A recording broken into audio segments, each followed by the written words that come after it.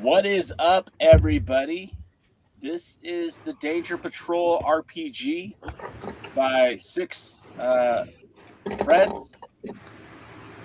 Introducing first Micah. He will be our Danger Master.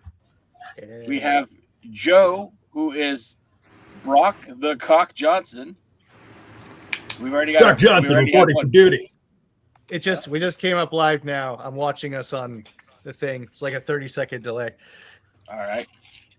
And then we've got Johnny down in the corner. He's the professor, Raymond Christopher Kronos. Yeah, nailed it.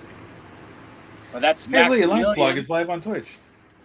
I'm live everywhere, baby. I could go live on TikTok if you guys wanted to. You do whatever makes you happy. TikTok live. Your fans know what your fans want. No, I don't. If I did, I'd actually make money doing this. We're gonna make money tonight. And we've got Dan down in the center bottom, who is Maximilian Void, and I will be playing the role of IG-69. And there will be a sixth member joining us, hopefully within the next 40 minutes to an hour. We'll find out. Okay, so Very nice. It's really distracting to see myself on the screen 30 seconds behind. I'm gonna switch it over for the moment. Just ignore that guy. He's in the past. Yeah. So let's start with. Do we need to? Should I explain Danger Patrol for the people watching, or do we just say screw them? Yeah, do a quick explanation. So this is a very kind of rules light RPG. You can find it at Danger Patrol. I think it's just dangerpatrol.com. Can someone verify me on that? Am I right? Here, let me check the interwebs. I'm going to check the internet webs really quickly. Be HTTP. Don't use this. It has to be HTTP. Yep, Don't try the secure HTTPS. It will not work because fuck security. It's dangerpatrol.com. Yes. It is Danger Patrol. It didn't come up on my thing. Whatever. My computer just does not want to do things for me today, which is great. That's why it's a good thing I'm the Danger Master. We're playing the second link, the beta version. So yes. So you can find it for free on there. It's like a 30-page long rule book, and it's Atom Punk, Ray Punk. It's the distant future as envisioned by the 1930s, 40s, and 50s. So it's Buck Rogers, it's Flash Gordon, it's Earth has turned to crap. We've moved on to Mars, and all the planets of the universe are inhabitable, and we just kind of all hang out with different aliens, like it ain't no thing, like we're on Doctor Who or Star Trek. And the Danger Patrol are our heroes of basically professional saving the day-ers.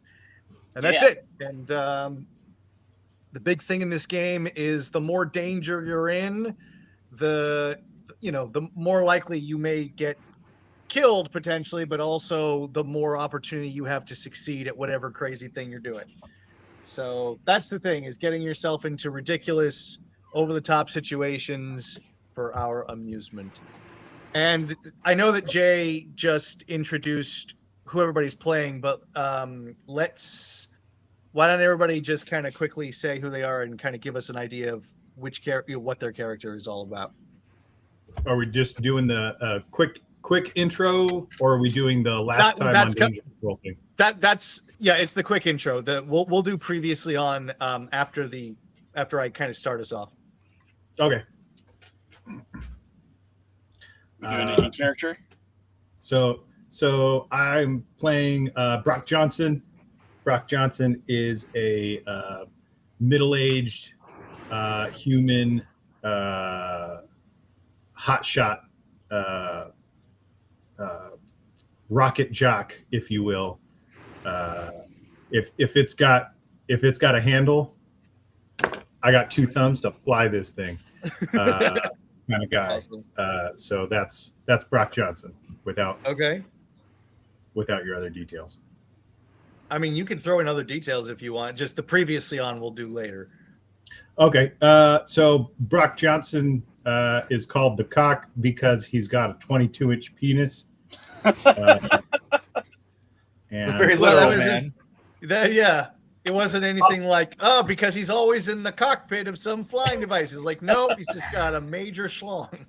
Well, I got some other surprises, other little bits that I've worked up already in my head, so I'll save those for the last time. I did bring these two props. I got these Shield sunglasses when I bought some sunglasses online. They're like, "Hey, do you want to buy a $10 mystery pair?" And I'm like, "Absolutely!"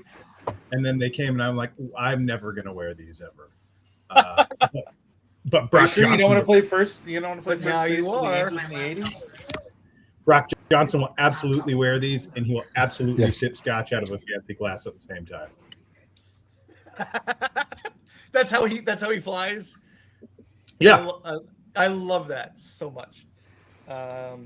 Okay. So do you have anything else you want to throw in, or are we moving on? No, I'll save the rest for later. Okay, cool. Who wants to go next? Okay, I'll go. Yeah. I was working on a voice, so we'll see how much I can stay into it. But Yeah. I'll do 69. Was programmed for aerobic activity. I am able to leap far and wide. Please insert girder. And you're I'm a robot daredevil. that's What's right. the robot? It's a robot. It's so you're like, yeah. Well, actually, I think Robot Daredevil sums it all up nicely. Johnny, Dan. I'll go. I am Professor Raymond Christopher Kronos. I like to use my intellect and atomic abilities for the good of mankind and for the good of my friends, who I fight danger with. With atomic fists, they look like flesh, but they're atomic. Oh my god. Advanced All right. technology. All right. My name is Maximilian Void. I am new to Rocket City from the planet Neptune. I am a Neptunian. And some of my alien abilities, I am an alien detective. So some of my alien abilities include, one, just the way we are able to communicate as Neptunians is called the unspoken language. So we're able to communicate with each other using micro expressions. So we have perfected a language that allows us to communicate with micro expressions, the raise of an eyebrow, the twitch of a lip, anything to communicate with each other. But what that allows us to do is read any, emotions, any expressions, and be able to detect what people are really thinking. As a part of my, yeah. I love that. As a part of my alien physiology, Neptunians are able to turn their bodies paper thin, which allows me to hide in unique places or sneak under small spaces like doorways. Hide in a stack of paper. And as a part of my alien allies, I have a circle of other Neptunians across Rocket City that often help me solve my crimes. Word. I love this. All right. Unless there are any other things anyone wants to go over or any questions or whatnot, we can dive right into this crazy ass thing. What time is James jumping in? He's at a work thing, so it depends on when they let him go. He's hoping hopefully it will be done within the next 15 minutes, and then he has to drive home. We'll see. All right. No worries. So we'll find out, baby. All right. Ready? Here we go. When last we left our heroes, they had been captured by Amazonians while investigating the ancient temples of Venus. Trapped in wooden cages, they are about to be sacrificed to the Phoenician gods. Suddenly, the ground beneath their feet begins to vibrate. A menacing rumble emanates from the dense jungle. The tree line splits open, and out rushes a stampede as the ancient beasts bear down on the sacrificial chamber. Will our heroes be crushed to death underfoot? Find out on this exciting episode of Danger Patrol! Danger Patrol! When there's danger, you call Danger Patrol! Here they come to get things under control! This is their goal! Maintain damage control! You can count on Danger Patrol! Sorry. As IG-69, Joseph Cooper as Brock the Cock Johnson, James Gilhauer as Kitty Cat, Daniel Kaspersky as Maximilian Boyd, and Johnny Rascal as Professor Raymond Christopher Kronos. Danger Patrol, created by John Harper, narrated by Michael Gilhauer. Episode 34, Death Takes a Business Call, brought to you by Laramie Cigarettes, the smooth taste of adventure, good for the working man, the relaxed playboy, and pregnant women. Previously on Danger Patrol. And so at this point, everyone can give us their previously in whatever order you want to go. This is just what happened on the last episode. Whoever wants to go. Thanks, Dan. Go for it. Can somebody do this one first? Because I'm trying to understand how this is supposed to work. I don't mind going first at all. I got some stuff prepared. Sure, go for it. Last we saw Brock the Cock Johnson. A rose laid on a casket. Brock in his finest blacks. The casket sinks, containing one Dr. Lucy Ride Johnson, his departed wife. A single tear seen from under his shades. He vows to never lose another member of Danger Patrol again. No longer one part of the two-person team known as Cockpit. The Cock is now alone. He seeks to find a new group within Danger Patrol to find his home.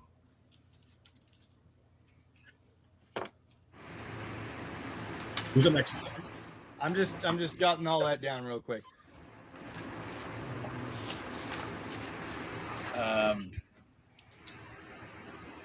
Well, IG-69 has been connected through the interwebs to discover new adventures and perhaps salacious women. And that's about it.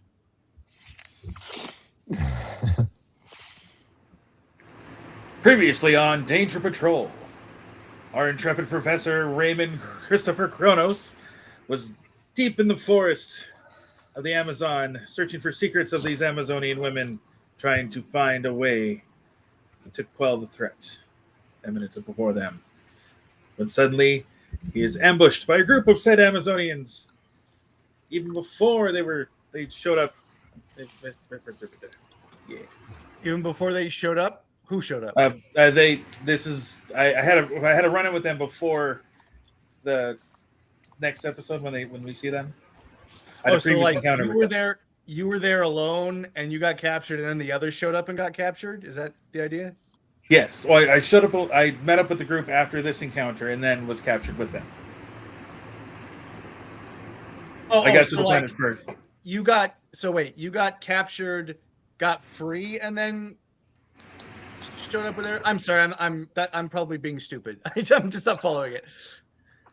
No, yes, I had an encounter with them. There wasn't necessarily a scuffle or anything, but I've seen them, and then I left and met up with the group. I gotcha, and then they captured you. Yes. So I have previous knowledge of the Amazonians. There we are. Only takes me 5 times. That's right. I said that horribly. So no, I'm sure it was me. We all caught up. Does that help, Dan, or do you need more? No, I think I I can do this now. Okay. Previously on Danger Patrol, a dimly lit room on Neptune, an old man, Ven Tidal, the last true Elder Race scholar, lies dying, his breath shallow and slow. Maximilian Void sits behind him perfectly still, watching with practiced patience of someone who has attended many last moments. The old man's finger moves, his eyebrow lifts, the unspoken language, the deep form, the old form. Maximilian goes very still. Next day, he books passage to Rocket City, carrying nothing but a name, Orin Deep, on level 7, and a single Neptunian concept he can't quite translate, rattling around his mind like a warning he doesn't yet understand. Oh my goodness, I love this. So hang on just a quick second. What was the name of the elder? The elder did Ben Tidal. Ben Tidal? Yeah, Ven, V-E-N, Tidal. Gotcha. That's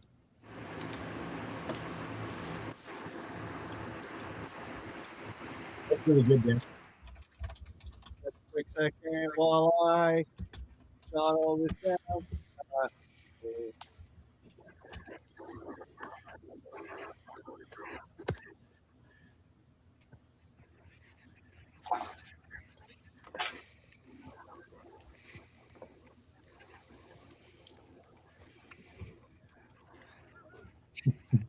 Jason, your robot man who's looking for salacious women will probably pair well with Brock Johnson.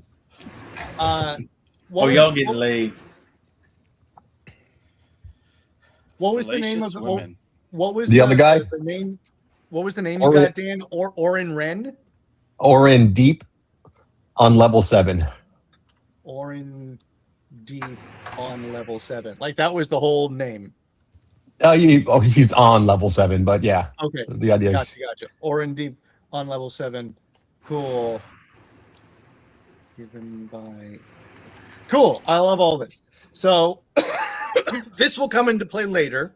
Right now, we're going to deal with this situation on the planet. What did I say? Venus. So if you will refer over to Roll20, you will see this amazing map of the events taking place. Oh wow! Did it come up? Ooh, Yeah, look at that! I love this. It's not up on the thing here on the live stream. Why is that? It's up on my. Okay, hold on. I know why. Is it the 30-second delay or? No, it's because it's open on my account on 2 different computers at once. Okay, so here we go. Bro, what is stuff? I'll get to it. So this, if you look at this cryptographer's wet dream here, or not cryptographer, cartographer. Joke. Cryptographer. Okay, so if you'll see, you guys are each in your own cage, your own wooden cage on the sacrificial circle, in the sacrificial circle. Your stuff has all been taken. That's what's in the little pile, is all your gear and whatnot. And let's see. As we return to our scene, the panicked cryptosaurs draw ever closer to our heroes. The Amazons flee to their cryptodactyls and take flight. But oh no! The Amazon Queen is thrown from her mount and lands right in the path of the oncoming stampede. So you're all in your cages. The Queen is here. Not looking so good. And here come this stampede of cryptosaurs. And any moment now, they will be on top of you. So your threats at the moment that you need to overcome are 1, your cages. All the threats are in red. So you're each in a cage. The stampede is coming, and eventually you're going to have to deal with that. And then the Amazon Queen she's not a threat to you, but the threat is that she's going to get stepped on by these creatures. So in whatever order you want, what do you guys want to do? And we're presuming the Amazon Queen put us in the cages. Yes, she and her Amazonian cohorts put you in the cages. Why we haven't quite figured out yet. That'll come later. I would like to go first. Do it. As a robot with a detachable flying head, I would like to remove my head and use my head to travel to our stuff and bring the stuff back to my cage so that I may break out of my cage and then free my compadres. Okay, that seems pretty, straightforward. So, I'm going to go ahead and say roll. We're going to have you roll for that, and then we'll see how you do. What I can't remember the list of. I should bring up a character sheet here. Yeah, I was trying to keep it handy there on the heroic actions. Yeah. So what is that? That sounds like a. I think that seems like a Daredevil kind of move. Okay. All right. So let's go with Daredevil, and so whatever your your die for Daredevil would be, and then if you want to add some danger dice, go ahead and come up with some reasons why this is a very dangerous thing for you to be doing. Or what, it's dangerous because if something were to happen to my head, I would only be half the robot I am supposed to be. Okay, so your head is vulnerable. We'll say that that's one die. Any specific other dangers you could throw in there? Are we okay with everybody else jumping in? We'll do that in a sec, because it's like he can come up with 3, and then you guys the rest of us can come up with 2.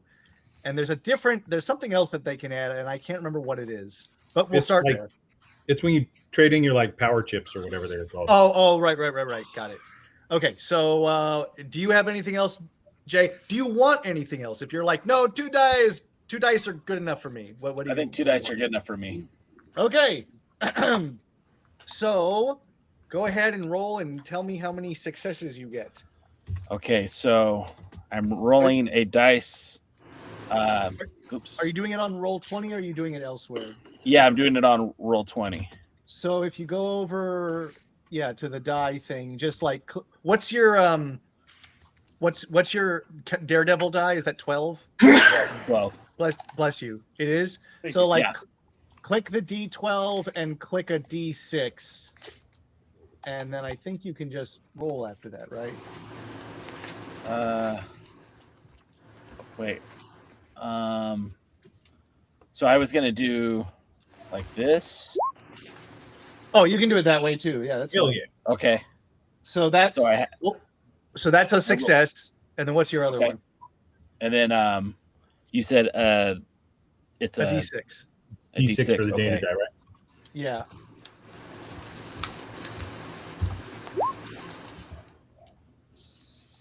What was that? Didn't come up on my. Oh wait. 11 and a 4.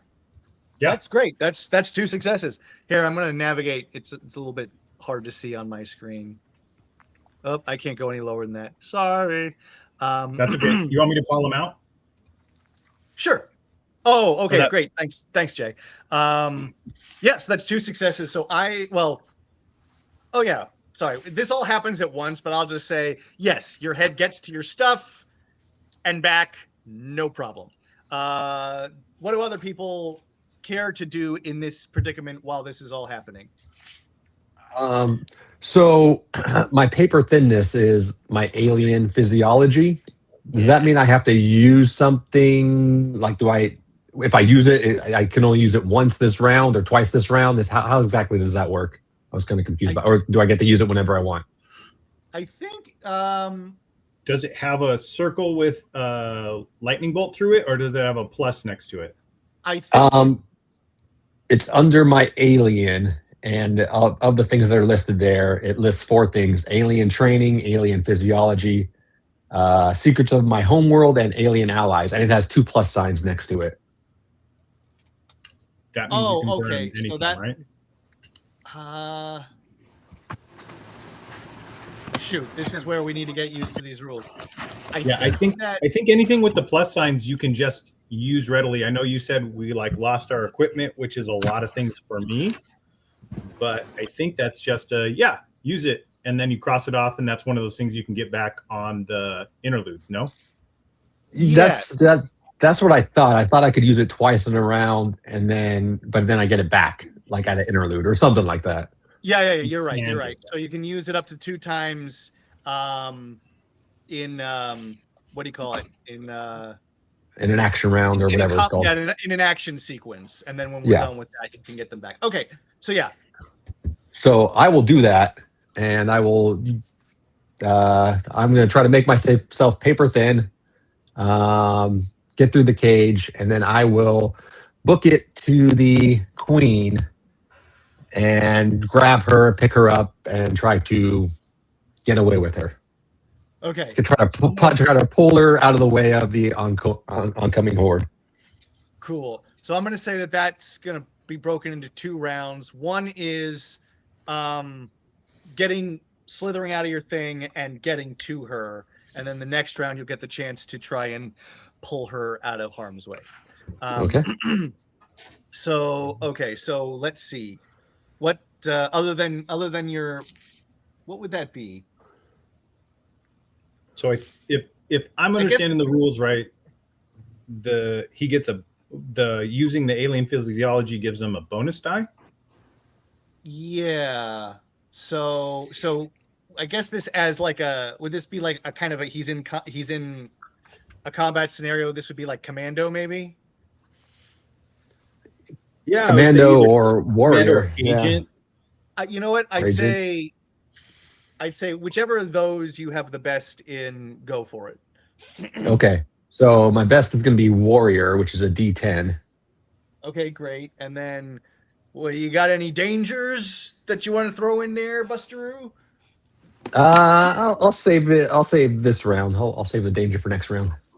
Do you want any danger? You never run out of dangers. You don't have. Okay. Yeah, you can. Every round you can add up to a crap load of dangers. So yeah. So I mean that I am on a big platform. I'm assuming it's up high, right? So there's definitely a danger that I could trip and twist an ankle as I'm jumping off. Great. We'll say that. We'll say it's on a raised kind of pedestal thing, a little bit higher than somebody who's running at a fast pace might do gracefully, unless you're really good at what you do. So yeah, so that's one. One.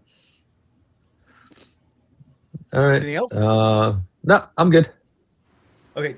Okay, great. Then that'll be a D10 and a D6. Go for it. All right. I got a 6 and a 4, so 10 total. Yes. 2 successes. Oh, well, yeah. The total doesn't matter. It's just how many successes. Oh, okay. So I'm going to say that you successfully managed to get off the thing and get to her. So that's no problem. Who's next? And just so I'm clear on the rules, a success is anything above a 3, or is it? It's it's 4 or above. Yeah. Okay. Unless you've got a condition against you that will change that, but for the most part, no. Okay. Johnny, me or you? Go for it. I realized I did not do part of my sheet right, and You're good. So Brock Johnson is going to try and bust out of his cage. He's been in situations like this before. Being a human or two-fisted, he's known to be tough as nails. So I'm going to use a bonus die for that. Okay. I don't quite know what skill to use for busting out of a cage, though. Is that warrior? Sure. That sounds warrior-ish. I forgot. We need some exciting music, baby. Yeah.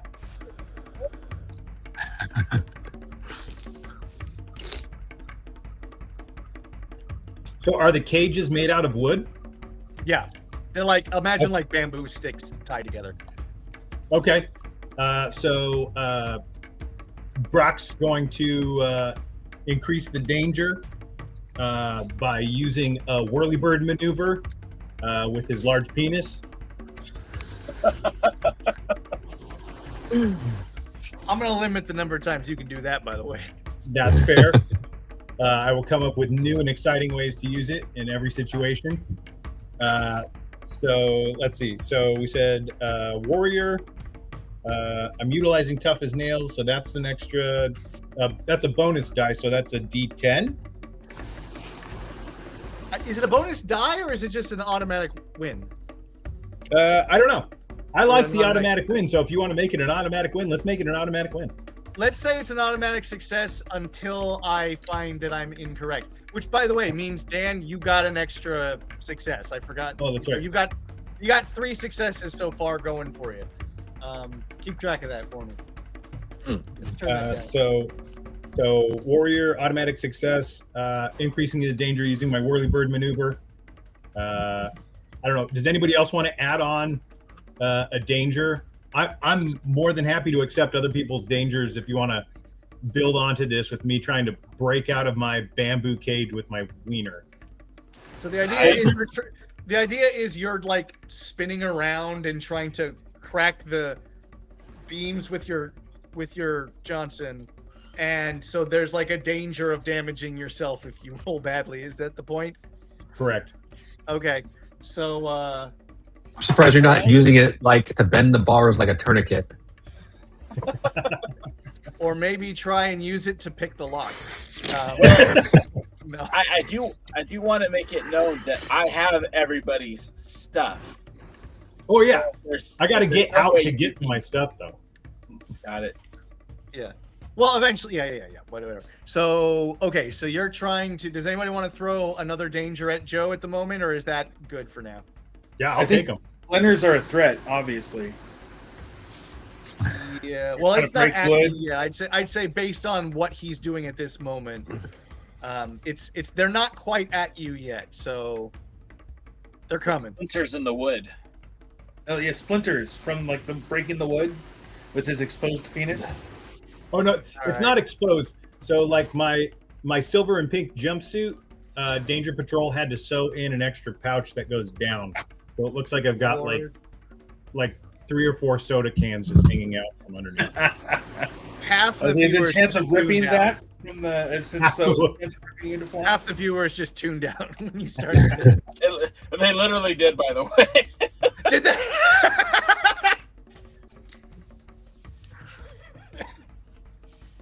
All right, we had a lot of children in the audience apparently.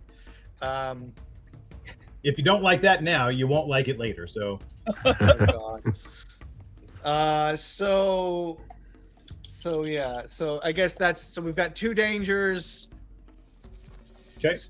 including splinters, plus your automatic success, plus your whatever. Is it a war? What did you say you're doing? A warrior? I think we said warrior, but I don't Okay. feel confident about it. But it's a D8, so I'm happy with it. Great, go for it. All right.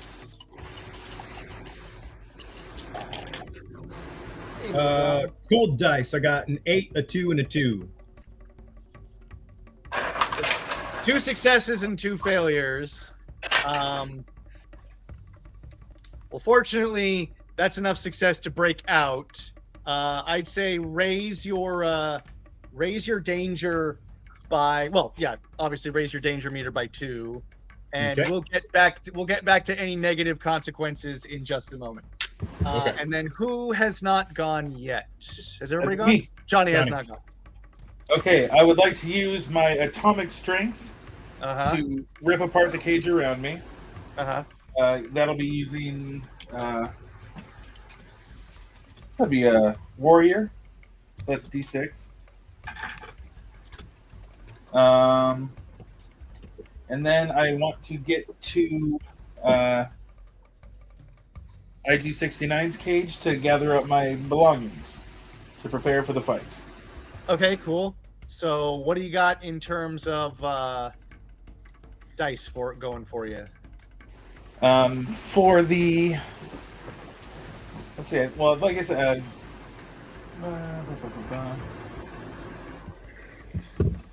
D6 for the warrior of the breaking out of the cage. Although that's the atomic strength is one of my powers. Do I get a bonus for that? I get Yeah.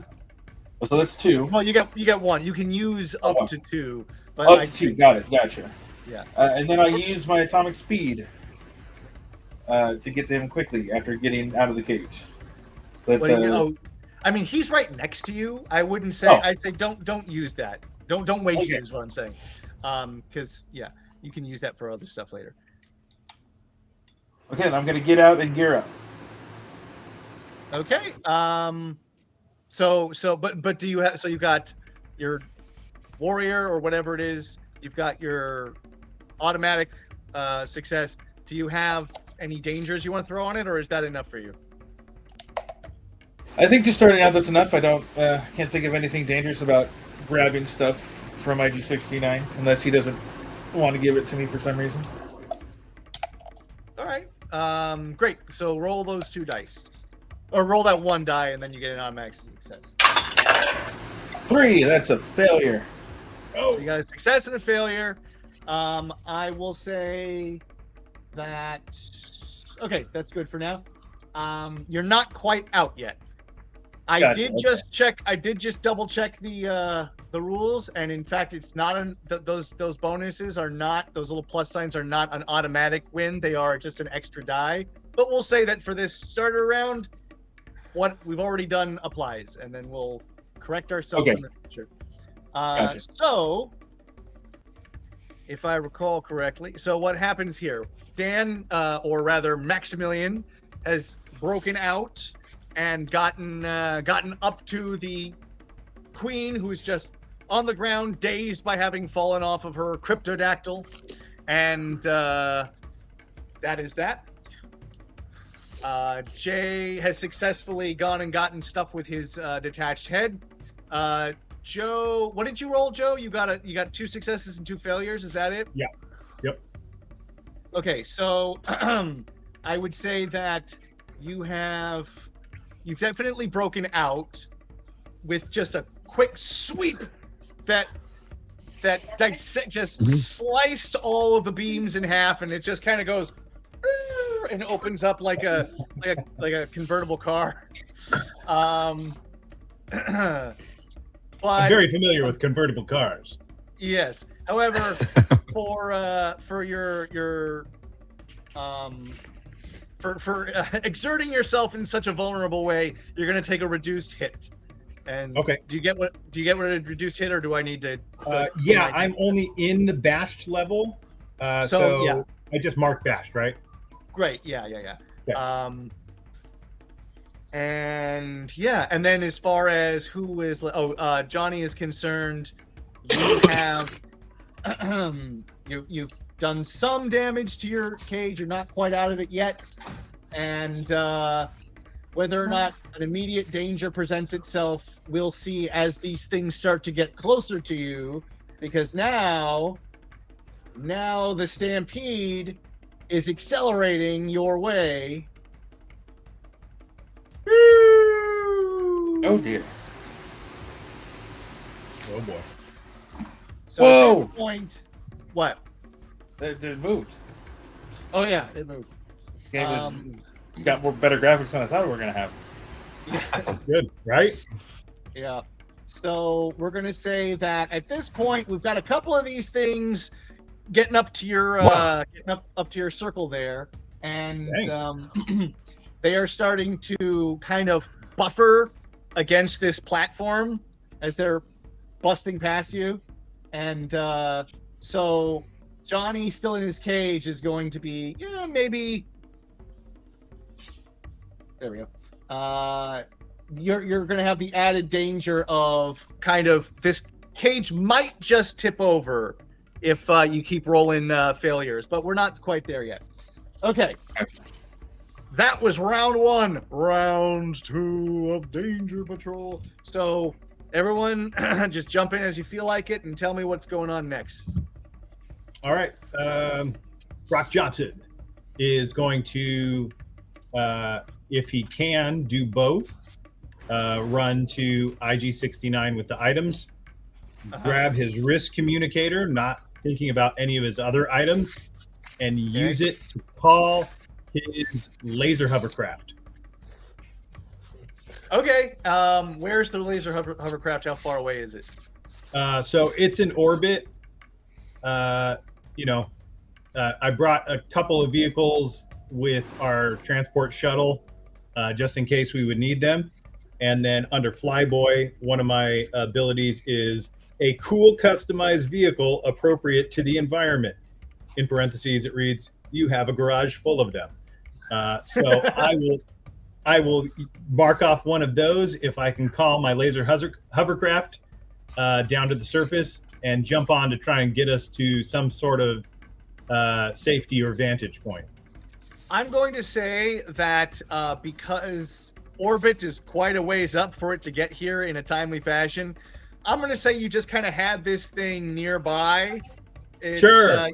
You're on a jungle planet, so it's going to have to find you through the trees and make sure it doesn't get smashed against a giant branch or something. But you can definitely summon it and try and get it down here in a timely fashion. So yeah, you've broken out of your cage. You're going to get the stuff, summon the thing. I'd say go for it. All right. So I run. Yeah. I run. I grab my wrist communicator, and then I call it. Do I need to roll? Do I need to make rolls for that? Yeah. I mean, yes, in combat, kind of everything you do is a roll, but it's it's not I don't think it's that difficult. So since I'm calling my own vehicle, is that a Flyboy kind of move? Sure. That sounds justified to me. All right. And then so I marked off one of my squares for cool customized vehicle. Are we doing automatic success, or are we doing a bonus die for that? We're going to do a bonus die from here on out. All right, bonus die now, which is a D10. Cool. And then it's pretty dangerous, I think, because I mean, look where these cryptids are. They're freaking like right on top of us. Yeah. I think at this point, they're rushing by. Some of them might be climbing on top of the platform. Definitely, they're smashing into it. So if you want to add some shaking danger, we can throw that one on. Yeah, absolutely. So that's one. I'd say you could count like the thing shaking and things crawling on top of it and or jumping over or whatever and possibly hitting you. We could make that 2. All right. And then, I feel like because I'm not too familiar with this planet, and its surroundings, I feel like maybe the ground's a bit treacherous to navigate. Having my wits about me is a bit difficult. So maybe that's tripping hazards and whatnot. But you're just staying on the platform, right? At the moment? Or jumping off of it? No, because I have to run down to grab from IG-69. I have to run over and grab my wrist comp. You're all still on the platform as far as I'm aware. Oh, the platform we're all next to each other on the platform? Yeah. Which, by the way, okay. Who's gotten out? You've gotten out. I'm going to delete yours. Johnny's not out. Dan got out. Jay, did you get out already of your... I mean, I didn't ask to get out, so I guess I'm still in. You know what? I'm just going to say you're, for all intents and purposes, out. So Johnny's the one who's still stuck in his. So yeah, you guys are all still on this circular platform right next to each other. I'd say if you jump off for some reason, definitely the terrain could become a danger. All right. Well, no need to do that if I'm getting my wrist comm from IG-69. So so we'll take that danger out. Cool. Anybody else have a danger? I mean, I could go for it. I could add something if you want me to. It just give me all the dangers you got. Just to be clear, I would like as many dangers on almost any roll I can make. Okay. You want 5s the whole way. Yeah. So let's say. So you added 2. You've got your normal die. Oh, and you've got your bonus die. So that's a nice 4 die right there. Yeah. I could say that one of the cryptodactyls is, spooked, and maybe it's the Queen's cryptodactyl that's like flying overhead, doesn't quite know what it's doing and is now swooping down and like trying to grab you just because it's in a frenzy. We could add that. Yeah, I want that. I want all of that. Oh, Is that up to 5 now? What? Is that 5 Yeah, danger? I'm rolling 3d6, a d10, and a d12 so far. Wow, that's pretty good. Yeah. Anyone else So want much to add danger. something they're welcome to, or we could end it here. It's you said that like when he broke out of the cage, like he broke the bamboo bars in half. Are they just like lying on the floor like loose now? I'd say that is that a trip hazard. yeah. Yeah, I was gonna say he could like spin on it and get taken out like a cartoon character. I'd say maybe because I was imagining that if he like there's the bottom half which is still jutting up and then the top half fell off. So maybe he could like if he slips he could impale himself on these severed bamboo shoots that are. Forget about himself. He can impale his dong. Yeah, so Oh, he could no! get yeah. So yeah, I mean, you can't quite de-erect that quickly. So I imagine. You hurt yourself though, right? Maybe you. It doesn't matter. You can impale yourself in one way or another. So that's 6 now, right? Do you want any more, or are you good? I mean, if anybody's got the last danger die, crush it. But if not, I'll just roll these. Yeah, we could add one more from us if you would like. If anybody's got anything. Sounds like that's your limit, Joe. Jay kind of had mine with the rolling, so roll that. All right, here we go. Cool. Let's see. 1, 2. Son of a bitch. 2 successes out of that. Well, how many? You get all the danger. Out of all the, yeah. So 4 threats, 2 successes. Okay, that's fun. So we are going to say that you succeed in getting to your thing, beeping it, getting the thing, summoning the thing to get to you. But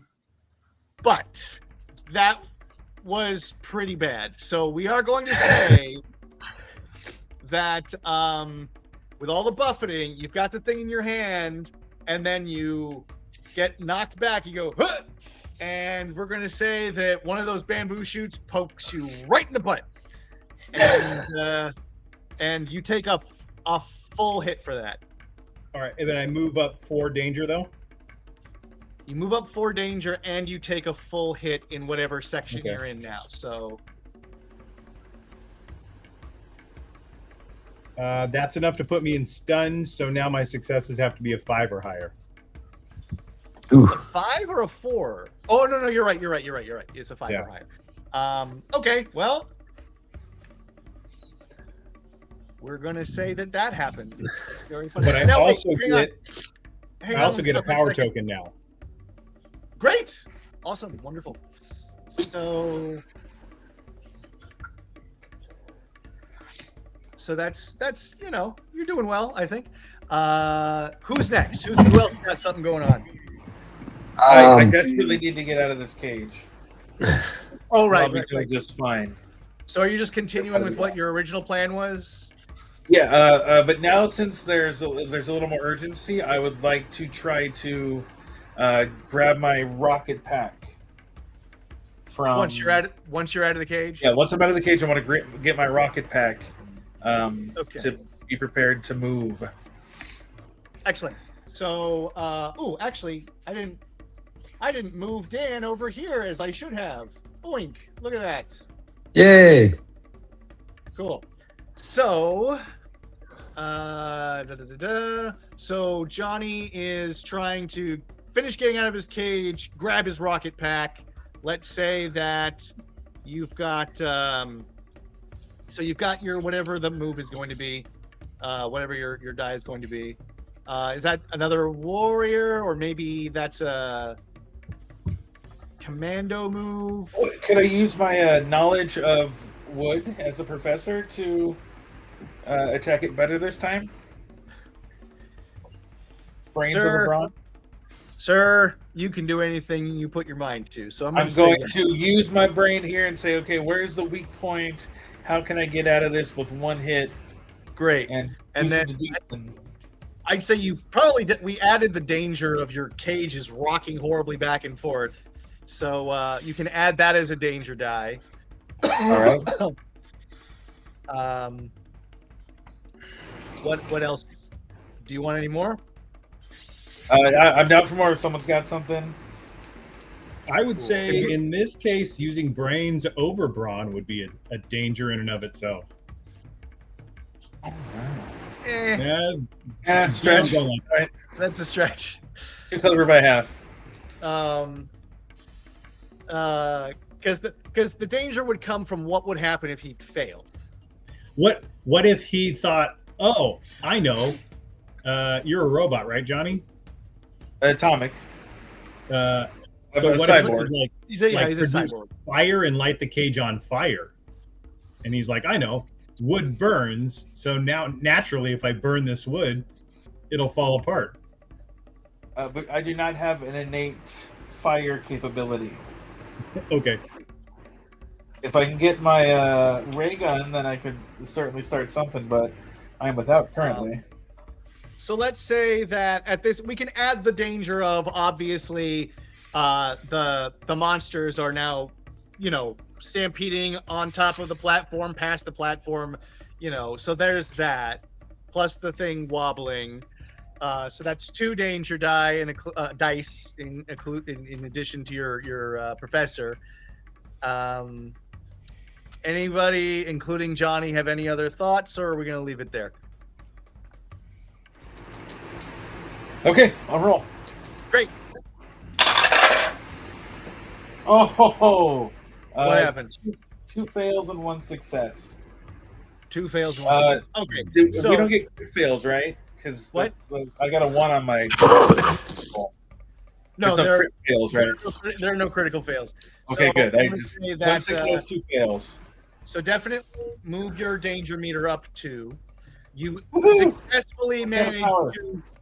successfully managed to find the weak spot in this here cage and hit it with just enough force to make the thing basically disintegrate.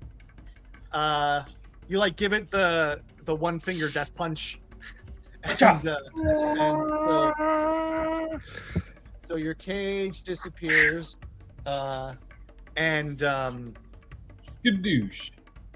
but I will say that in the falling, in doing that, it is falling over backwards, and you're like, poink, as it, breaks and you fall on your back. And so we're going to say you take a reduced hit for that. Right. But you are able to get up and get to your jetpack. So you're out, you got your jetpack, you're ready to have a good time. Who's All right. next? I can go. All right, go for it. Okay, so what I have is I don't know. I can't keep doing that. I have a Magna. I have a Magna grapple line. Okay. And I believe that's like a rope, right? I could shoot a rope. Yeah, you're like Batman. You've got a grappling hook. So what I would like to do first, and I'm going to say a couple different things. You could limit me if I need to, but I'd like to use my grapple hook to shoot towards Dan and the Queen, giving them an exit strategy to get back onto the platform if they choose to.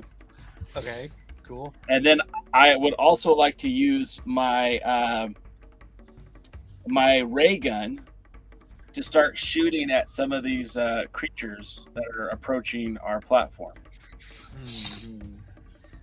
Okay. Let's see. What would we say about that? That feels like 2 actions to me. Okay. So I'd say you can do a move and an action, but that feels to me like 2 actions. So I'd say pick one over the other. What if? Okay, hear me out. What if I go use the grapple hook to get to Dan and the Queen, and then start unloading my gun? Is that still 2 actions? It's a good question. Also, he's using the grapple gun to basically enhance create his the movement. move. Yeah. I'm gonna turn this over. I'm gonna turn this over to the group. How do you guys feel? Does that sound fair, or does that sound like a load of crap? I think there's a strong argument to be made for both. That the grappling gun movement is an action, but I think there's a decently strong enough argument that I'm using the grappling gun to enhance my move and then doing an action. So I'm good either way. What do you guys think? Yeah, that seems to make sense to me. Yeah, both sidesing it. For me, it's like if you're using an item, that kind of inherently means action to me. But I can also see, like Joe's saying, it enhancing the move. Forget the grapple gun, because I am a daredevil extraordinaire. I'm gonna do 16 backflips to land right where Dan and the Queen are, because I have a daredevil skill set. I love that. Okay, and then start unloading. Great, that's great. So for both of those, I feel like that would be a commando type skill set to unload my gun once I flip down. Well, no, we'll say the whole. That's a good question. I'm going to say that which is better, your daredevil or your commando? My daredevil. Okay, I'd say do that, because that's the primary thing you're doing, is you're doing this elaborate stunt while also trying to shoot. So we're gonna call it your daredevil. I'd say obviously at this point you're leaping off of a teetering platform and you've got a stampede of monsters. So I'll give you 2 dangers for that. If you want to add a third one, you may. The third one is I might hit somebody with my live ammunition that I'm not supposed to. Oh shit, son, that would be bad, wouldn't it? Okay, so that's 3. Does anybody else want to add more, or are you happy there, Jay? I'm good with 3, unless someone else wants to think I should add some more. Do you want to add more, or are you good? Got 3 danger die and your regular die. I'm good with the 3 danger die. Okay, go for it. Roll that shit. So I know how to roll for the daredevil, but I don't know how to roll for the danger die. So you just roll d6s instead of. Are you on whatchamacallit? Yeah. Okay, so just. 12. Wow. Okay, so there's that, and then if you go over to the d6s, if you just go over to the 3, you can just hit that, and you'll automatically roll 3. So mine, I don't have that. I have to put in the code. I don't see where the code. If you go on the left-hand side here, look at this. Yeah. Sorry. I see it. Look at this. I see it now. Screen. Okay, great. Yeah. Right there. And so am I doing like a? You said a D3 or a D6 3? Yeah. Go. Yeah. Hit the 3. Okay. So that's a. So you got a 12. So you got 3 successes and a fail. That's pretty good. So I'd say that. All successes? No, 1 fail. Never mind. Yeah. I would say you absolutely managed to get down there. At this point, it's a question of now dealing with the stampede, and you're shooting at the monsters and the whatnot. So that's good. And for your 1 danger failure, put up your danger meter 1, and then let's. I'd say that as you're shooting at the monsters, they're starting to you managed to hit one in the leg, which means it's now starting to fall towards you. We'll say that's something you'll deal with next time. Okay. So I'm gonna move this guy over here. Oops. Let's say you are now over here with these guys, which is great. And we're gonna say that this guy, who I call actually no, we're gonna go with this Godzilla-looking motherfucker, and he's starting to teeter in your direction. Can I make this thing rotate? No. I can't make him rotate, unfortunately, but he is very Gojira. He is very Gojira. And then this guy I call the monkey slug. Oh, okay. I see why. And he's holding a banana, if you'll notice. I thought that Okay. was his owner. And we lost the rest of our. Actually, we just got another one on YouTube, so that's actually Yes. not it. Welcome. Okay, so that was your turn. Johnny, who hasn't gone this round yet? I have not yet. Okay, cool. Do your thing. All right. So I will pick the queen up off the ground, Uh-huh. and I will push her towards Jay to IG-69 and say, "Get her out of here," and then I will face on Godzilla and use my alien training to try to communicate with it and shoot as many microaggressions as I can to one, intimidate it and to try to gain its attention, and pull it away from the queen and IG-69, and two, read its micro expressions to try to see what it's gonna do, if it's like looking to the left or to the right, if I've caught its attention, and try to basically bullfighter this thing, and try to dodge out of the way, like I'm playing with it, I'm communicating with it, hopefully dodge to the side and stab it in the gut with the sword, metaphorically. Metaphorically, cool. So, all right. So we're going to say that is predominantly, what would we call that? We'd say that that's probably, I'd say that's kind of an explorer thing. Oh, Like yeah. you're, so, Wild beast. yeah. So we'll say that. I'd say already you're in the middle of a stampede while you're trying to do all this. This particular monster has been wounded and is already kind of out of control, moving towards you. And so that's 2 danger dice in addition to your explorer. Who wants to add? Do you have any other thoughts, Dan, on how this could be even worse? I do, because I still don't trust the queen. And so by me grabbing her and moving her, is she going to come after me, potentially stab me, potentially go... There's a number of things she could do. She does not want my help, or she'd rather die and kill me at the same time, type of thing. This is very good. All right, so we'll say that's a 3rd danger die. Does anybody have any other thoughts they want to throw on there? I can't beat that one. That was great. Anything else? Anybody?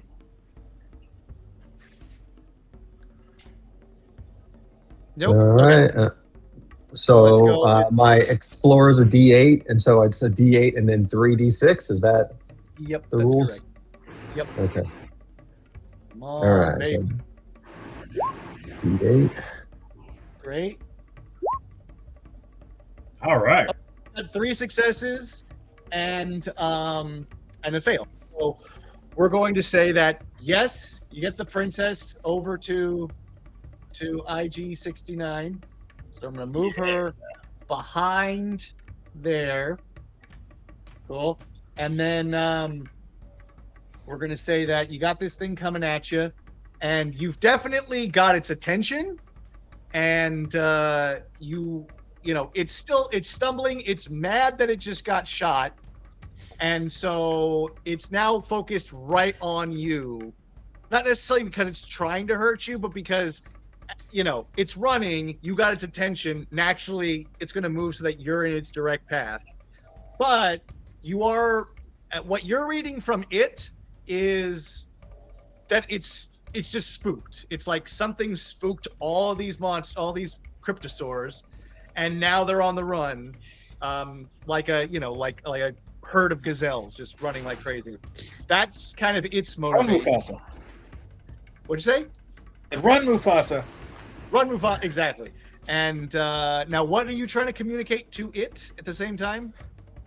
Well, I was trying to communicate to it just to get its attention, which it sounds like to basically pull its attention away from IG-69 and the Queen, Okay. and then try to watch it to see where it's going to help with my dodge, like to help with my maneuver when I eventually have to get out of the way of this thing. Got it. Okay, cool. So we'll leave it there, and yeah. So that's the position you're in. It's coming right at you. You can tell that it's just in a frenzy. It's scared, and you've gotten the princess out of immediate harm's way behind Jay. So there you go. And who's next? Is everybody do I need to, since I had one fail, do I get a danger point or what's the deal? Yes, you get a danger point, and the danger that was added to the situation is just that now it's coming at you directly. Okay. So that will be fun for later. Anybody else not go this round?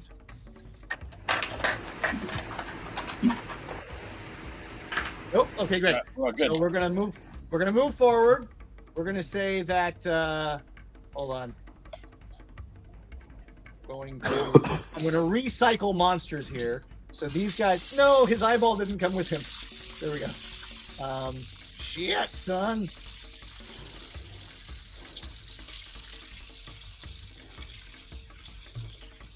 I think this is all of him. Okay, I'll get that eyeball in a second. So these guys move to the back.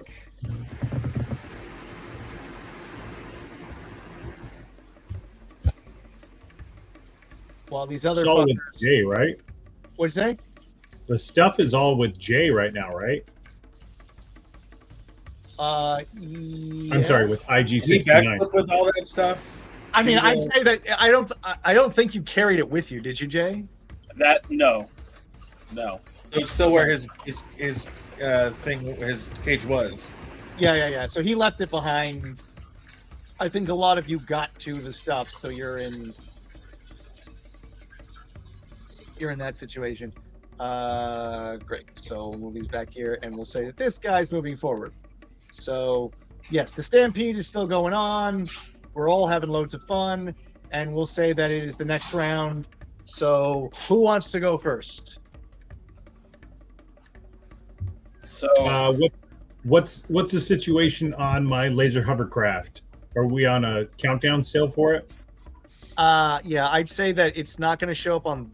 Well, yeah, because a round is like 6 seconds. So Okay. I'll say that it moves really quickly. It was nearby, but it's not going to show up till the next round. Okay. So yeah, what do you want to do in the meantime? If anything, you can not do shit. That's also an option. You will immediately succeed at not doing shit.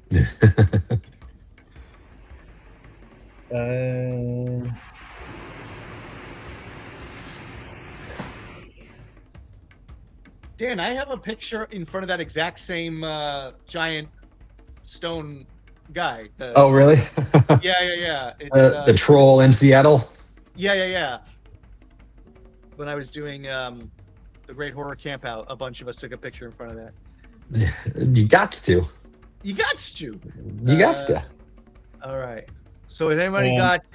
Yeah. If nobody else has anything, I'll go and I'll make sure that I grab all my stuff. I'm fully equipped, and that I look for a clearing so that I can easily board my laser hovercraft when it lands. Okay. So we'll say that is mostly all maneuver.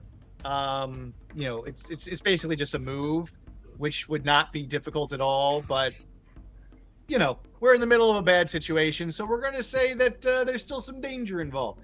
What would you call this move? Trying to get out. Well, since I'm looking within the terrain, I feel like that's explorer, right? Like I'm looking for a clearing. Sure, I'll go with that.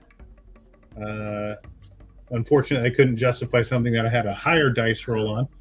Okay. But we'll roll a d6 on that. Okay, and then obviously you're on the platform that is tipping and whatnot. That's danger. Middle of the stampede, that's danger. Are you just trying to see where the clearing is, or are you trying to get to it? I'm trying to see where the clearing would be and then get to it so that the laser hovercraft will land near me and I can board easily and then take a maneuver with it afterwards. Okay, so now you're you're trying to leap off of this crazy if you want, we can also add you're trying to leap off this crazy platform into the middle of the stampede. So that would give you 3 danger dice. All right. Anybody got anything else?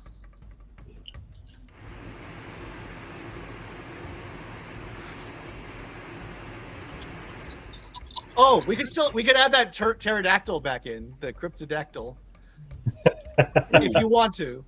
Yeah. Okay, so that's 4 danger dice and your normal die. All right. Here we go. Much better this time. That's 4 successes, 1 fail. Okay, so I'm gonna say you succeed at this, no problem, and so yeah, and then your danger die goes up 1. We'll call that a day. All right. Next. All right. I'm gonna go. Okay. And so now that I am with the queen, I'm going to again detach my head from my body and have my body act as a shield to protect the queen while still firing at the oncoming danger that's ahead of us. And while my head is also in flight, it will also drop flashbangs at some of the other monsters that are there to help scurry them away from us. I like this. Okay, so what would you say that is? Is that a commando move? I feel like that's more of a commando move. Okay, cool. So there's that. You're still in the middle of a stampede, so that's definitely a danger right there. What else have we got for you? I'm also very vulnerable because now my head is separated from my body. True that. If something happens to one, it's going to greatly affect the other. So we'll say 2. Is it also that his body's vulnerable because he earlier he said he's looking for loose women and he's with a woman, so now his head's separated from his body wants one thing, his head is trying to do something else? I think that's pretty dangerous. All right, do you have a tendency to are you a robot that can't control itself around women? Are you Sure. are you like something out of what's it called, Heavy Metal, and you just Sure. All right, sure, we'll throw that in. Think You of it as like, you might like molest the Bender. queen. That's Oh, great. man. I don't want to get canceled over this. Look, you could have denied Joe, but you accepted it. All right. So now when I have my head detached, and I was just rereading this, your head and body can perform 2 different actions. So rolling 1 trait per die per action, you can still collect a maximum of 5 danger dice and 3 bonus dice during your turn, but you can split them between the 2 action rolls. I see. Okay, so we'll say that you kind of roll it as a collective, and we'll split it between trying to we'll split it between the 2 actions. So okay, so we got the regular thing, we've got monsters are stampeding, you've got your head might get damaged separate from your body, we got your body, you've got the body of you've got a Jeffrey Epstein body, and except the woman's a woman, so maybe it's not quite a great analogy, but and then who else has got anything? All right, sounds like you've got 3 danger dice and your commando die. Okay, so if I remember correctly, then I do the 1d8 for the commando roll, and that was a 3. That's a fail. That's a fail. okay. Okay. It's okay. And then the danger die. We said there's 2 of them or 3 of them. 3 of them. So Okay, 2 so success, 1 fail. 2 successes and 2 fails. So, okay, how do you want to separate that? Do you want to give 1 success to each of the 2 tasks, or do you want to put all in one or all in the other? Let's put the success on the floating head and the failure on the body. Yeah, both success on the floating head. So you're so put up your danger meter by 2. Your head is successfully starting to drop things in front of these creatures, and they're, you know, kind of freaking out and starting to kind of go around you, which is good. Meanwhile, your body is getting distracted. It's turning around, and it's kind of like not necessarily getting handsy right away, but it's being very kind of like, hey, so fancy meeting you here, and not paying attention to what it's supposed to be doing. So we're going to say that is definitely a potential danger later, that you are you're not protecting the princess at all. Are there gauges on his body that are like woo woo woo? Sure, why not? Why There's not? a little steam coming out of the opening head spot. There you go. Yeah. It turns red. There you go. Cool. So who's next? I'll go. Okay. Now that I have my equipment back, I would like to use my turbo rifle to take a shot at Perry the rabbit-haired platypus on the top of the screen there. Great.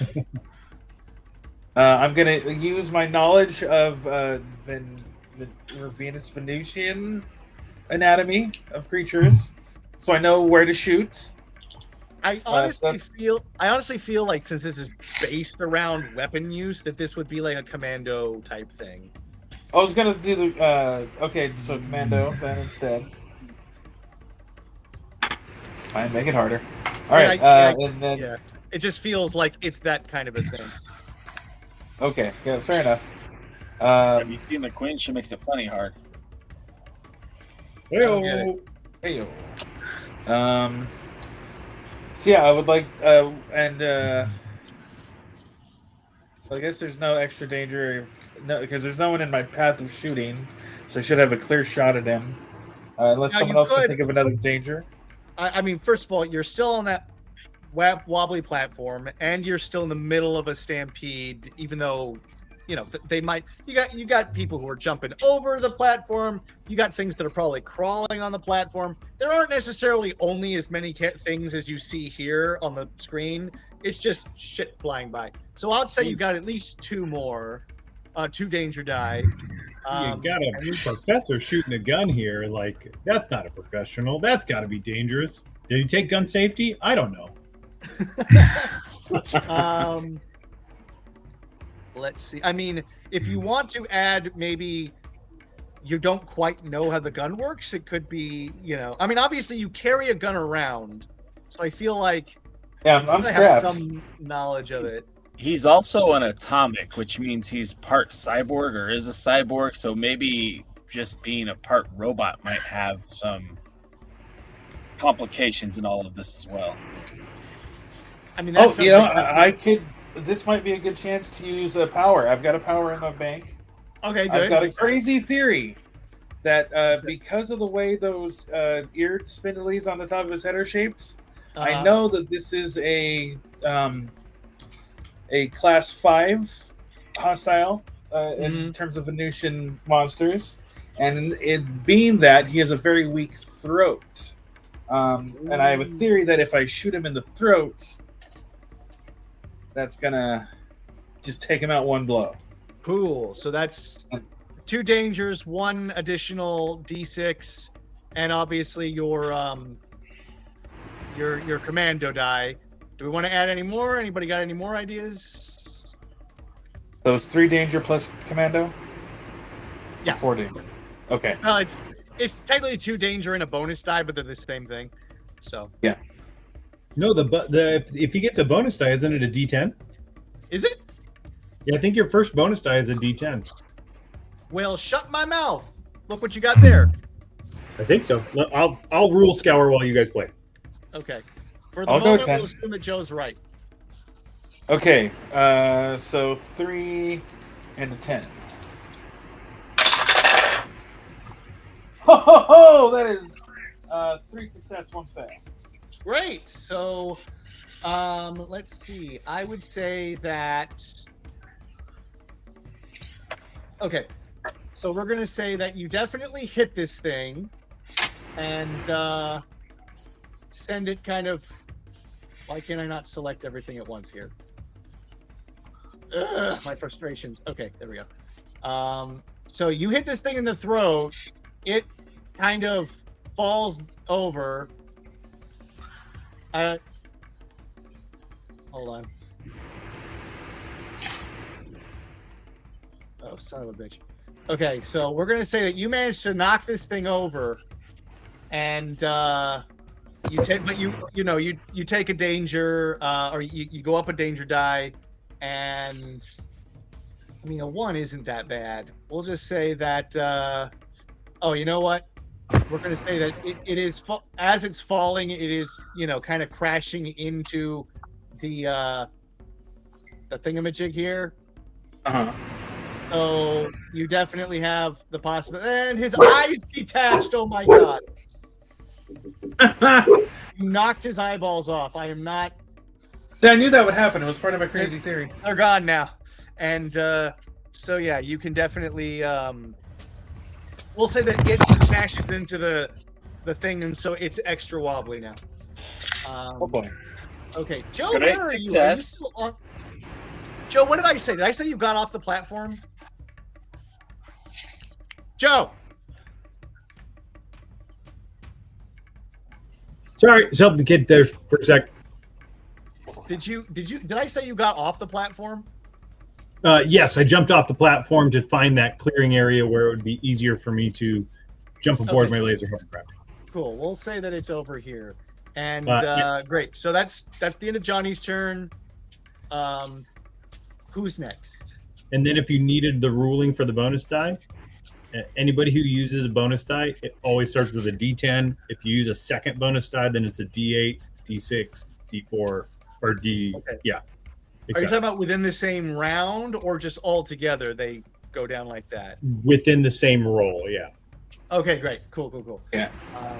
I see. All right. I think I'm up. Cool. So how big is this Godzilla thing that's in front of me? I'd say it's about as big as Godzilla.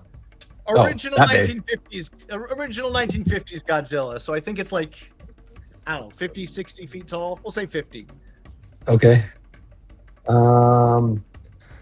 So I am going to do my best to dodge this thing. And worst case scenario, if I recognize using my micro expression that this is just not going to happen, I'm not going to dodge. I'm going to hope for the best. And again, turn myself paper thin and let it try to run over me without hopefully missing me, but worst case, doing very little damage because I'm like a cockroach, right? Right. So let's say, okay, so I missed part of it because this guy was freaking out. So are you abandoning the communication altogether, or are you still doing part of that? Well, I don't know if this is a 2-move type of thing. I'm basically trying to dodge this guy, right? And if I need to get to the point where I need to dodge him, then my ultimate escape plan is to go paper thin and just let him run right over me. Okay, so we'll say that should probably not be all that hard for you because this is something you naturally do. You're just throwing yourself on the ground. So I'd say, yeah, go ahead and roll whatever. Maybe that's a daredevil roll. What do you guys think? Is he more communicating or more dodging? I think he's abandoning the communication. I think it's a daredevil move. Okay. As much as I don't want it to be. Oh my God, what is that? So my extra danger is, of course, even though I can lie paper flat, this is still a 50-foot Godzilla stepping on me. Still stepping and I'm you're still stepping on me. It's still, you know, a lot of weight. And I'm like, okay, I've done this before. I have had things step on me before, but nothing this big. So we're going to see what happens type of thing. Okay, cool. James just got home, everybody. Hey! Hi, nerd. I guess the extra danger is I could lie down flat on something uncomfortable, like a pebble. Okay, let's say that Breakfast in the all right. bee over here. on this uneven, I'd say that you've got the danger of the thing. You're on this craggly, uneven terrain. So if it steps on you and then like grinds you into a big rock, that's going to be extra horrible. So that's 2 danger. What? Anybody else got anything else? Does the?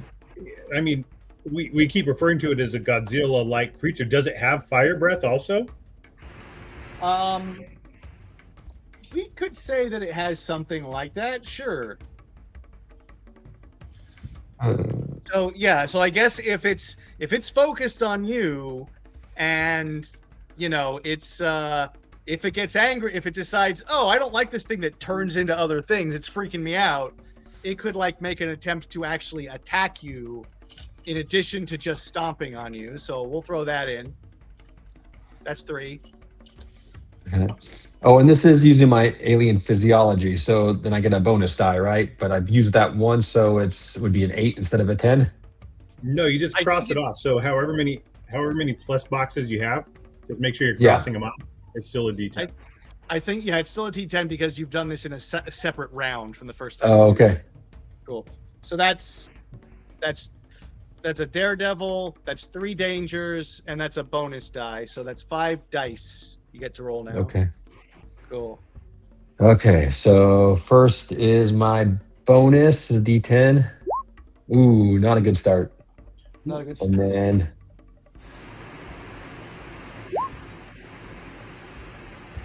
Okay, all right. two fails and 3 successes, so that's good. I would say that you definitely, no problem, managed to get out of the way of this thing. It just tramples over you, like it doesn't even hit you with its feet. It's just, no,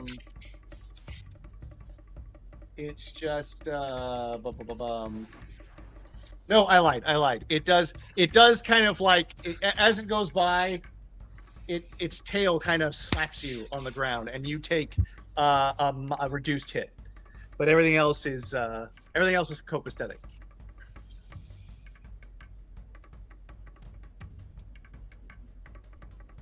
Who next? I think that's everyone for this turn. Is it? Yeah. Oh boy. Cool. So at this point, let's see. Yeah. Who wants to go next? The monsters are continuing to move along. I will do that while you guys come up with who's next. Did my flashbang direct traffic for the monsters to go in other directions? Yeah, partially. I think that you need to keep doing that to get them to totally back the hell off, but it's definitely doing good stuff for you. Well, I think I want to wait for Brock Johnson to see where that escape shuttle might be. So I'm gonna wait. I'm gonna wait till Brock goes.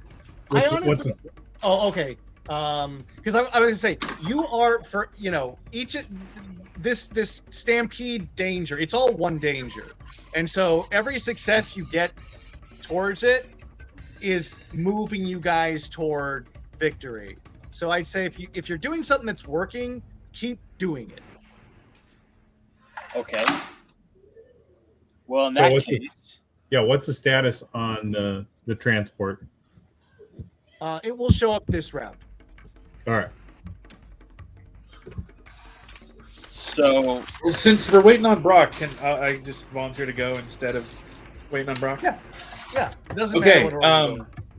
I would like to, because this is such a wobbly spot, and I feel I might get a better shot when I'm on the ground firmly.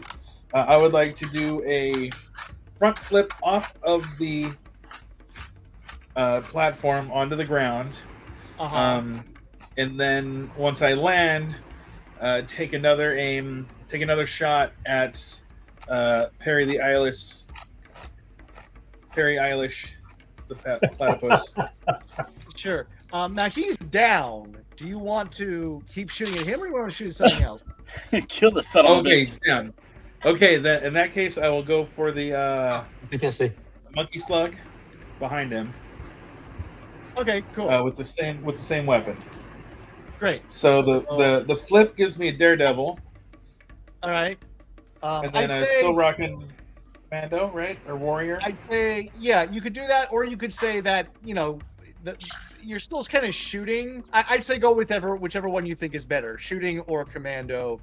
Well, I gave myself a D8 for the daredevil, so I wanted to use the flip to get a little bonus there. Great. So you're leaping over. Let's say you're leaping over the lizard guy's body to try and get a better shot at the slug guy. So that's going to be your daredevil, in addition to your shot. Okay, got my daredevil. So obviously you're leaping off of a falling platform over a fallen, horrible dinosaur-y thing. I'd say those are 2 dangers right there. All right. And you're jumping into the middle of a stampede, so I could give you easily 3 dangers. Anybody got anything else?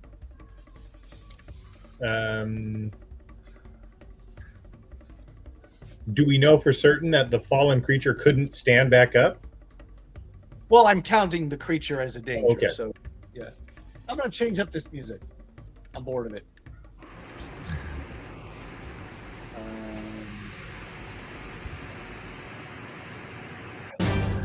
Whoa, that's too loud. There we go. What did you say? I couldn't hear you. That was too loud. Okay, so are we gonna go with 3 dangers and a whatchamacallit here? 3 dangers and a daredevil? I think so. Yeah. Okay, go for it. Okay.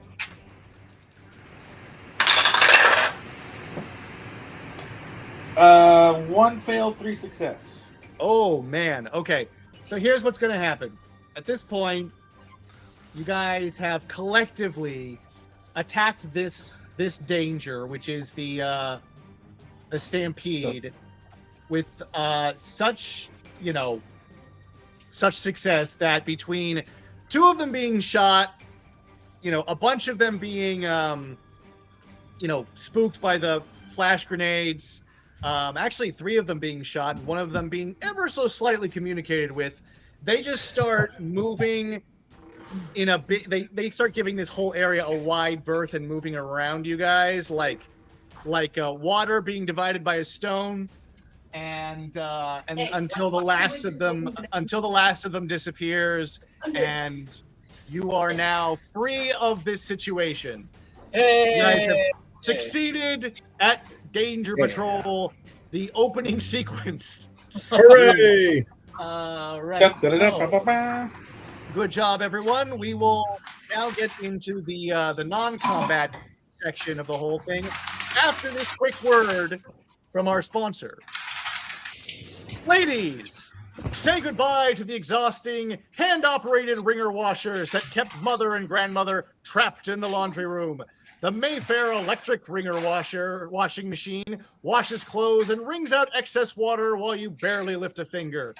This leaves plenty more time for fulfilling activities like cooking, baking, dishwashing, cleaning, knitting, ironing, grocery shopping, and of course, hair and makeup.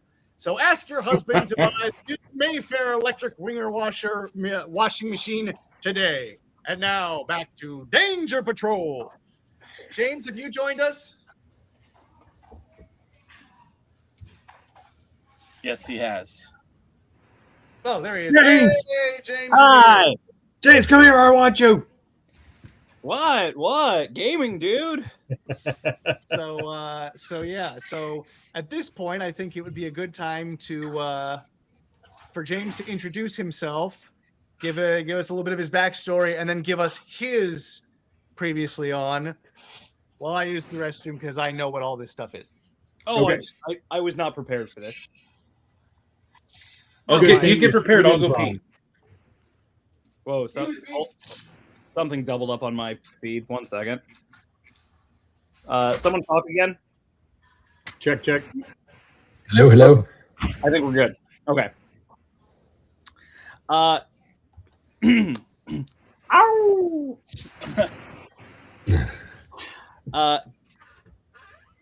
Hey, all cool cats. I'm Kitty Cat, the alien doggo. Thousands of years before the atomic wars, the ancient Plutonians sent explorers to cross the solar system to meet and study other forms of intelligent life. Finding absolutely none, they settled for collecting numerous biological samples from inhabited worlds. At the time, only Earth and Uranus could support any life. In order to take those samples back to Mother Pluto, in the hopes of genetically engineering Plutonians capable of surviving on these primitive worlds, so that they might elevate the uncivilized life forms there.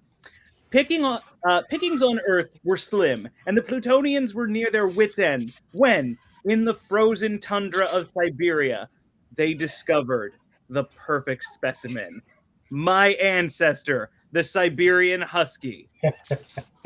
Thoroughly resistant to even the harshest of Mother Pluto's cold, and intelligent enough to ignore any Earthling's command, they rounded up a genetically diverse pool of these wondrous creatures and returned home.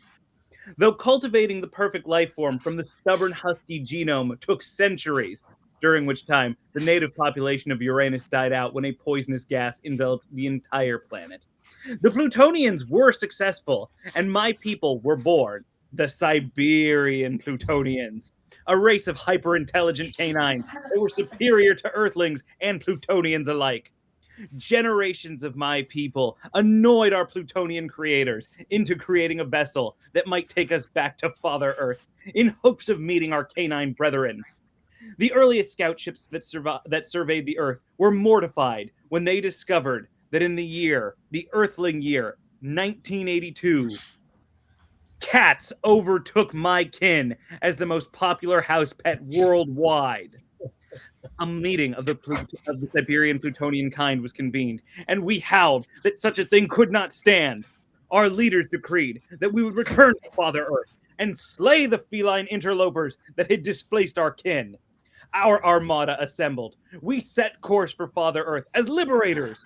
We would cry havoc and let slip the dogs of war. But some of us got real distracted and wandered off course. There are 5 whole planets to pee on between Mother Pluto and Father Earth. Did you know that? You can't expect a dog to pass that up. By the time I finished peeing on Jupiter, you Earthlings had gone ahead and blown up Father Earth in your atomic wars. Billions of dog kind were lost, and I didn't know what to do. The rest of the Siberian Plutonians in the Armada haven't shown up yet.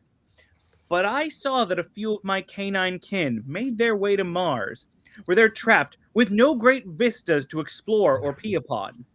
So, I have infiltrated Rocket City, cleverly disguising myself as a disgusting feline in order to gain the Martian Earthlings' trust, so that one day I may liberate dog kind forever. I'll do it all by myself if I have to. No doggo will ever suffer in servitude to an Earthling ever again. Except Chihuahuas. All right.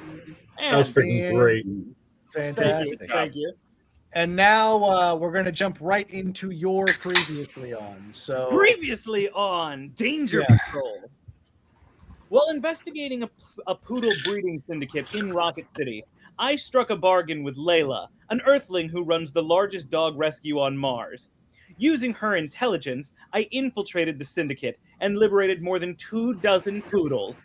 I heroically took a blaster shot to the side while protecting Dahlia, the most beautiful poodle in all the solar system. After I smuggled the poodles back to Layla, I became a guest at the dog rescue while she nursed me back to health. But while my body has healed, my heart remains asunder.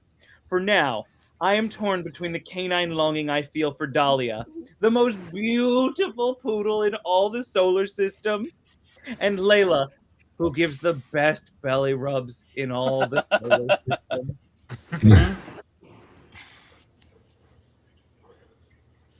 It's magic. All right. What have you guys been up to? Cool. So, Nothing good. So here's what happened in the brief opening teaser that that we just went through. I have discovered that despite the fact that the rules are quite light in this game, the extra added process of coming up with additional dangers for every person's turn kind of makes this longer, a longer process than normal like D&D type combat. Oh well, it's the way it goes, I guess. Okay, so at this point, you have the stampede is passed. Oh, sorry, James. To let you know what was going on. Everybody here except for you weren't present. Was investigating these ancient temples on Venus when they were captured by Venusian Amazons who were about to sacrifice them to their gods when a stampede of cryptosaurs took place, and they were almost crushed to death. The Amazon Queen was trapped in the middle of the stampede, but our heroes managed to break free, rescue the princess, divert the or at least part the stampede so that they were not crushed to death, and now you're caught up. Excellent. So at this point, I would say that the the other Amazons come flying back on their cryptodactyls to kind of survey what's going on, to get back to their queen, and are looking at you with maybe a newfound sense of maybe not trust, but maybe a little more respect because you did save their queen. And obviously you are, powerful warriors to have diverted this stampede. And also Joe, your transport shows up. And we'll say that Kitty Cat was either he was late to the party or he had taken refuge when the capturing happened, and he is only just now arriving. What kept you, and how do you get here all of a sudden? Well, I was on my way. I really did mean to meet all you guys here, but there was some really interesting stuff to stop and pee on along the way, so I got a little distracted. Gotcha. Perfect. Was he manually piloting the laser hovercraft? You could say that he was, and maybe that's why it took so long to get to you. It's up to James. I say, if you want to say, Joe summoned his hovercraft while he was in danger. It only just now got there. So if you want to say you were on it, but you diverted it, I leave that up to you. Or maybe you were on your own ship, maybe you just showed up on the planet just now. Well, I'm happy to have been manually piloting it. Great. What is that awful noise? Yeah, what is that noise? It might be me chewing. It's Dan getting nice. Got it. I can see him in the mirror. I can see him in the reflection. Nothing. So now we're in the I don't remember what this phase of the game is called, but whatever. Combat's Interlude. over. The interlude. So at this point, you guys get some stuff back. We'll worry about that in a second. For the time being, the Amazons have shown back up. The Queen is showing you some some more respect and appreciation, though she does move a good distance back from IG-69. That's fair. And so yes, and so she says, we would have destroyed you, but you saved my life, and I will not soon forget this, though you are strange, and I do not understand your methods or why you are in our holy temples. Perhaps you would like to explain this to me.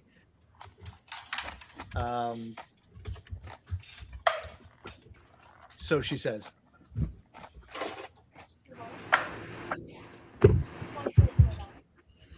Silent you are. You do not speak on your planet. I understand. You are unintelligent and have not yet evolved speech. If anyone else wants to talk, I feel like this is very much an Abraham Lincoln moment here where I will jump on, but I don't think anybody wants that. If anyone else wants a chance to jump in. Look, here's the thing. Here's the thing. We just went through a combat session that was like over an hour long because of how slow it is to like get each character's like thing going. For Christ's sake, just jump in and talk. Hey, All baby, I'm going why to are you trying to kill us? myself by attempting to sniff this nice lady and introducing myself as Kitty Cat, the feline. All right. Well, here's the thing. She's a she's a woman on a jungle planet. She's used to dealing with animals, so she actually finds this quite affectionate and endearing. So she gives you like a little scratch on the back of the head and says, at least there's a civilized one among you somewhere. And so there's that. So that they're all of their defenses are a little bit down, and they're all kind of getting in closer to you. And who is that just waved at us? Was it Piper? Might have been. It was a ghost. All right. So Johnny, did you ask a question? I did not. I thought somebody said something else. Okay, whatever. Who's got something? Once again, she asks, but why were you in our holy temples? Some of these reasons are classified, which we cannot talk about. Other reasons we can talk about in private. She's not necessarily warming up to you right away. She is maybe throwing a few looks over at Maximilian, who was the one who initially like jumped in there, grabbed, picked her up, rescued her, and was not a headless man made of metal. So she might be throwing an affectionate eye your way, Dan. Well, Your Majesty, just to be frank and just to get to the point, we're on the hunt for a escaped convict, and our investigation led us to this planet, and we were through rumors and my network of connections, I was told that this man would be around this area, but as soon as we landed and started looking around, we were unfortunately captured by your citizens and placed in the cages, and here we are. So is there anything you can do to help us find this person? Have you heard anything about them? I understand. You're looking for a criminal from your own planet here on ours. That is unfortunate. She looks around at her other ladies and says, we have not seen this this criminal that you speak of. And one in the back kind of raises her hand and says, my queen, I did see another individual, not of this group, loitering. I don't think she says loitering, but she says, by the temple. I assumed it was one of these individuals, one of these ne'er-do-wells. But if this might have been the individual that they were looking for, a shady-looking individual, all in black, who seemed very, very interested in our temples, says the queen. So perhaps this individual you're looking for is here after all. If you wish, we would accompany you into... What the fuck is that? 20 grams of protein. Okay, I don't give a shit. Sorry. Why are you shoving it in my face while I'm trying to improvise? Trying to get promotions. Come on. Okay. Fair enough. We can accompany you into the temples if you wish to investigate further. Well, a character who looks shady and is in all black sounds like just the person we're looking for. We could use some of your best warriors for protection from it. Your sexiest All right. warriors. And salacious. My best warriors are my sexiest warriors. Fantastic. I love this idea of merit being the sexiest, being the strongest. Yes. To better combat the dangers on our home planet, obviously our most accomplished warriors wear the least amount of clothing. So, all right. Does anybody I too have will any- join your modern customs.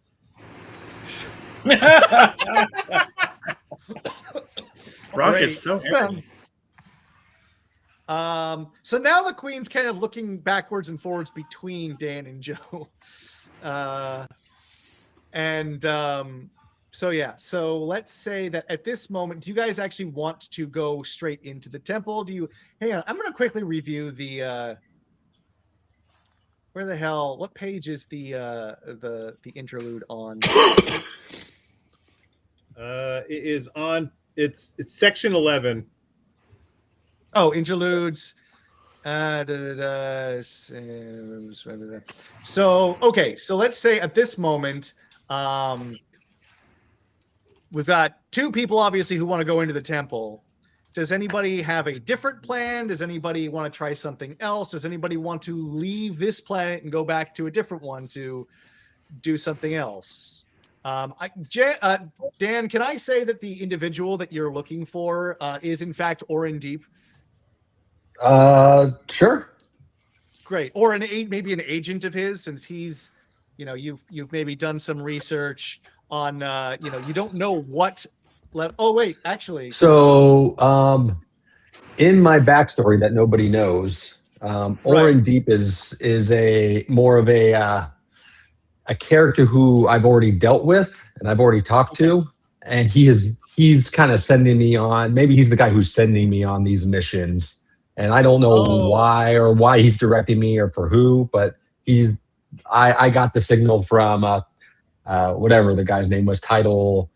Ven Title. And he said, you need to work with this guy, and this guy's giving me these missions. No idea why, but I would say I'm probably on a mission for him for some reason. Did you ever find the meaning of the level 12, or what was it? Was it 12? That is just where he lives. So okay, on level 12 of Rocket City. Rocket Sure. City. Oh, he lives on the 12th platform of Rocket City. There you go. Right. Okay, so Orin the Deep gave you we'll say he gave you a tip off that this individual, this member of perhaps a member of we're going to say the Stygian cult of Pluto was allegedly seeking refuge from the law here on Venus, and so he's the one you were looking for. You tracked, you thought maybe this temple was a good place to look.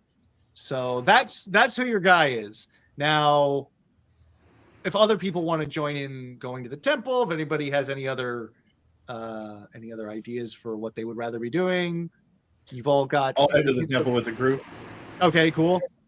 The Stygian Plutonians, they who rose up against our Siberian Plutonian race, I'll exterminate them and pee on their corpses. Excellent. Scantily clad warriors. I am scantily clad as well. Come with us. Okay, so I'm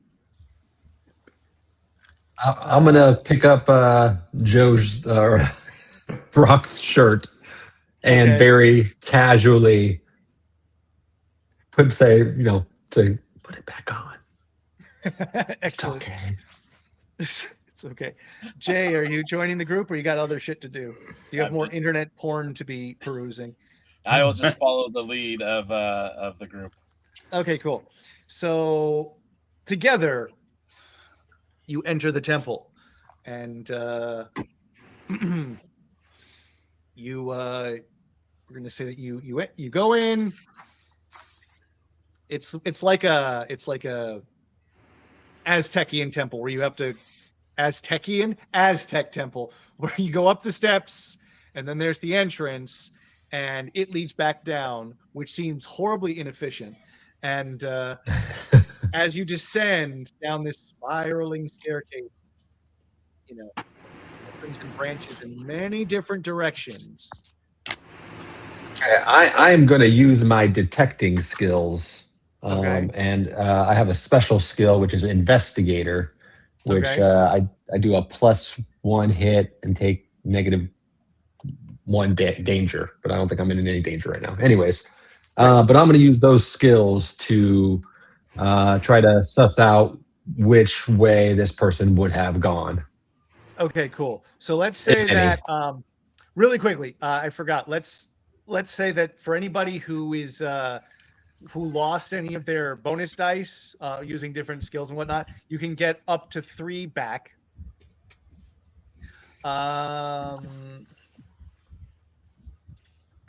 If you want, let's see.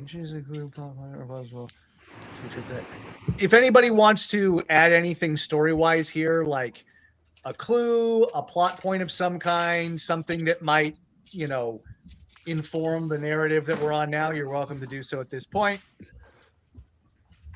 And there's an optional rule to reduce your danger level by 5. What do you guys feel about that? Do you feel like that makes it too boring? Or do you think that we should do that? Honestly, you know what? No, I'm taking the rule out. Never mind. I decided myself. Danger stays exactly where it is. Glad we have That's where I was going for. So right. So anybody got anything to add before we continue on here? Okay. So we're down here in this temple, and Dan's doing some tracking. So at this point, let's see. Suspense. Give me just a moment here.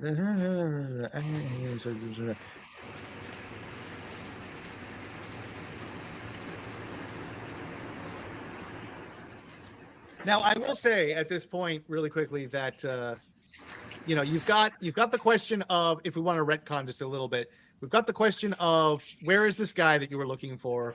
We've also got the question of what caused the stampede. If anybody wanted to investigate that, it's up to you. You don't have to. I'm just throwing it out there that's another thing that took place.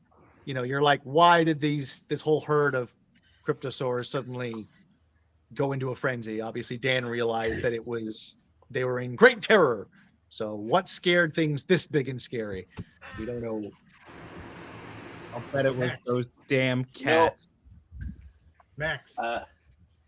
Being able to disconnect my head, because I love that skill set. I think my body will stay with the group, and I think my head will go explore to see why there was such chaos out amongst the dinosaurs.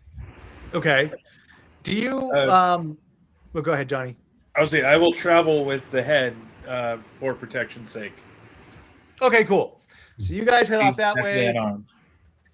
One and a half Brock. of you guys go that way, and then what were you gonna say, Joe? So Brock is clueless right now, so he calls Max over to ask him, why are we looking for Orin Deep? Brock, I've already told you this. We're not looking for Orin Deep. Orin Deep sent us here. Suspicious. That sounds like something Orin Deep would say.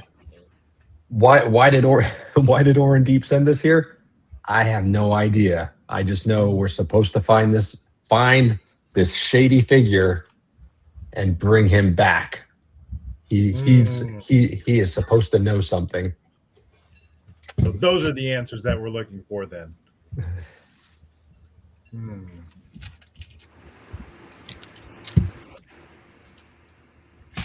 Kitty cat.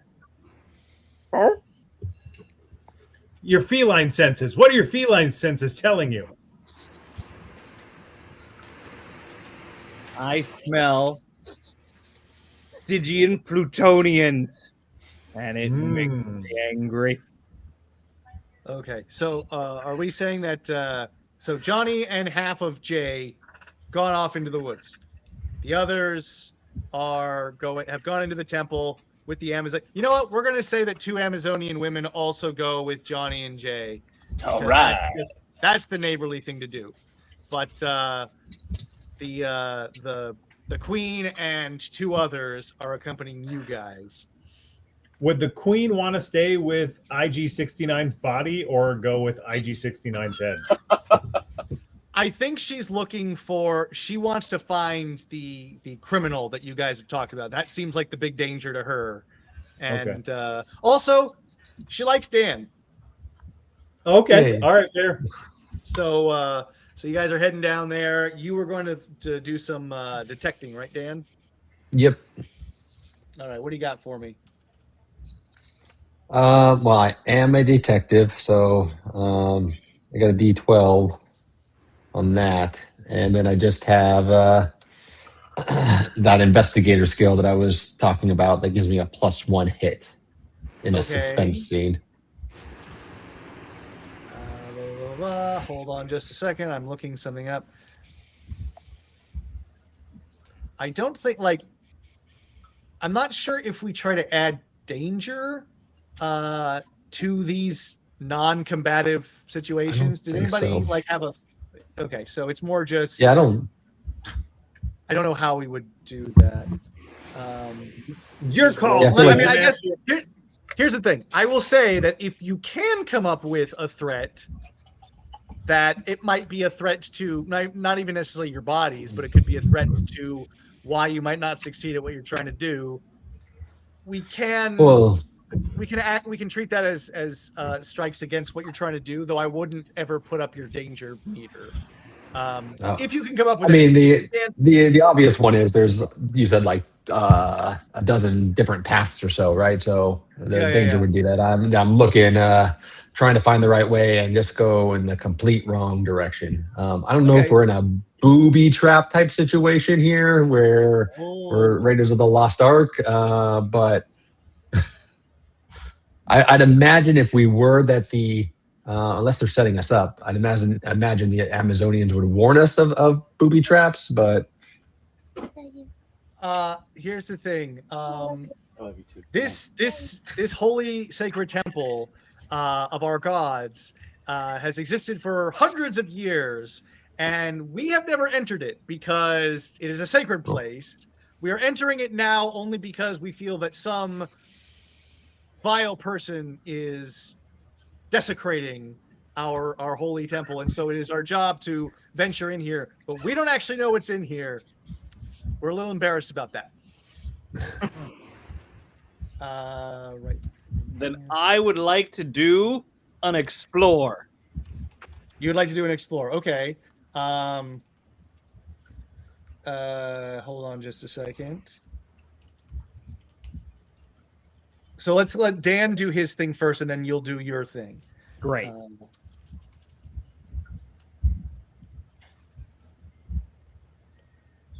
And then we're going to say.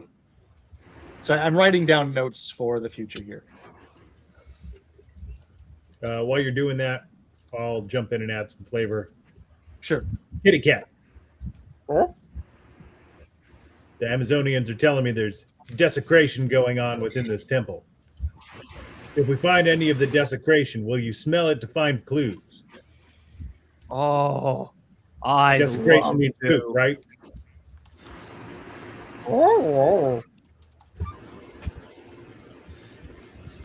Every time I make a dog sound, Chewie goes absolutely apeshit and starts trying to jump on my lap. I did not think through this character.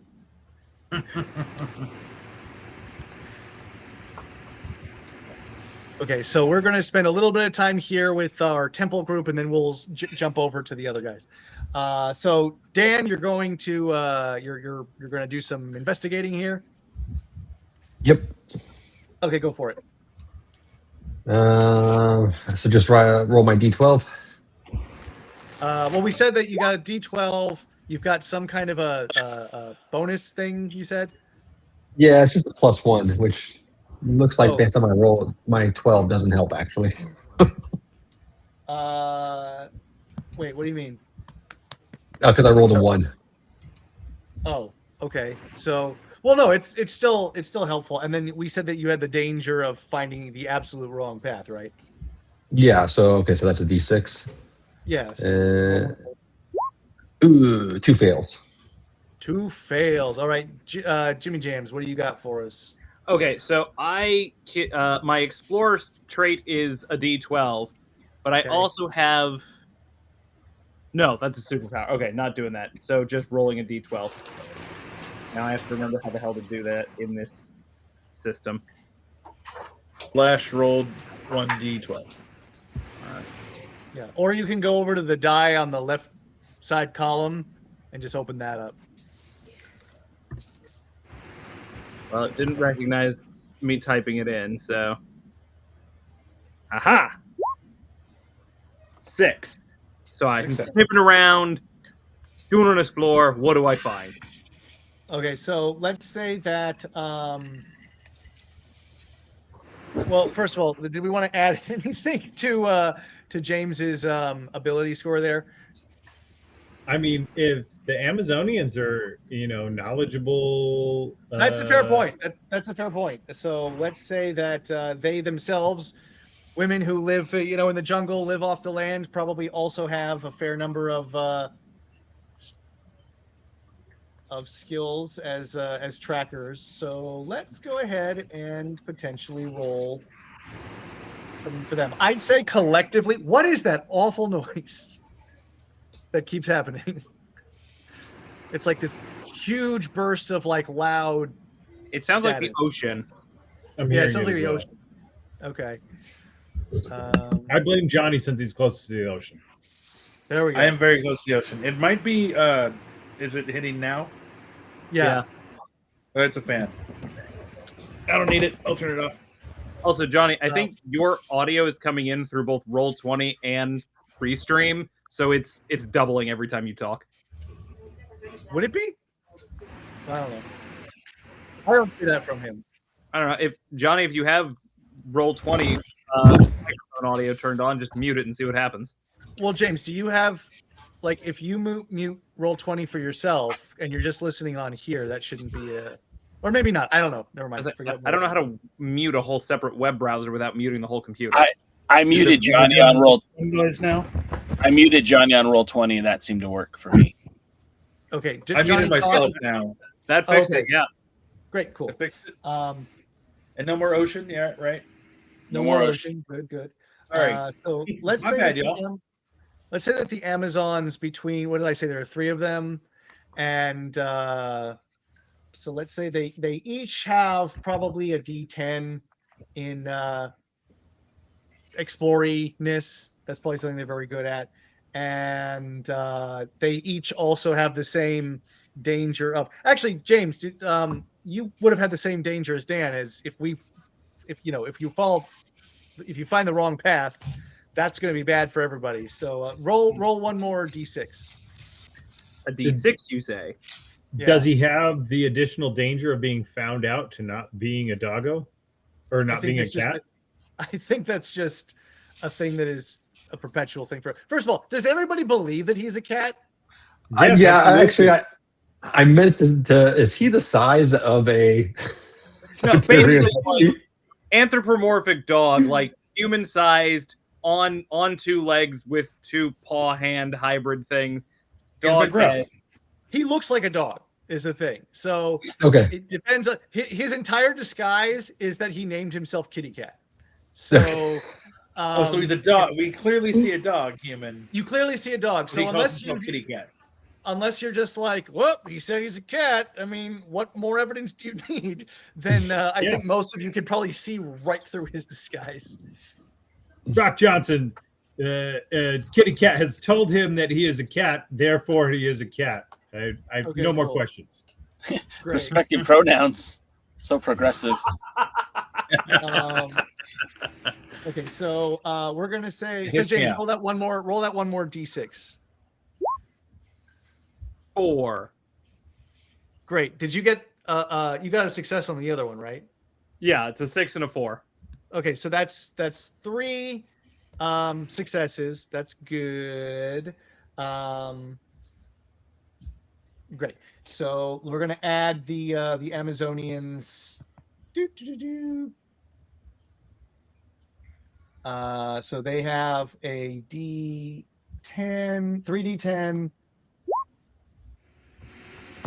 Jumping over here. Where is? Okay, there we go. So that's 3 successes. It's fantastic. And then for fun, we're going to say that they also roll 3, the 3 danger dice that everybody else got. So they got 4 successes. James and Dan each got a success. James got 2 successes. So that's a crap load of successes. All right.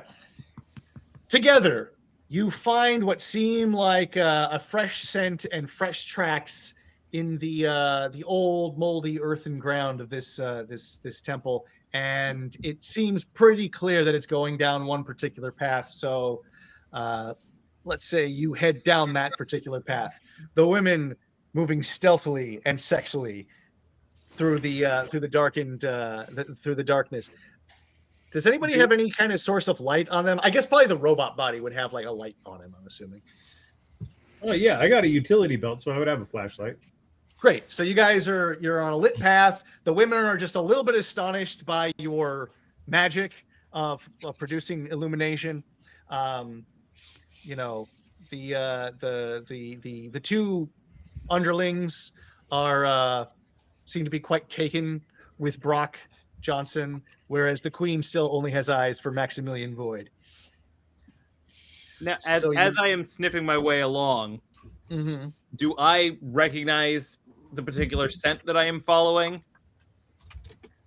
Yes, I would say you do. I would say that it is very distinctly the smell of some kind of plutonian. My hackles are now raised. Great.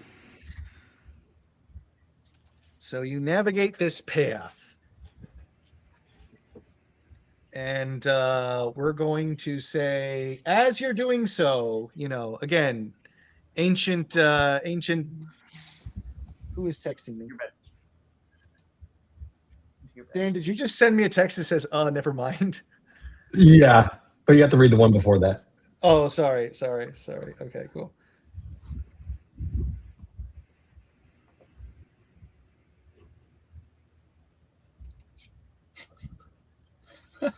Oh, okay.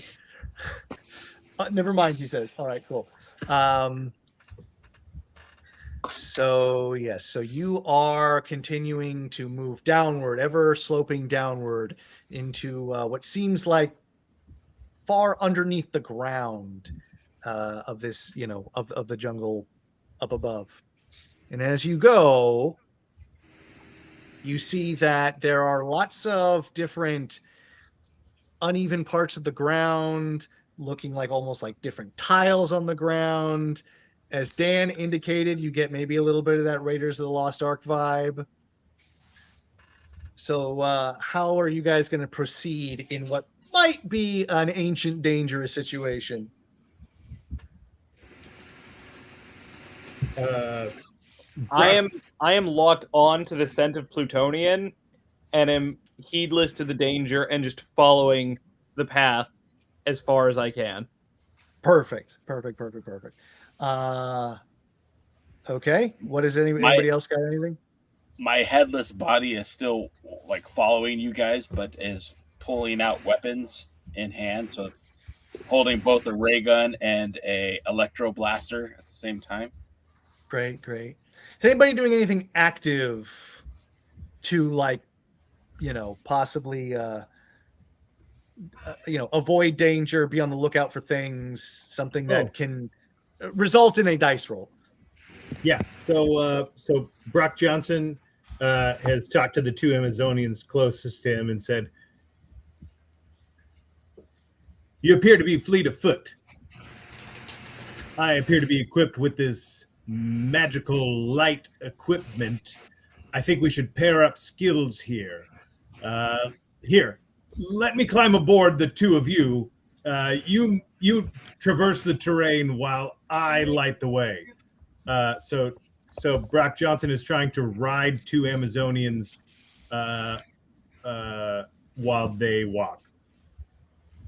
Okay, so they don't see any particular problem with this plan.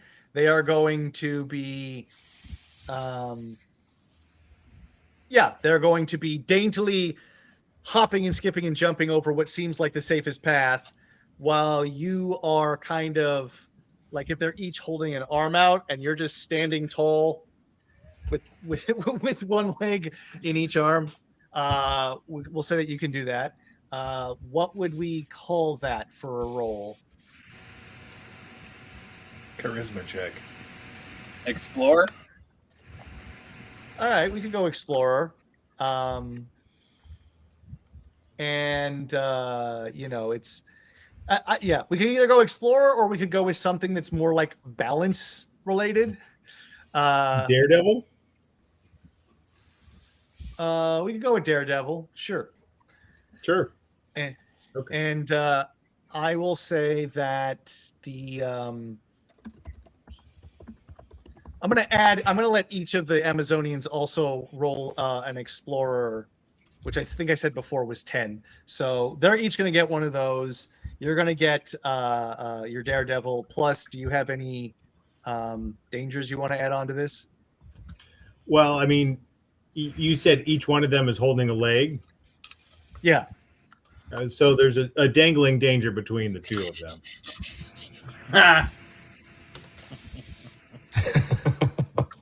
All right, sure. So there is the potential. I'd say, there is one danger. We'll say two dangers that something might distract them and cause them to drop you. So that's two dangers plus your daredevil. Go for it. Come on, big four.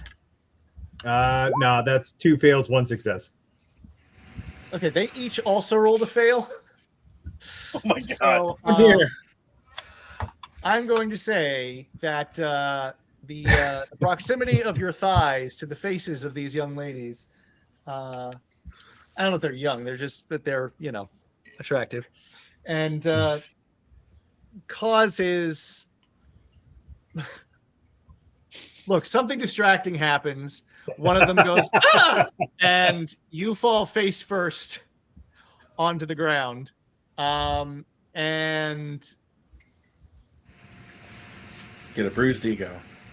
okay, let's leave you there for a moment. Let's leave you there for the moment and see, is anybody else also contributing to the active searching of this place to avoid danger? Well, I can continue to use my detective skills, hopefully more successfully this time, to check to see if there's any traps or anything that could be harmful. Okay, so let's say that, let's say you get one of your detective thing and your bonus die, and also let's say that there's just the danger of traps. So that'll be a danger die. Okay.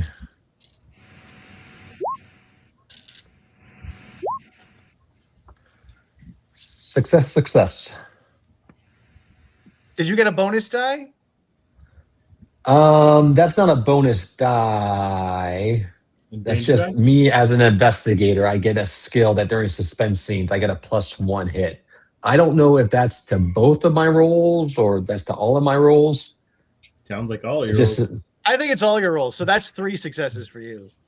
3 successes for you. 1 from Joe and the ladies. Okay, so that's not too bad. And I'm going to go ahead and let the queen also participate in this. I'm going to say that she gets a D10 and a D6. So her D10 is a success. Her D6 is not a success. So altogether here, you're actually not doing too badly, but Joe has just landed face first, onto this ground, and as he does, you hear somewhere in the walls around you is a loud clunk, as if something has been triggered. And we're going to cut away to Jay and Johnny as they traverse the forest. So what are you guys up to specifically right now? So once we get, go ahead. Once we are, I started saying what you were saying. Once we get back to like the original spot of the hullabaloo with the cages and the shaky podium, I would like to use my Omni scanner in the direction of where the monsters are running from. Okay, cool. See if I deduce anything from that lovely little piece of technology. Okay, cool. Ow. I think if I, it's a professor skill, and I would use my detecting skills as well. Okay. Yeah. What, be able to discern what the Omni scanner reads. Okay, cool. Go for it. All right. That's a 12. That's a double hit. Ooh, snap. Success. So definitely, you can easily see the path that these guys took. The woods are sort of split open, so that's not too hard. Okay. But you are also getting a reading from, a mile or so away, back up through the woods where these guys, came from. And it's something, it's something that it's an energy source that you're not quite sure if it's something like natural or supernatural, but there seems to be something up yonder that might be the source of the problem. Hey, AG69, there's something up yonder. I'm using my ElectroNet interface to see if I can detect what kind of energy is being transmitted. Okay. And so let's see how you do for that. And I'm assuming that would be a professor, right?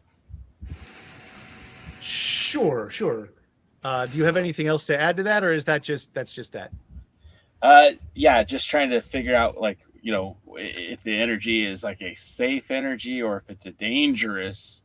No. I mean, do you have is there a skill you're using additionally that gives you any kind of bonus?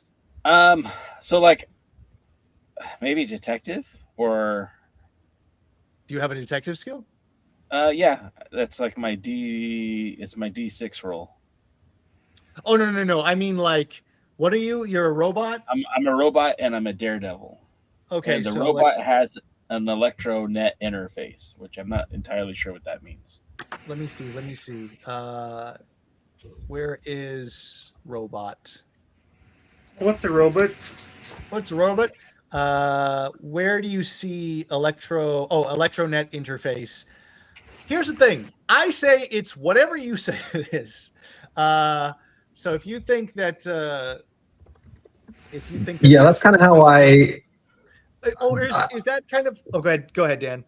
Well, yeah, I didn't know how to define some of this stuff, so my thing was okay. I have alien training and alien physiology, so I was like, well, what's that mean? And that's when I came up with you're flat. My guy will be flat. So as long as you choose something and it's the same the rest of the game, it could be whatever you want it to be. Yeah. Okay. But until you define it. Right.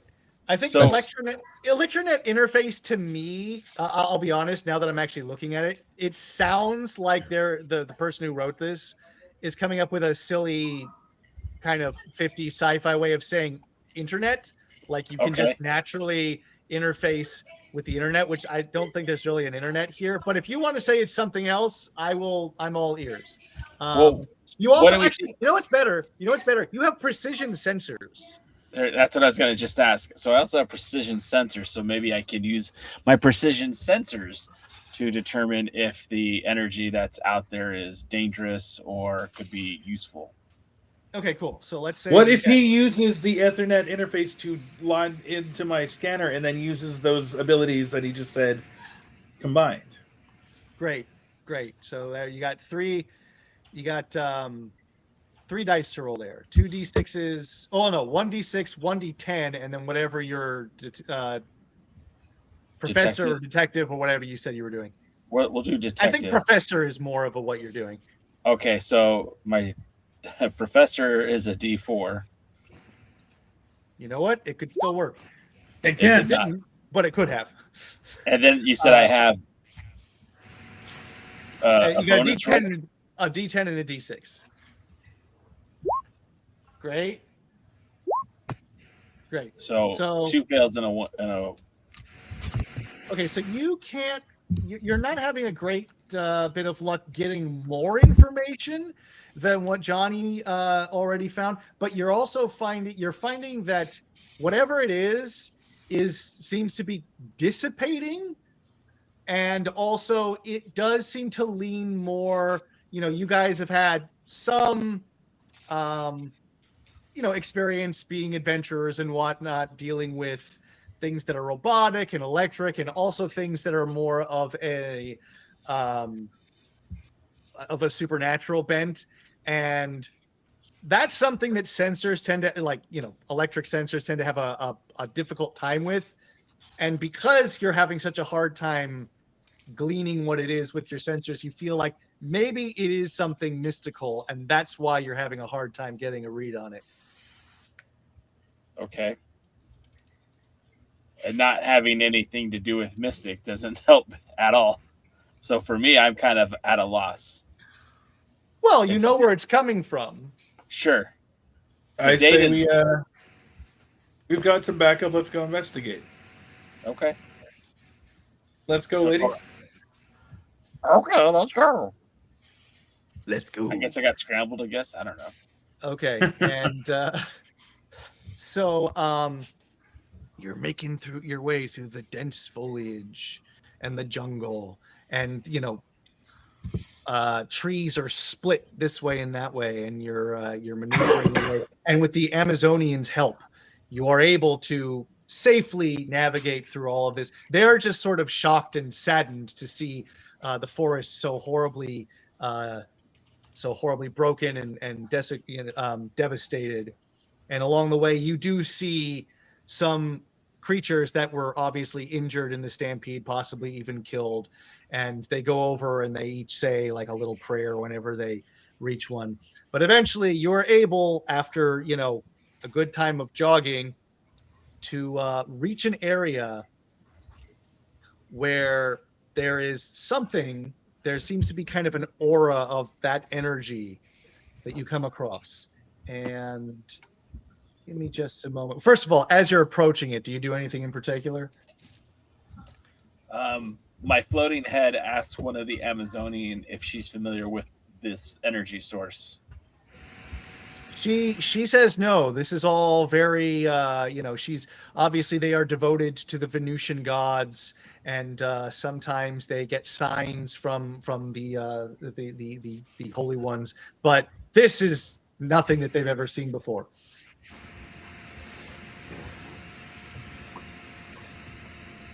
I would like to use my Z-ray vision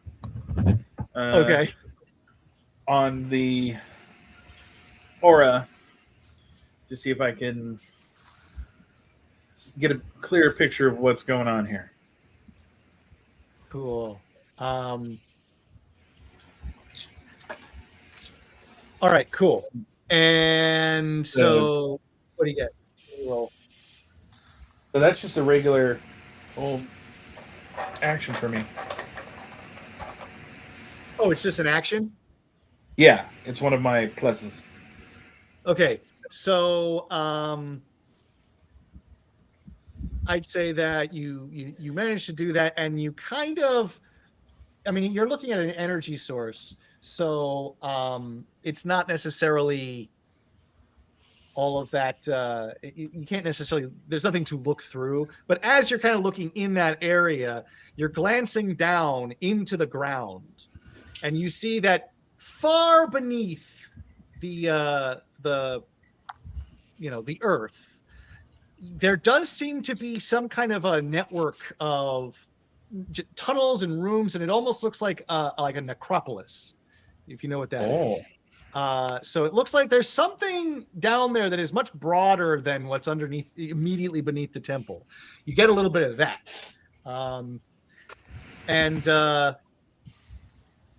Yes.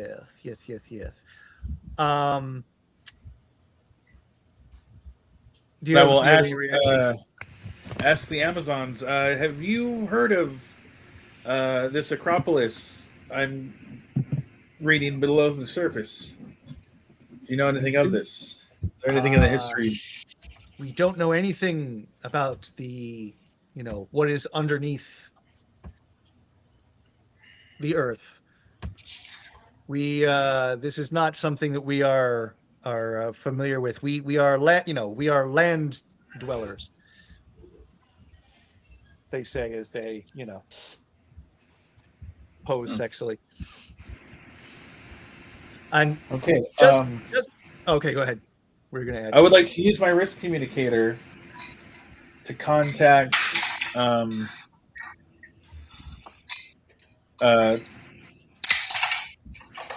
Maximilian.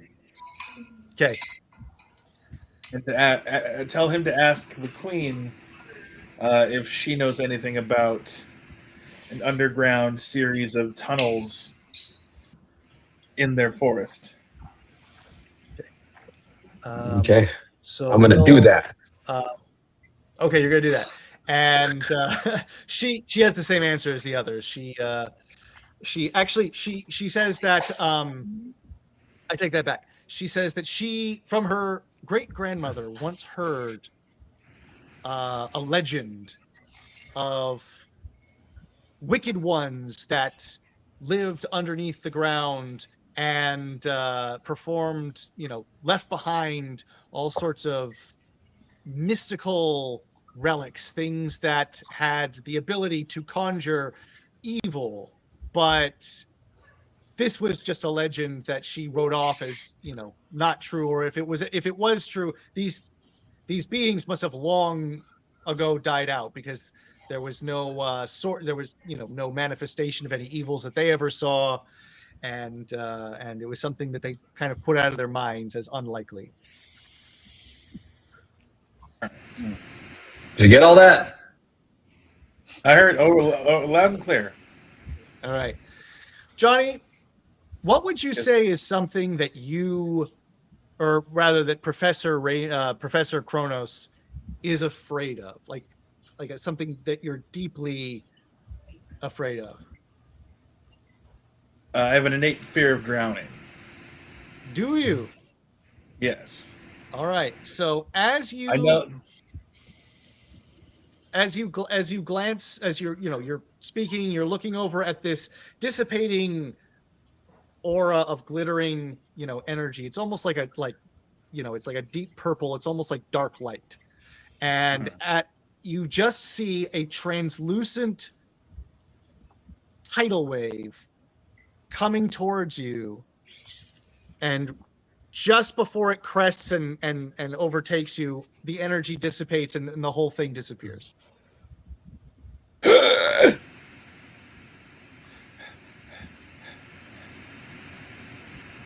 What on earth was that? Does IG-69 see this, or is this only for Professor? I'd say, if you're looking in the same direction, you see, again, this is all dissipating, but I'd say at this moment, you see what looks like the most beautiful woman you've ever seen in your life. Just the most, she's gorgeous. She's wearing the most provocative of outfits. She's got this look in her eye that just says promiscuous. But she's also standing right next to the biggest, muscliest Chad you've ever seen. who just kind of hooks her by the waist, lifts her up, and starts to walk away with her, and then they disappear. So I am the Robot without fear because I am a daredevil. So I don't think that anything is going to actually intimidate and or scare, because not only is he non-emotional, he's a robot. So I don't think that any vision would kind of sway him in any direction. So I think more like IG-69 would be communicating with the professor about what he saw and what he thinks we should do next. Okay, so what do you say to him? What do you think we should be doing right now? I don't throw it out.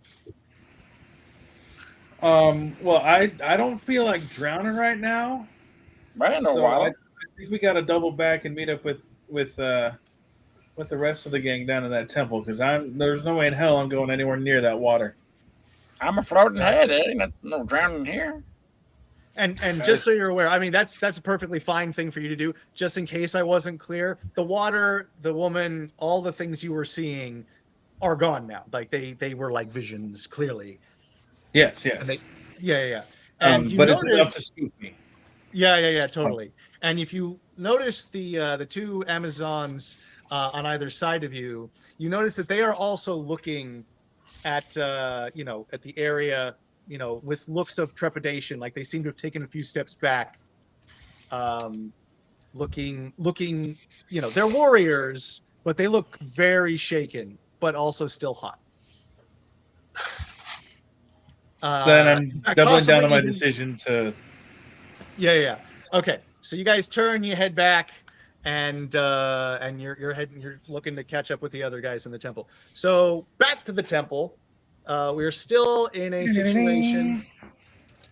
We're still in a situation where there has been a, Joe's lying flat on the ground, and everyone else is kind of, braced.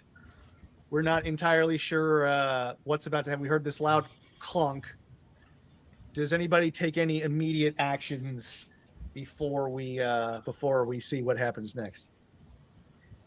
So I go ahead. I just out of my normal anxiety-induced reaction, go completely flat on the ground. Oh, okay. You mean like, yes. Yeah, I'm got like, it. it's yeah. I thought you were saying you like just passed out. No. So you turn flat. Great. Okay, so that is good. Using my robotic strength, IG-69 picks up the currently lying on the floor Brock Johnson and picks up Maximilian, and starts just still marching, carrying them. Cool. So you're doing like a so you've got basically like a rug over one shoulder, and you basically And like a cape fluttering behind you, and you've got Brock in the other, and you're trying to power walk your way through whatever the situation is. Just keep going. Great. And Jimmy James, what do you got going on?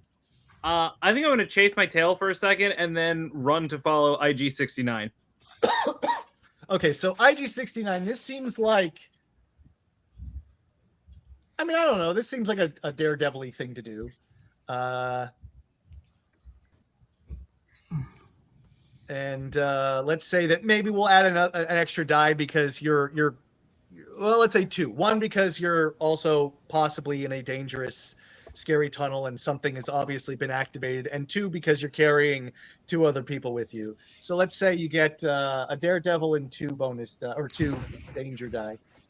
Do I get to use my a bonus as robotic strength because I have Of robotic course strength? you do. Of course you do. Why would you ask? Because I don't know what I'm doing. So I'm being then silly. I'm being He overzealous. respects the GM's authority. Yeah. So- No, I wasn't. It was not a criticism. Jay, so I he was have coming a- at you. have a D12 roll, Okay, great, which I got a 12. cool. And then for the strength roll, that's a D10, right? Yep. So that's a Not fail. so hot. Not so hot. And then I have 2 D6s. Uh-huh. So 3 fails and 1 success. Wow. Okay. So that's not so great. All right. So here's what's going to happen on that.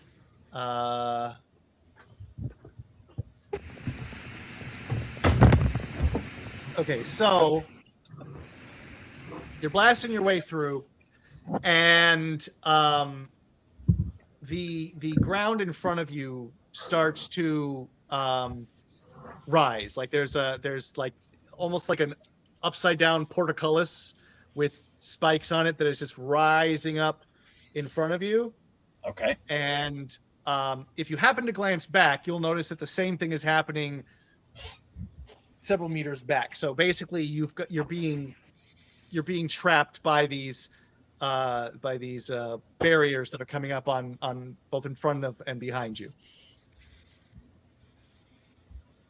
So now I have to make a decision on what to do, or is it Well, as a group, you can all try and do things. Yeah. Okay. Little help, please. Okay, go ahead. No, this seems like the perfect time to break out as a detective. I have a skill called Evaluate.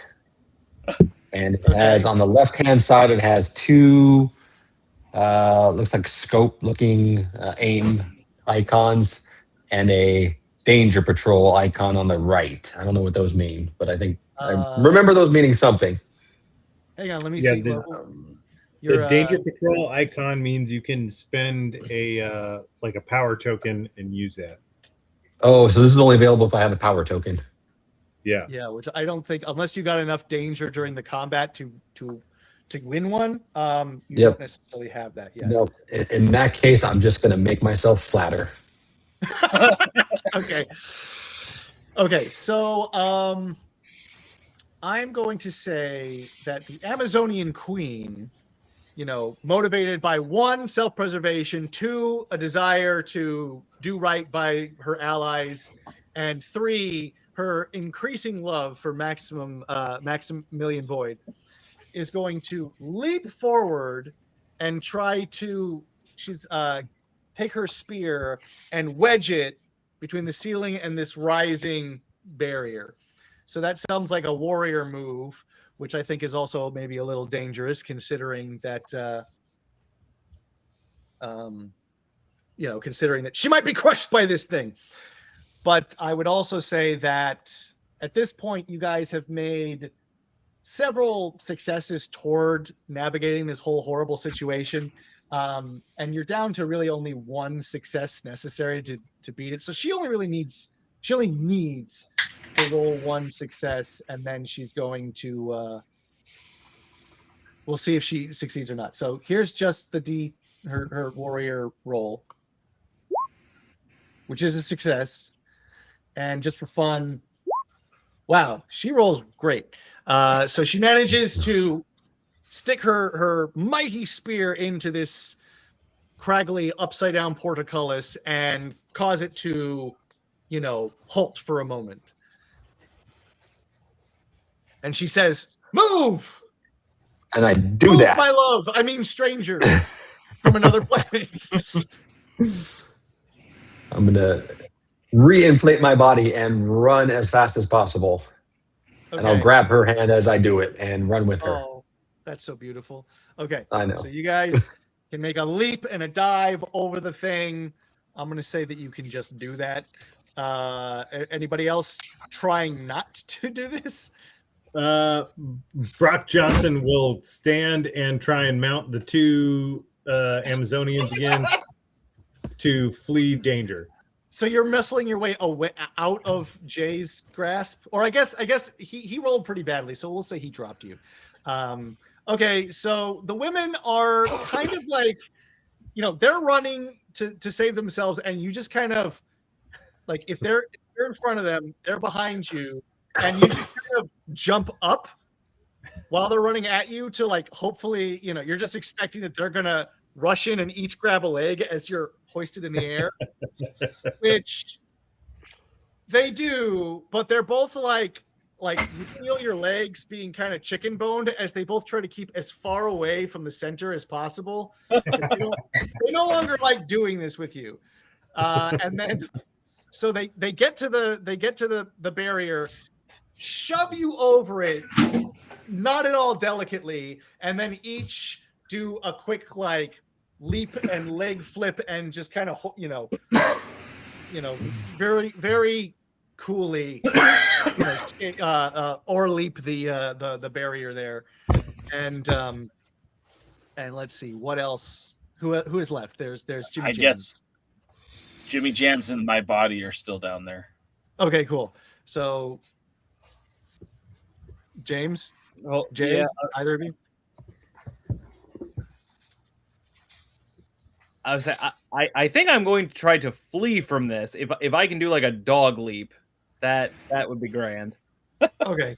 I think that, again, she successfully managed to wedge the thing for the moment, so over you go. And Jay, anything keeping you from dropping over this thing as well? Again, I'm going to do 16 backflips to get to a point of safety because I am a daredevil. Great. You do this. The Amazon Queen seizes her spear, rips it free. The portcullis shoots up, barring your way backward, but you guys are all safe. I like it. All right, cool.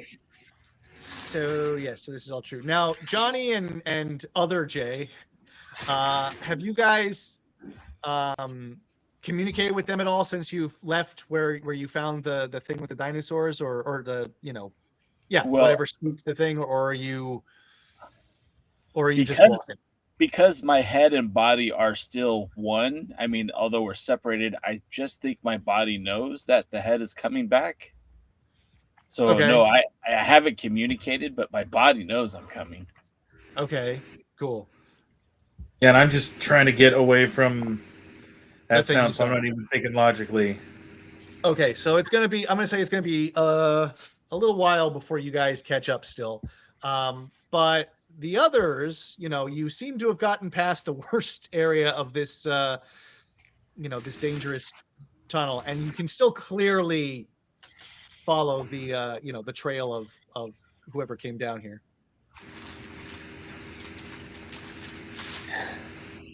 All right. Well, hopefully that was the last one of those. Let's not going back.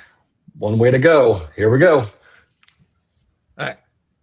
So you're moving along there, and eventually it opens up, and you start to see like just almost like you've come to a city, and it's just sprawling out in all directions.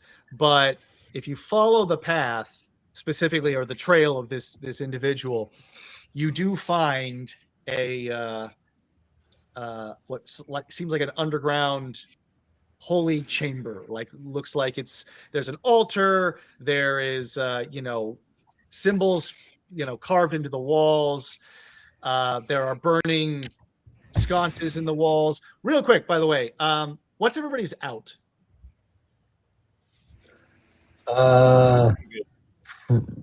Probably 10:30ish for me.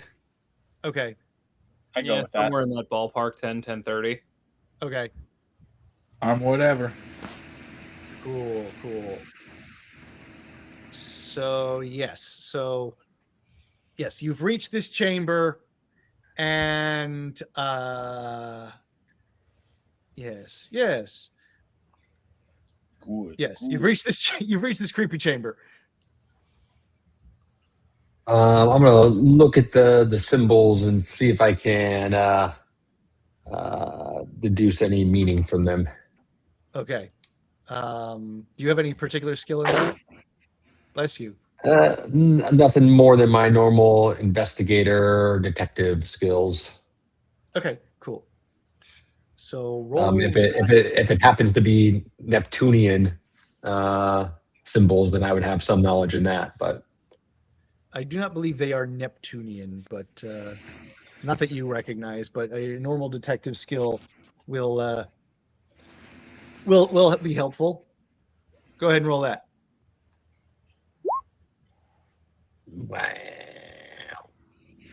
Wah! What can anybody else contribute to this? What if I, instead of looking at the symbols, look around to see if there's any sort of other booby traps? Like feel like that would be an agent skill kind of thing, like searching for traps in this area, making sure that we're going to be safe while we look for clues. Okay, you can go ahead and roll one of those for me. Is that inherently dangerous since I'm looking for traps? No. It's a 5. That's a success. Okay, cool. So hold off on that thought for a moment. Does anybody else have anything else that they can be doing in this situation? So my body, although headless, could explore the cavern of what's left of it to find an escape.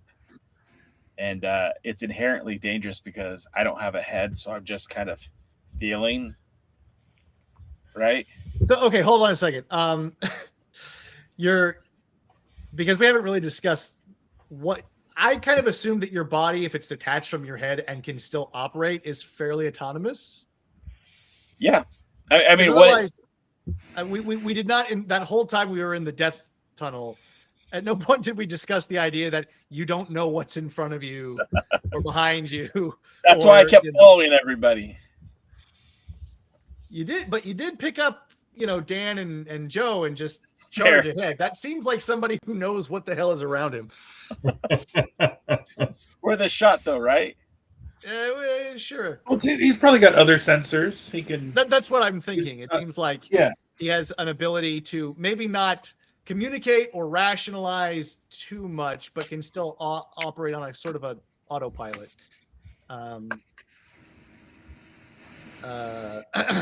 So what was it you're trying to do? You're trying to search for a what? Just an exit. An exit. I mean, an exit from what? Because you came into this room. Well, did it like no problem? Didn't the teeth, the thing that came up from the ground? So are you not in the temple here? You're out trying to find another way out from like just the whole area? No, this is so my body is with everybody else. My head is with Johnny, but my body is with the rest of the group. So I thought where we entered was like a closed off section. No. So you were in this. You were walking down this long tunnel, cavern sort of thing, and then somewhere in the middle of it, you had this issue where the thing closed off. So you're not going to have a lot of luck going back that way. But then you kept on going, and you came to this, kind of necropolis, and it goes off in all sorts of. So basically, you've come to a church in an underground city, and that's where you guys have been that's where they were searching for stuff. So if you want to go back and try and see, just kind of a way to get back to the exit of the back to the above ground temple, that's fine. That's something you could totally do. What I'm asking is, are you doing that, or are you trying to contribute to what's going on in the room right now, the church right now? I withdraw my request because I thought we were like trapped, so I was looking for an exit. But if we're not trapped and we're still exploring, then I'm just exploring with everybody else. So you're not trapped like in one place. You are currently not sure how you're going to get back out of here, but you are free to kind of move around this whole area and investigate. You are free to move about the cavern. Well, then in that case, then I would like to explore the cavern just to see what is around. Okay, cool. So what can you roll for that? I have an explorer die, a D10. Okay, go for it. And I got a 2, so that's a fail. You found nothing. Who else is still here? James, have you done anything? Nope. So I'm going to continue to sniff around, trying to follow the scent of anything Stygian Plutonian, because I want to find those bastards and sink my teeth into them. That's right. Stick it to the man. Yeah. Okay. So Okay, roll for that.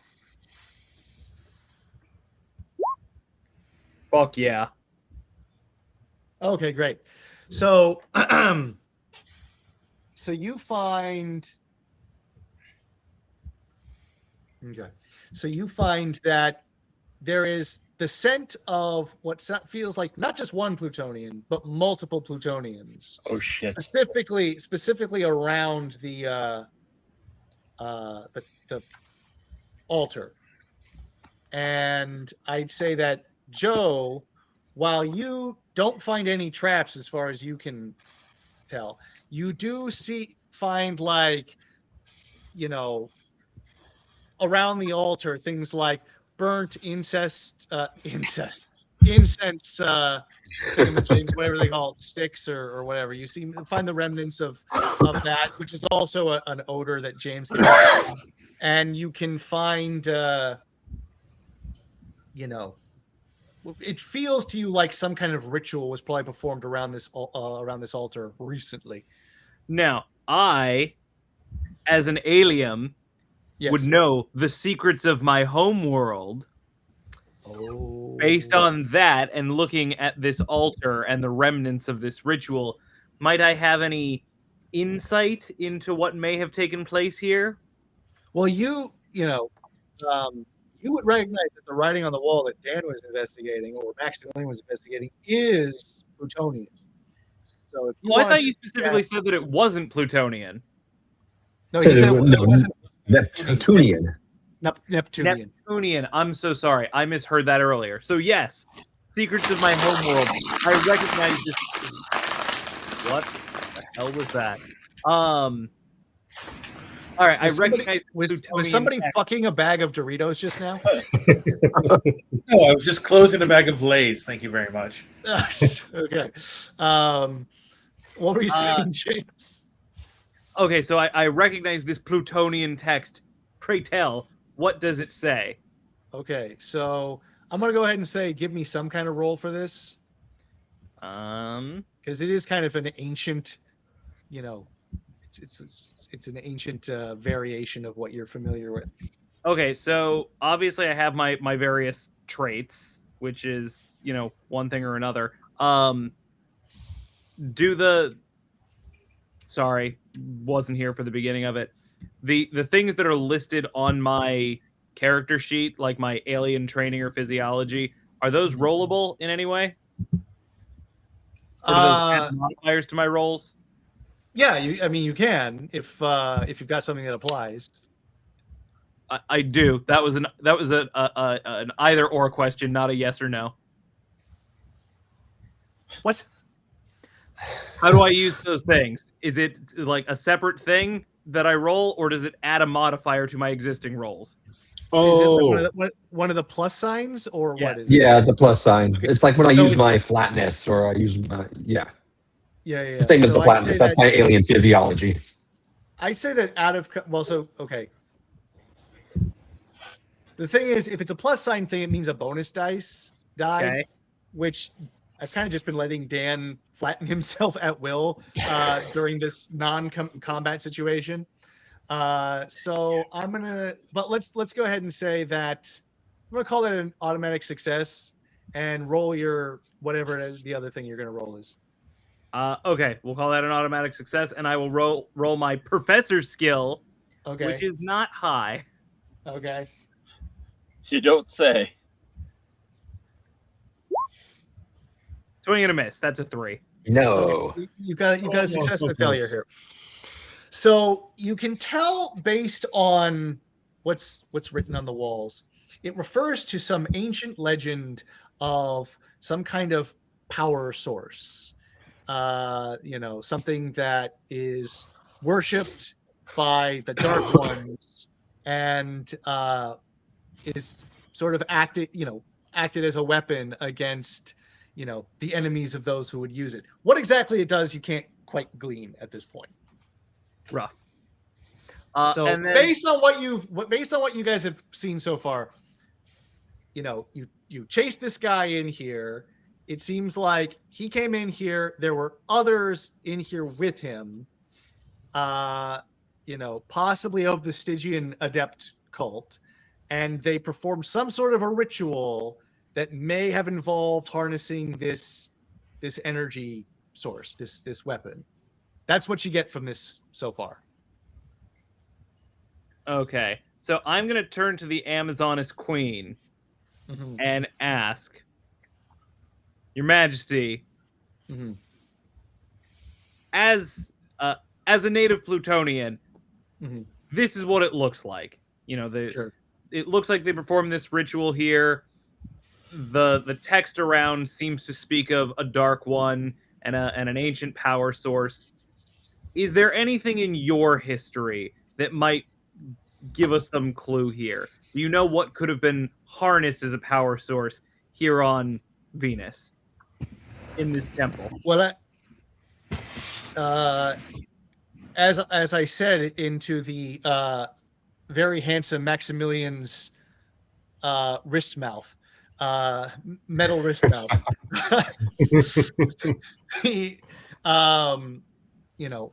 When I was a child, I was told legends of, dark ones who lived beneath the temples, which I did not, live beneath the ground, which I did not put much credence into, and yet here we are. And so it seems like this would be consistent with my great-grandmother's legend. And she did specify that the Dark Ones were masters of fear. They tried to harness the power of fear.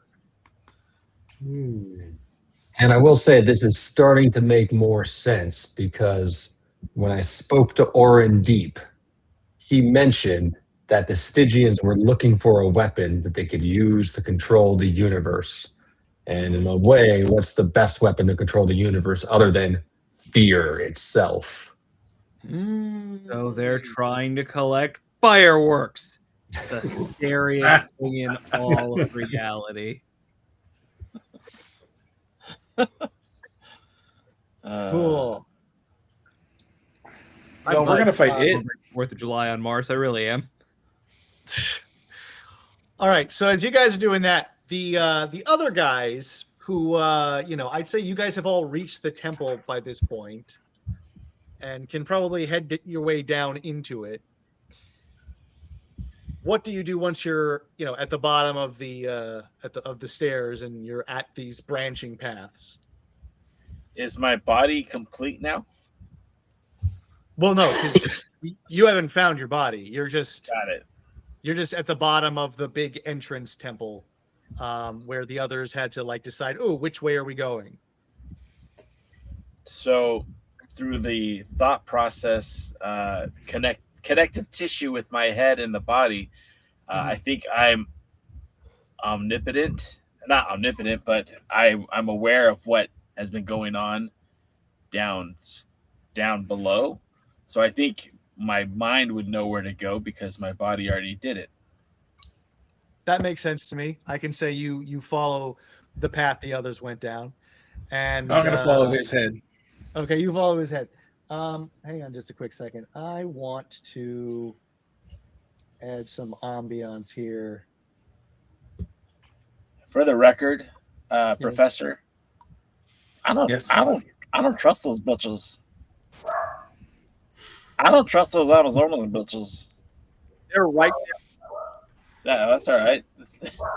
We're speaking in robot. We're speaking in binary code. 01100 0111001. I will entirely accept that. And so the Amazon women translated it should be crazy. Gotcha. So they just kind of look at each other, and yeah. One of them leans to the other and goes, "These off-worlders are stupid."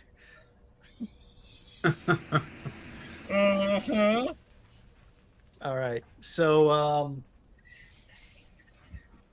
Joe almost looks frozen. he's just He's gone. He vanished. Oh shit! You spooked him, Jay. Oh You crap! spooked him.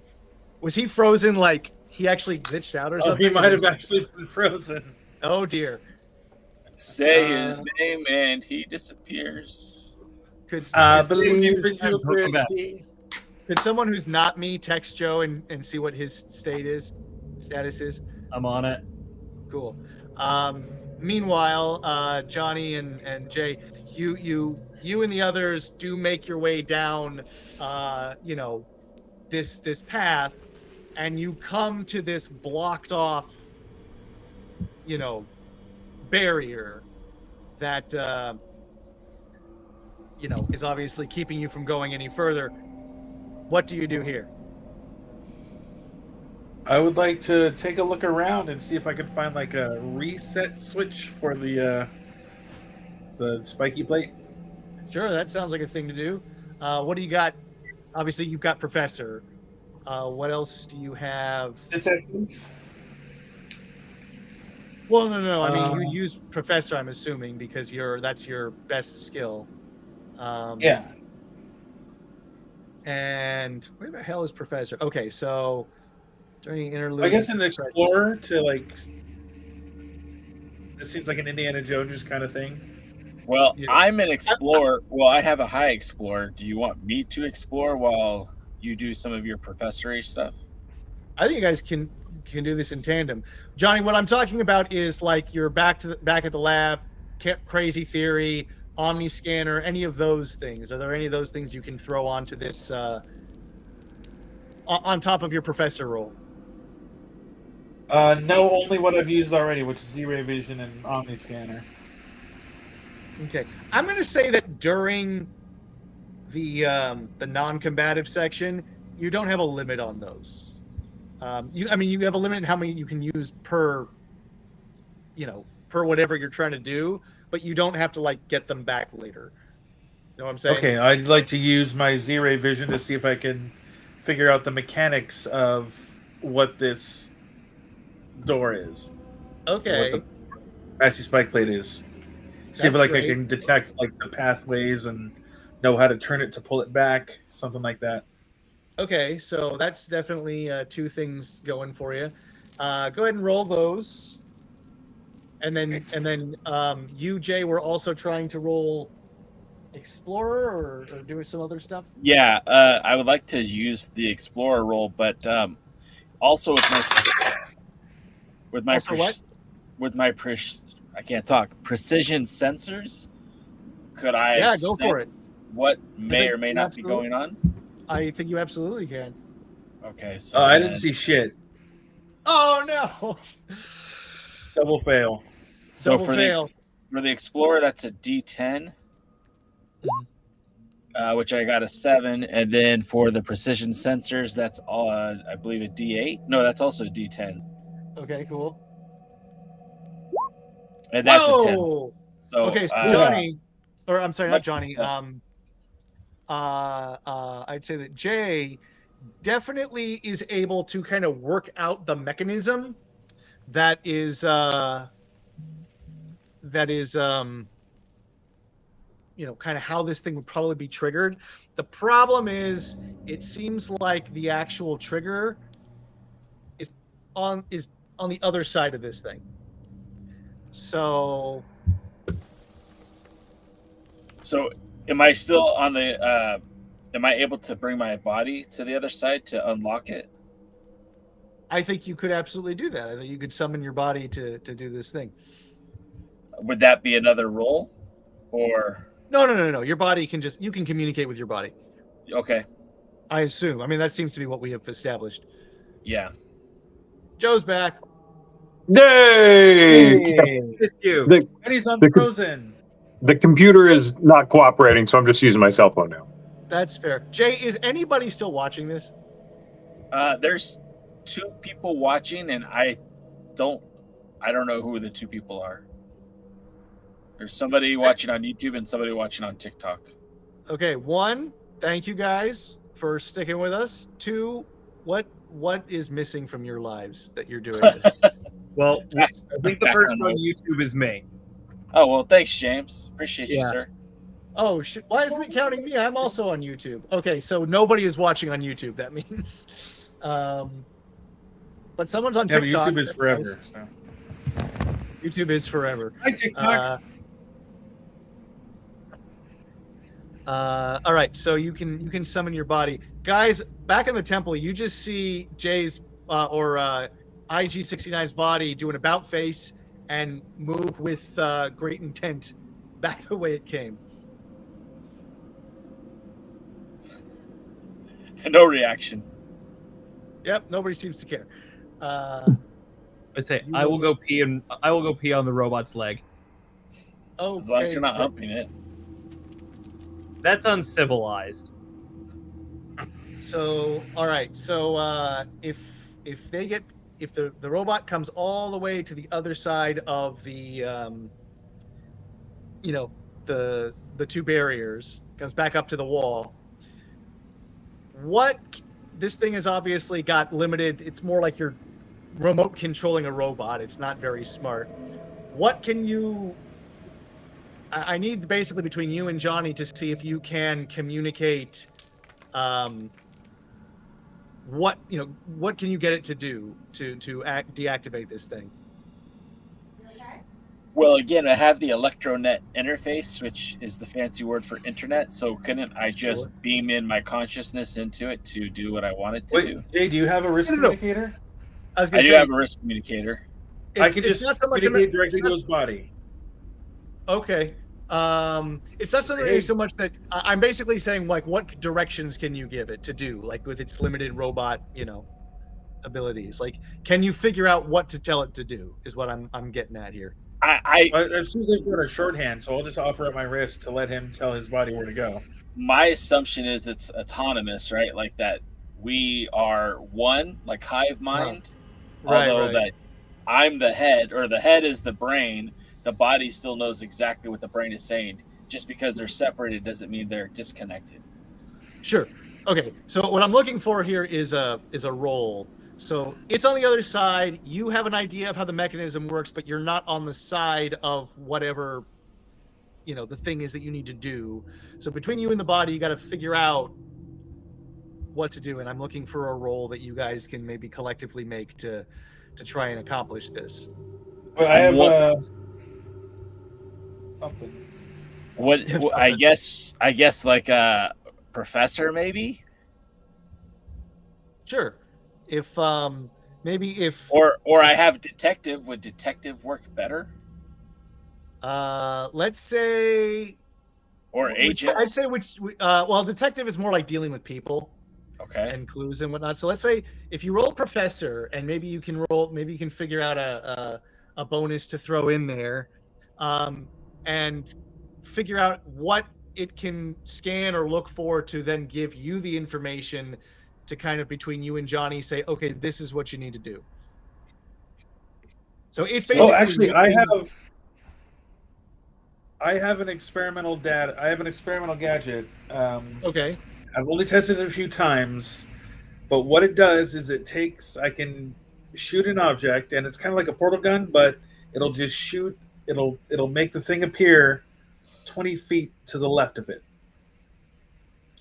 in an instant. So I shoot you, and it's like a portal gun where like you wind up on the other side, but you're just dropped 20 feet to your left.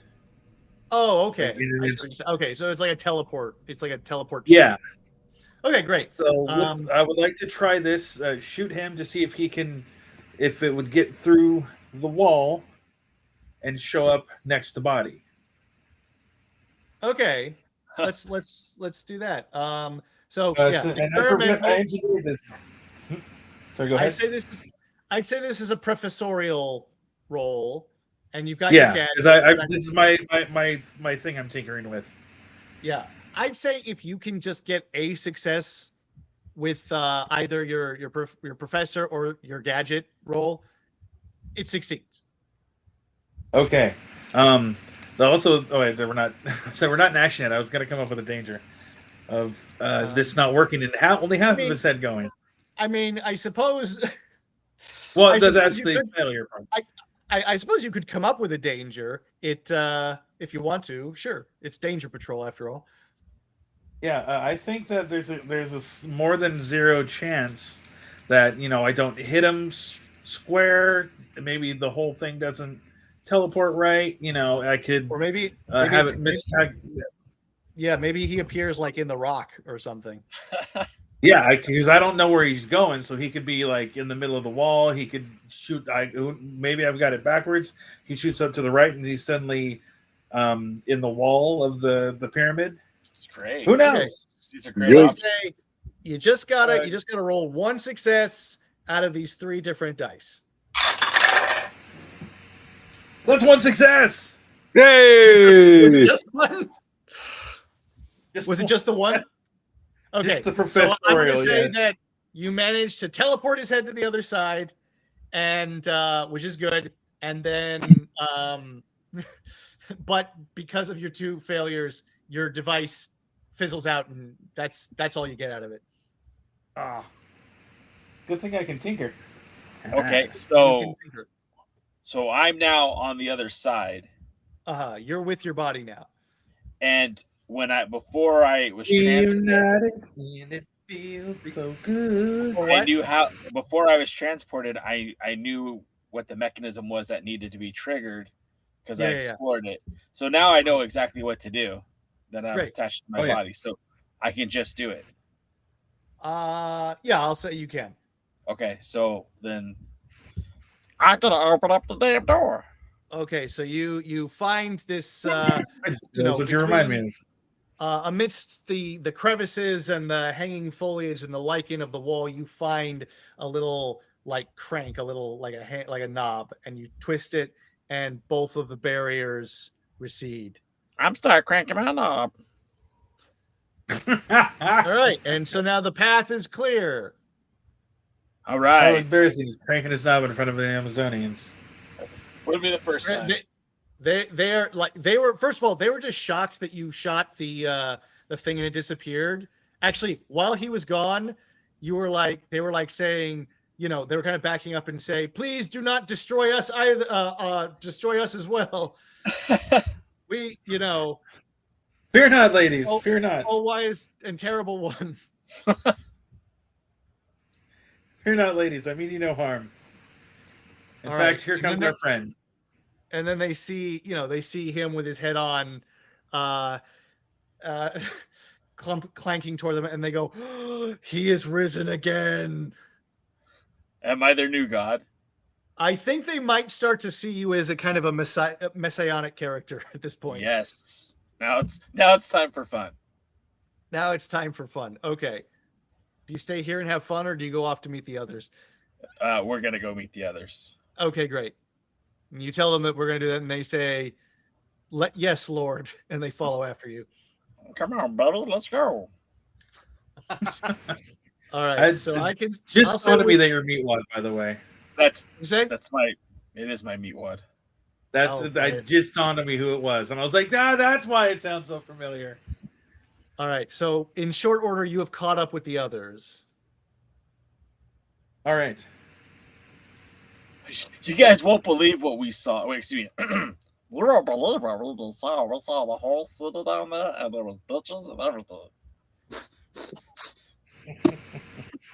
Just gonna go full meatwad. I'm gonna pull IG-69 to the side and say, "How are you feeling after the whole teleport thing? I wasn't.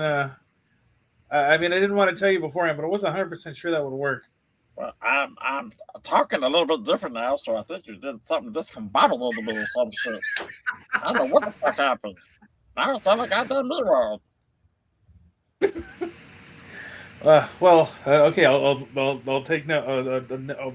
That's noted. I will remember that next time I tinker. Gotta de-meatwadify it.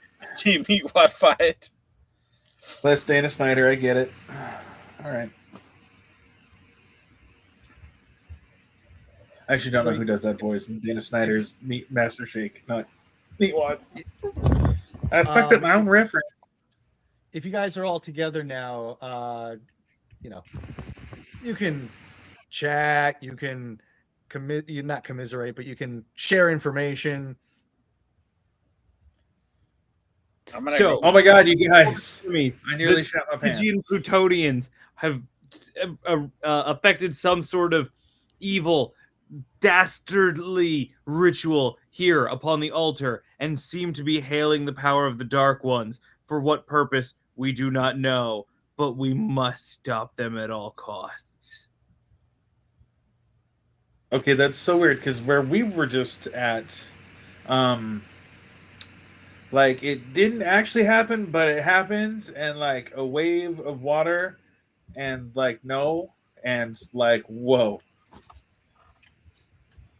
I hate bath time. You get it. It was bad. So I don't think we need to go there again. Are there you said that like there are a bunch of winding pathways, right? Like we could go in multiple different directions. Yeah. It's like I said, it's like a city. It's like an underground city.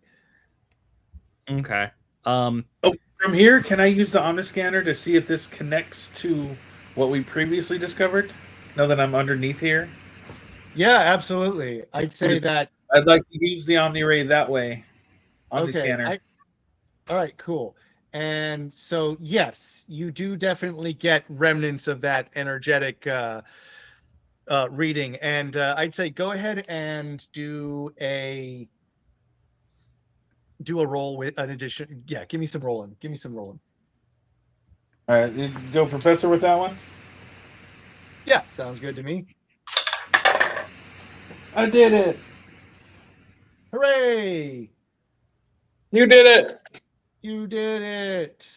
Guys, this is the bad place. Okay, not only do you see, do you get that reading, but you can actually you start to be able to you can find kind of residual energy readings elsewhere, like outside this chamber, maybe elsewhere in the necropolis. So, based on his readings, do we know? Can we track where the energy is emanating from? Like, can we find where it's coming from? I think that's a definite probably. So, I have precision sensors.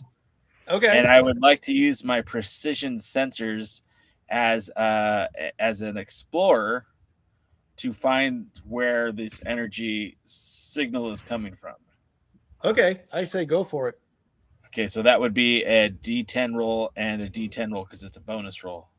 Great. So that's 2 D10s. Good. Oh. And I got a success and a fail. Okay. I'd say that between the two of you, you definitely can find the direction that this is coming from. Dan, did you go away? I'm here. I'm just. He was chewing food. He was being polite. Respect. Okay. Respect. So you guys, if everyone else is following, you're leading the way and zigzagging through the the avenues of this necropolis, and distantly you start to be able to hear. Whoops. Hold on a moment.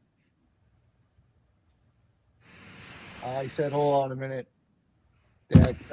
Okay, you can hear a like a chanting, like you can hear voices in the distance. All right.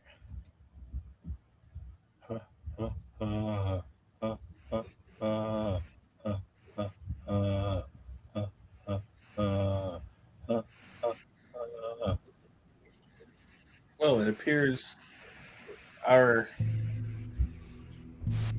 splitting up has brought us to the same point.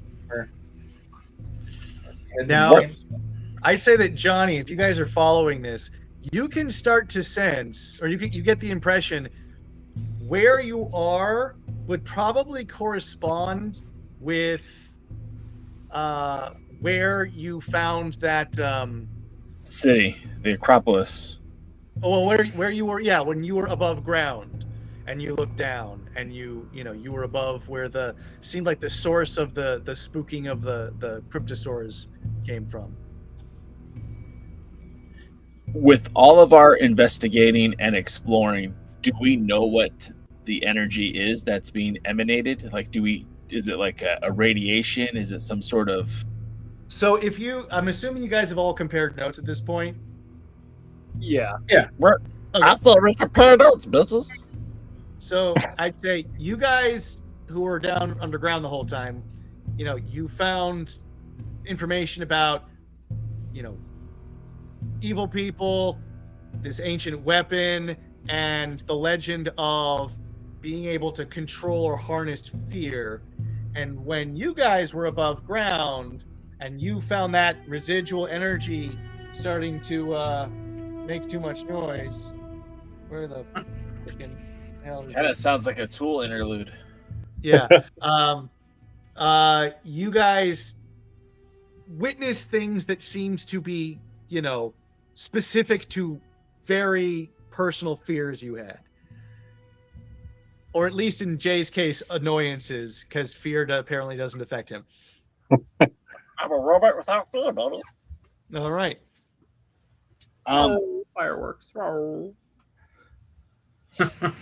So there's been something I've been sitting on, and I think now is a good time to maybe use it, because there's this energy that's being created called, like, we're saying it's like a fear energy, I guess. Is that what we're calling it? Sure. Yeah. So Pennywise, folks, something like that. I have a bonus called energy transfer. Okay. Could I just absorb all that energy and become more powerful? Sound evil, motherfucker. It's definitely something to potentially, see, try if you can find, where the source of this thing is. Okay. Well then. Maybe we should learn a little more about the feared power before we try to harness it. Okay. That might be How very progressive of you. A little short-sighted. How very progressive of you. Yeah, fair enough. But man, it's so much water. So much water. Okay. So what are you guys doing now? So I think now is the time, since we know that there is this fear energy. The queen knows that there's always been this dark people that have lived beneath the ground, the evil ones. Mm-hmm. And we know that our friend Maximilian was sent here by Orin on a mission, but not exactly sure what. I think when we compare these notes, obviously it was to explore what's happening on this planet and to perhaps neutralize what is happening on this planet. Would you guys agree with that? Yeah, sounds about right. Sounds plausible. Does anyone else see it differently? I can't even think straight, man. It's What say you, Neptunian? Well, Orin Deep sent us here to track down this mysterious figure. He didn't give us a reason why. He just said this is the person that we had to find, and it was important. He was important to the Stygian cause. So what I'm deducing is that the Stygians. Yeah, Stygians. Stygians. That they're looking for a weapon, and this the man we're looking for is somehow connected to that weapon.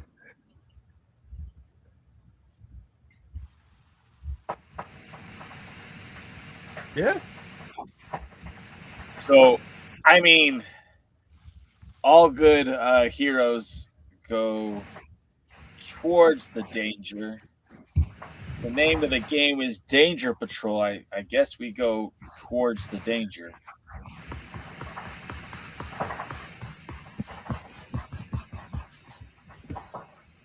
Yes? Well, No? Yes. I mean, no one else here really has experienced it. Really, Like it's not good. But you're right, heroes, big damn heroes. Professor, so you want to we're in a. out? Well, no. I mean, the curiosity alone. I have to learn and carry forth. I'll just. I am a robot that doesn't experience fear. Well, I'm kind of the opposite right now. A little fried, sir. Must be nice. Must be. You said this is like a city. Are there any other people or populations or anything that would look like someplace people would gather? Or is it just an empty city and voices somewhere in front of us? I mean, it definitely feels like, these different structures at some point had purpose, and so there might be other gathering places. The chanting feels like it. It's, you can definitely tell where it, the direction it's coming from. Plus, you guys are following the energy trail, and yeah, that's my story. No obvious signs of a bar or any place where people would gather, or there's definitely no people like along in our direct line of sight. Yeah. It looks like this place was long ago abandoned. So okay. It's yeah. Hence Necropolis. I don't know what that means. Necropolis became a necropolis. It's a dead city. It's a dead, I think, usually underground city. Okay. It's like an underground ghost town. It's not a term that I made up. It's an actual thing that exists in reality. It is, yes. Well, then I say, let's move forward. Okay. Who's with me? Wait. So guys, that was real. Wait, hold on. If we look at everything we've been doing here, all of us collectively, I mean, from what you said, Kitty Cat, you had a pretty good beat on this Orin character. I think ultimately we're going to get the answers there, not necessarily this big evil fear place. I mean, maybe we go back to trying to find Mr. Deep instead of running towards the stuff. Maybe get some answers before we, approach the danger. Maybe something. I don't know. Anybody?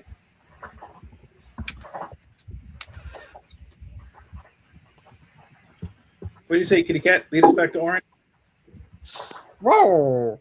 Well, Orin's back on Mars. He's what? Orin's back on Mars. Well, who's the? We were tracking a person, and they were tracking a person in the temple. Orin sent you guys to track this person. He lives on Mars. He gave the person we're tracking. Yeah, the person, that's not Orin. That's a different guy. You assume not Orin then. You assume that he is one of these Stygian cultists. When you guys, that you followed his path, his path, found it led to this church where it seemed like others of the Plutonian race like him had also gathered and performed a ritual.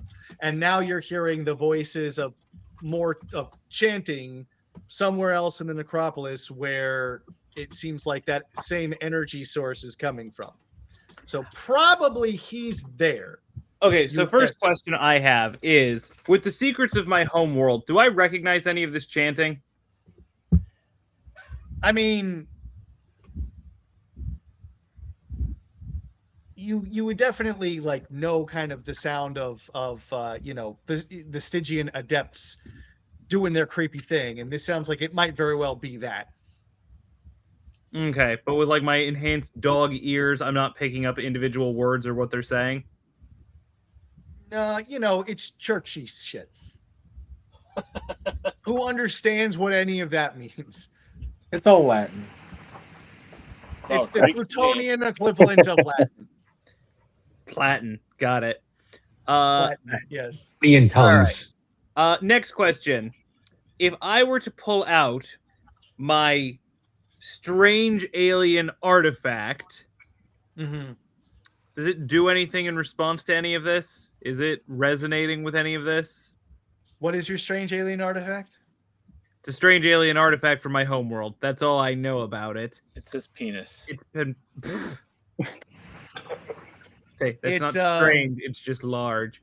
It's something that has been passed down by the Siberian Plutonians for some time, but we aren't quite sure of its origin or its purpose. We're hoping in the return to Earth we might discover more about it. But I'd say if you can roll successfully that it does something, then we'll say it does something. Which trait would you put this roll under? Let's see. That's a great question. You know what? Let's see. Where the hell? Agent, Commando, Daredevil, Detective, Explorer. I think that's an Explorer thing. You're using something from, Wonderful. World. Yeah.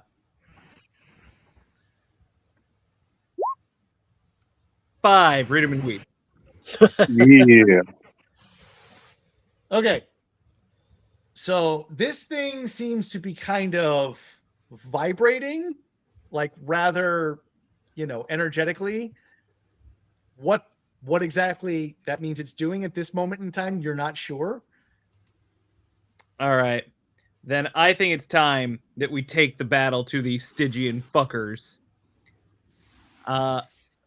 Raising my ray gun in one hand, my electro blaster in another, and clicking my heels to just warm up my rocket pack.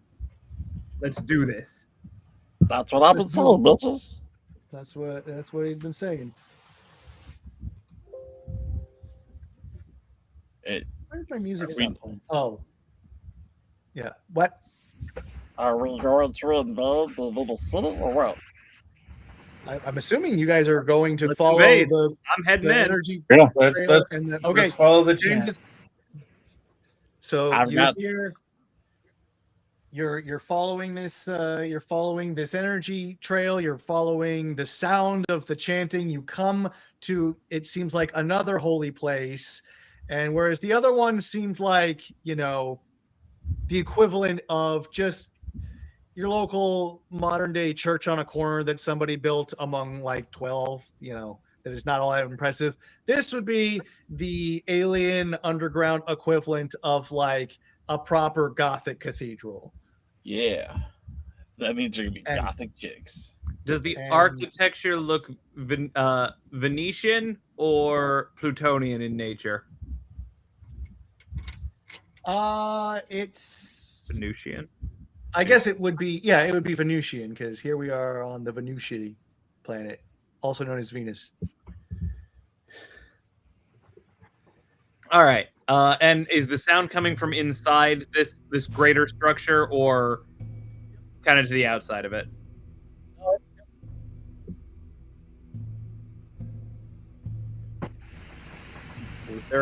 Was there a response? It didn't come through if you said something, Micah. I said it's coming from the inside, yeah. All right. It's coming from the inside.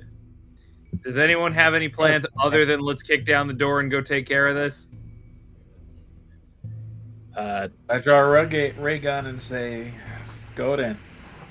All right. Then, throwing all elements of surprise out the window, I let out a furious canine battle cry as I rush the front door and slam into it, pointing my blasters at anyone we find inside. All right. So you enter, and suddenly you guys find yourselves in what I'm assuming you can see right now. Yes. In Mhm. this temple at the very so let's say James made his way in first. I'm assuming everybody else kind of follows behind. So there is this giant altar, which is the rectangle. You've got let me see if I can make this a little bit better visible on my computer here.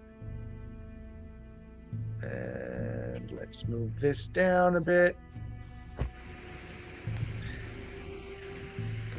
So you've got You've got 5 Stygian cultists all around this temple here. And then on the ceiling, through the rock ceiling, is dipping this big black orb that is crackling with energy. And this is the source of that energy trail that matched what you got up on the surface and what you got a little bit of in that other church. So they are all chanting and, trying to, performing a ritual here. And then as soon as they hear the howling and, James charges in, they all stop what they're doing and look at what you guys are up to. All right, and I will say, in the name of the Siberian Plutonian Armada, you are all directed to cease and return to Mother Pluto, where you will be orderly processed, arrested, and executed. Please do not struggle, or your execution will be made more painful. All right. They don't seem to love that. 2 of them start advancing on you. Whoops, how did that happen? Okay, let's try that again. Let's say I look over my head at Brock and say, the first to surrender. Right. For some dumb reason, I can't move the bad guys without also moving the whole room, so I'm going to delete the room. You guys know you're in it. And 2 of these guys start moving towards you, and meanwhile the others are still like hardcore chanting at this orb in the ceiling. And I'd say at this point we most definitely move into combat.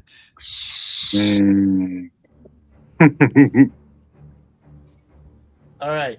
So something is wrong with my my internet ends.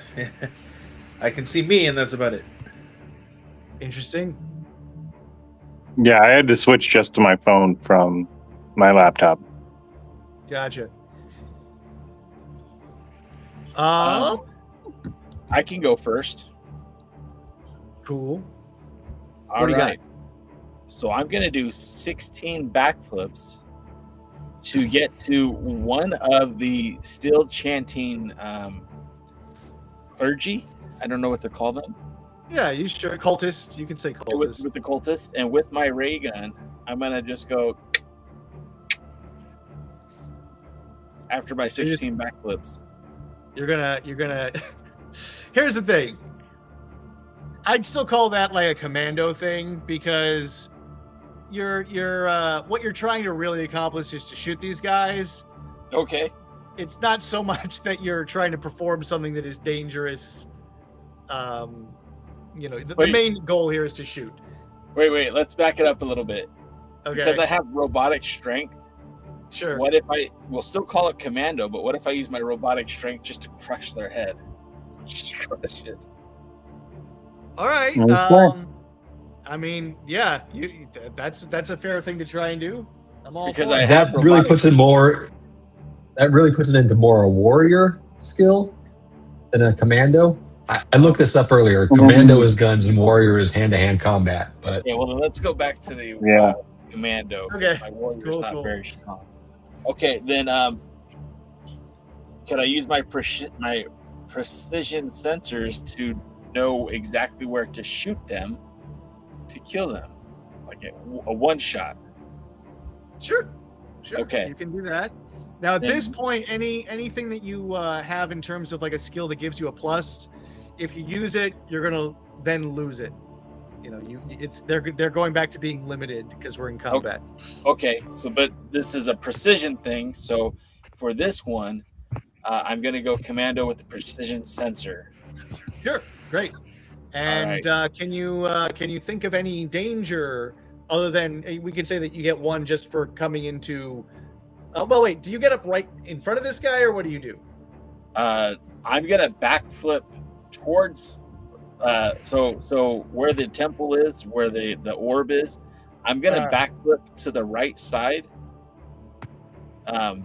Where the 3 in the back, I'm gonna go after the guy on the right side.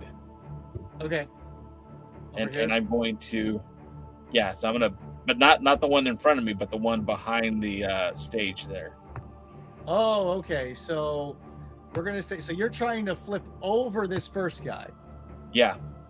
Okay, so let's say that we can add the danger that, you know, you're trying to flip over a combatant who's coming at you. So there's definitely the chance that he might hit you. So definitely that could add you a danger die.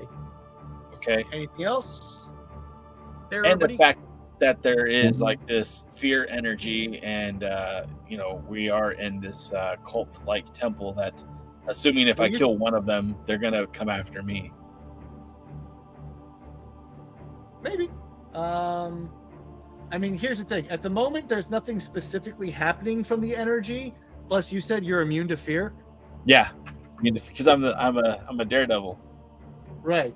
So I don't know if that would immediately affect you, but Okay. I think at this point we're still at just the one danger. Okay, so then we're gonna roll for the precision sensor and the commando Yeah, and the danger. and the danger. Yep. Let's see it. Let's see what happens. Okay, so first I will roll a d8 for the commando. Not good. Not good. And then for the precision sensor, also not good. Also not good. And let's see what that danger die does for you. And that's a d6, right? Yeah. Mhm. Oh, not good at all. That was incredible. Okay. So what we're going to say here is that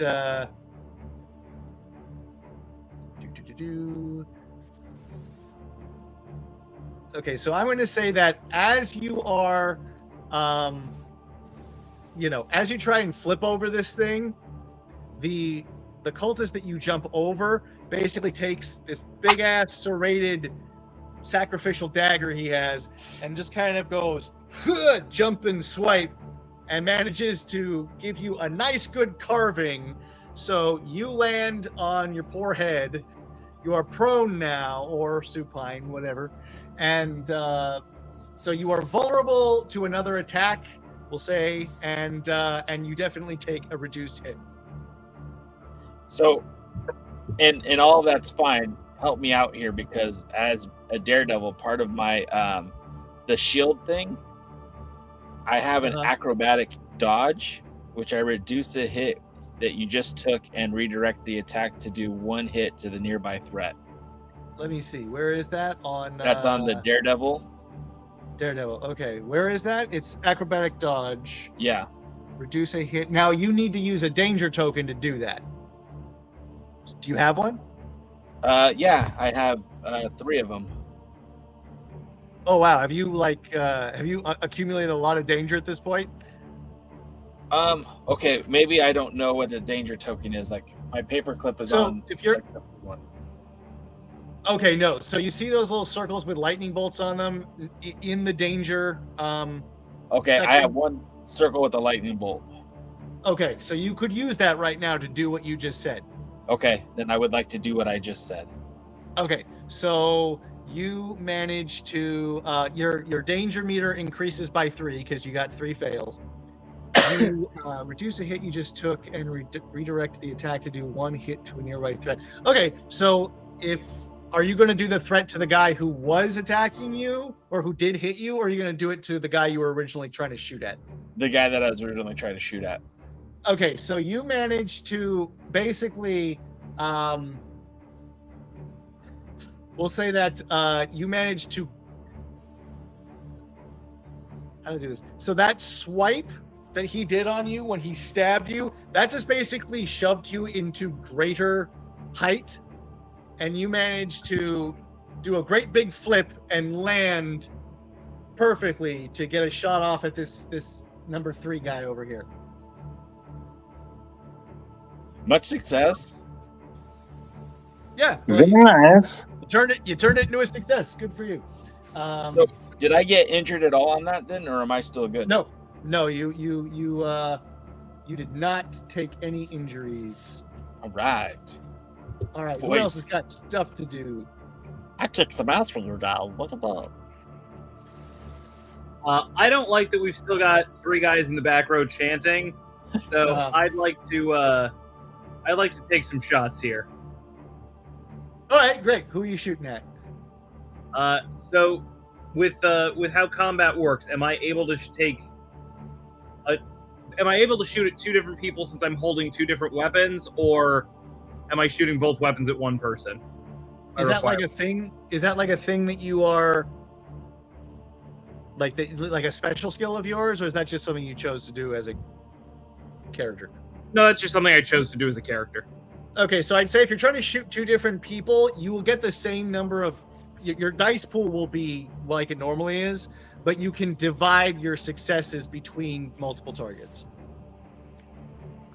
Okay, so I guess I don't fully understand how some of it works, because like my dice pool would just be a D10. Okay, so what would modify that? So, well, here's the thing. Nice. You're rolling what, commando? Yeah. Okay, so you're rolling commando. If you have any special traits from being a commando or from being a what the hell are you? I'm an alien. But an alien what? Oh, an alien explorer. Alien explorer. So if you have any explorer skills or alien skills that would aid you in this thing, I mean, I have alien training, which is a double plus. Okay, let's say you add alien training onto it. Okay. So that's a D10, and any dangers that we can come up with to make it all the more dangerous. Who are you shooting at? Which ones are you shooting at? You're shooting at. Let's say number 1 and number 3. 1 and 3, great. So let's do that. Let's do that thing right now. So, Okay. Can you think of any? Can anybody think of any dangers to add to the scene of what he's doing? I mean, there's the crackling orb, which I'm sure is irritating my sensitive dog senses. Sure. What danger? What could that do that's actually dangerous for you, other than be irritating? I mean, it could damage my hearing. Okay, let's say that your doggy ears could well be deafened if this thing goes really badly. Yeah. Also, I am shooting for the back row, which means I am vulnerable to attack by number 4 and number 5 in the front row. Let's say that's a better danger than my stupid ears. Okay, so are we saying that you're kind of in the front, so 3 or 4 and 5 are like convening on you specifically? Sure, let's say that. Okay, great. So that's 2 dangers, and your commando and your whatchamacallit. Anything else to add to that? So, as an explorer, I have my power, the lay of the land, where I can use the awareness of the environment to add +1 to an action roll. Also, up to 3 danger you get on your roll become bonus dice. Mm-hmm. Oh, you can use it on a future roll or give to an ally. So that would not apply to this roll. Okay. I would just apply 1 hit to an action roll at this time. Okay, so how would you use the environment, your awareness of the environment around you? You're in a temple, and that's it. Yeah, that's a good question. I think at this point, for expediency's sake. Yeah, let's just stick with alien training for now. Yeah. So you got the 4 dice. Go ahead and roll them. 4 dice? Didn't you have 4 dice? We had a danger for each cultist, your alien training, and your commando. Got it. Okay. Yeah. So 4d10? No. The danger dice are 6s. Danger dice are 6s. Okay, great. Sorry, I forgot that you did not join us in the last combat. So not at all. Yeah. This is all new, all different for me. So here are the 2d10s.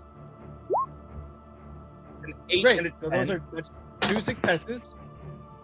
And 2d6s are Holy shit! So that's 4 No, successes. that's 4 successes. So how do you Yeah. divide that out between your different opponents here? 2 and 2, 1 and 3 Okay, great. each take 2 hits.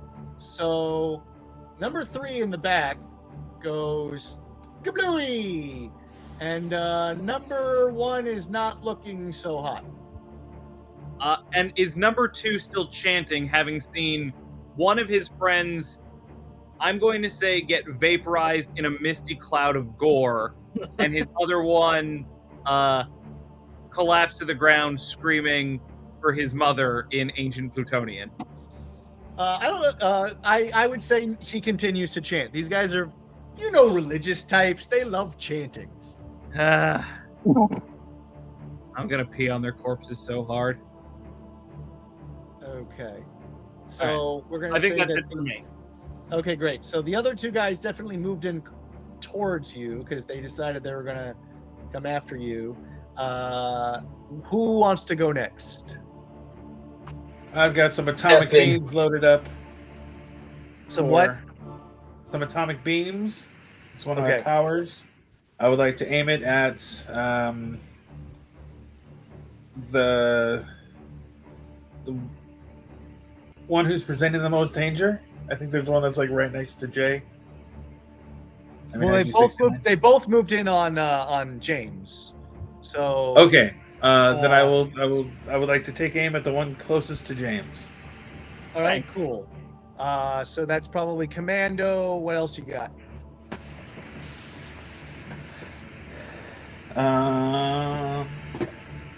Well, this is one of my pluses, so I got that.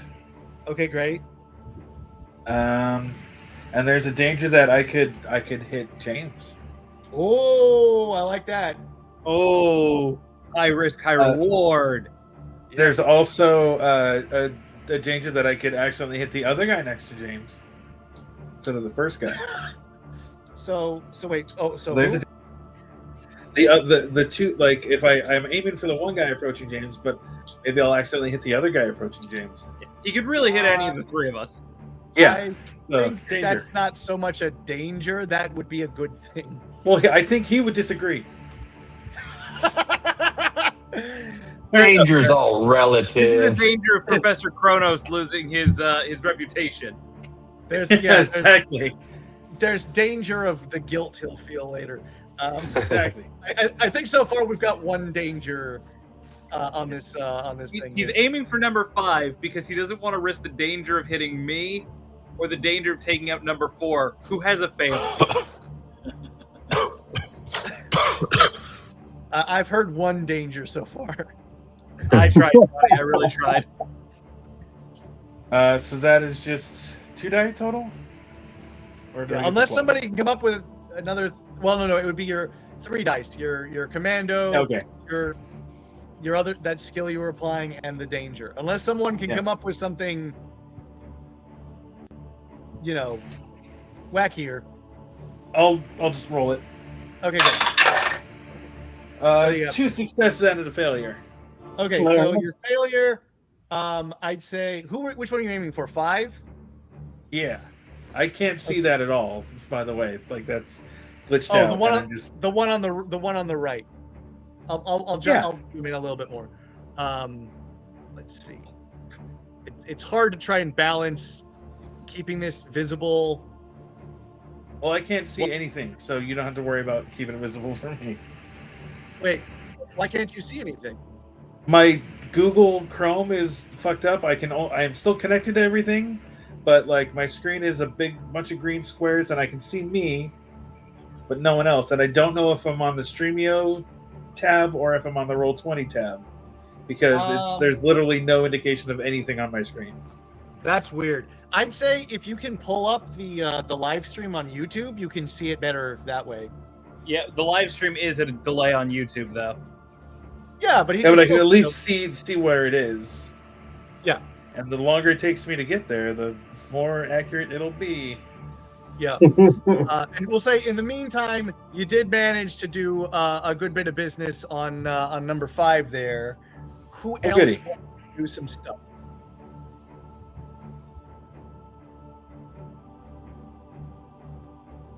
Anybody wanna? jump in. I do. Oh, do I get a danger for that failure? I'm coming back. I will. I'd say that your failure is just you've gotten this guy's attention on you now. Okay, gotcha. Great. So yeah. Oh, Who else wants Johnny to just do- hit Johnny just hit number 5, right? Yep. So because I want to He's not, no longer alive. Because he's alive still, right? Just dazed, I'm assuming. yeah. So because my goal is to not murder everyone necessarily, and to maybe keep at least one person alive for interrogation, assuming we make it through all this, I am going to go after number 5 with my energy handcuffs. And so I am going to put one of the ends of the handcuffs on me, and I am going to attempt to put the other on him. So I'll have my left hand in an energy handcuff, place it to his right hand, which I'm going to assume is his good hand, and have my right hand free to pummel him until he's knocked out. Okay, this is cool. So I'd say, would this be a warrior move, or what would you think? That's what I was thinking. Thinking. Okay, cool. So let's say it's a warrior move. I say there's a definite danger of this guy stabbing you with his big ass knife as you try to go in close like this and get like intimate with him. Do you have any other skills to apply to this? Really? Yeah. Nothing that really fits. An alien detective. Okay. Did anybody else come up with any other dangers to throw at this? Maybe there's some sort of cosmic or mystical energy swirling about that may be disturbed and now heads towards Max afterwards. I'm going to say that the charging up orb is actually going to come into play very shortly, but it's not quite there yet. Okay. So, It is not a well-maintained Gothic temple, and that could present tripping hazards. Yeah. Well, one of lit. okay. One of the dangers is, I am assuming based on odds that he is right-handed, but he very well could be better with his left hand, and that strategy could backfire on me. Okay. So we'll say you got 2 danger dice and your commando dice. All right. Give me some of that sweet pep. So far, not great. So far, great. Oh, okay. So that was okay. So 1 success. So one success and 2 failures. So I'm gonna say that you definitely cuff him and you definitely pummel him into submission. The problem is now, you've got this dead weight attached to you, so that's going to be severely reducing your abilities. I have a plan for that, but I figured it'd be next round. Okay, we'll address that next round then, because I might say that this limits your movement significantly, but we'll deal with that when we get to your next round. Who is next? Who wants to go next? I'm happy to go again. Has everybody gone this round? I haven't gone this round. My turn is simple. It's as simple as shooting one of the guys with my ray gun. Okay. Who do you want to shoot? Oh, let's take let's see. this guy. The screen is very small on my phone screen now. So pick a target. Any target works for me. Not Dan's guy though, since it's handcuffed to him. Right. I've erased him. So we can go with the guy closest to you. Sure. Okay. Go ahead and try and do him a violence. All right. I will. Do a heck of violence. That seems like a commando kind of move. If you're shooting at him, yeah. I'd say that. Yes. That's a 5. Success. Great. So he definitely takes a very palpable hit. What helps And that? is anybody else who else's turn is going on here? Does anybody else still need to go, or is that everybody for this round? I think Okay. everyone- So, at this moment, and the Amazons are kind of gathered behind you guys, and they're ready to spring into action. But as the chanting is still going on, the orb starts to glow with that same kind of dark light that you guys saw up on the surface, and projects this aura in front of you. And Johnny, you see that from the ceiling, water is starting to just gush in from above Oh God. and fill the room.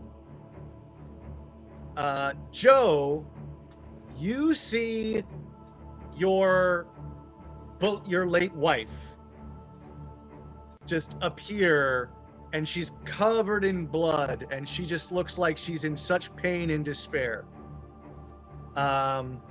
Jimmy Jams, you see these swirling, sparkling tails of fireworks going all around. And Dan, you see Ren Tidal just standing there and looking at you with such disapproval, like a father who's been utterly failed by his son. He's not mad. He's disappointed. Worse. It's always worse. It's always worse. All right, so that's what's going on there. And yeah.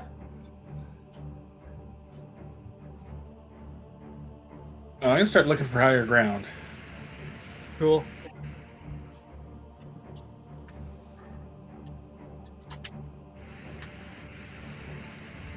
So okay, if you're just looking to get away from the water, you can probably find like stools or platforms or I'm gonna stand on something.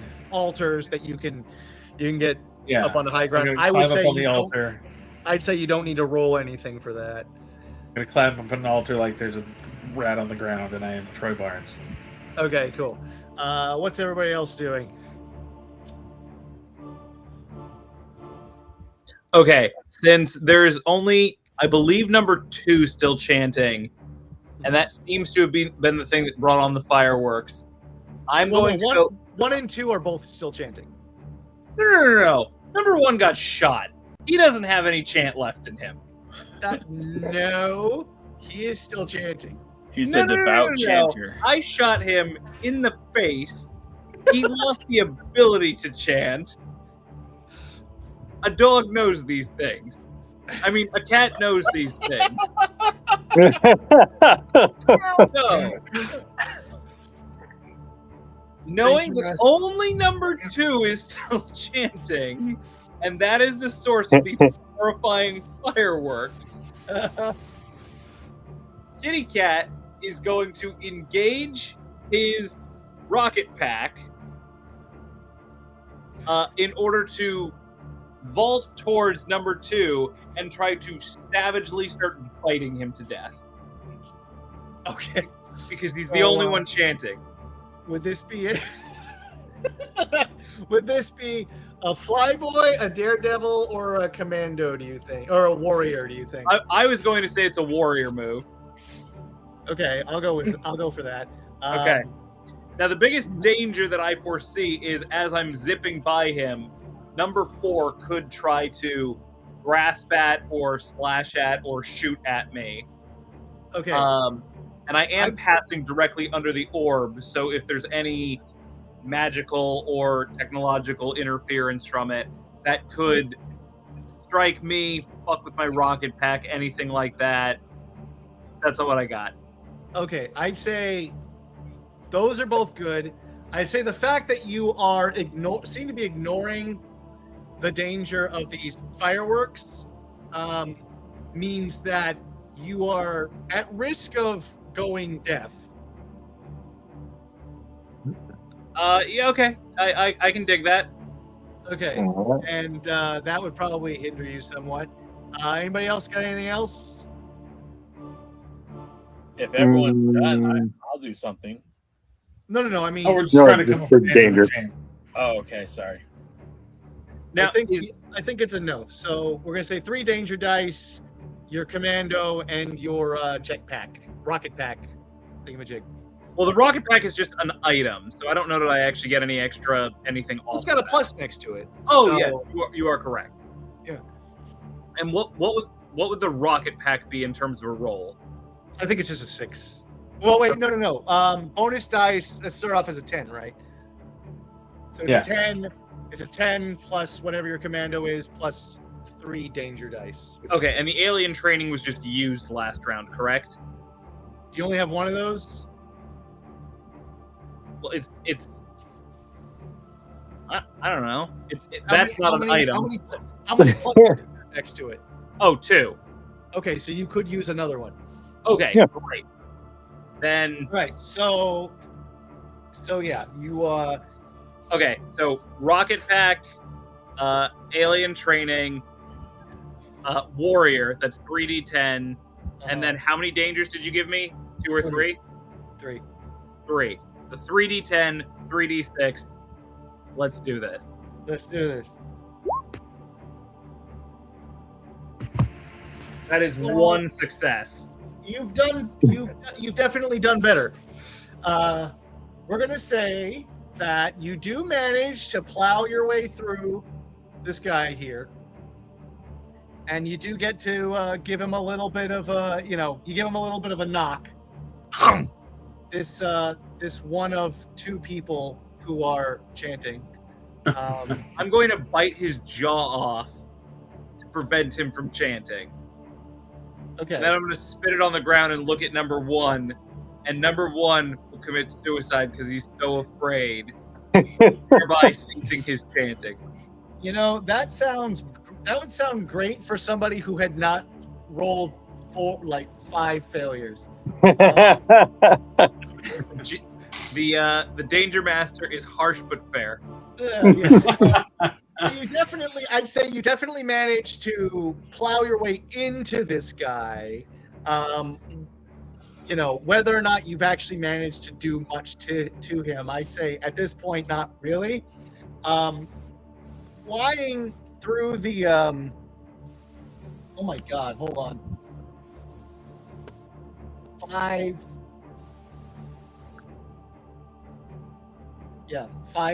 failures. So what's going to happen here is as you pass through this energy field, you feel your jetpack go completely haywire. You basically graze this guy in the shoulder as you go past. He goes spinning around while you go flying into the back wall and crash and take a full hit, a major hit. And also, wait, you are 5 danger dice, so you would definitely be in the. You're in the stunned position. So your jetpack is destroyed. You're on the ground. You're stunned, which means that you're going to now have to roll 5s instead of 4s from now on. And that's what happens to you. I would like to use a saving throw. Who else wants to go? I will go again, and I will repeat my same action.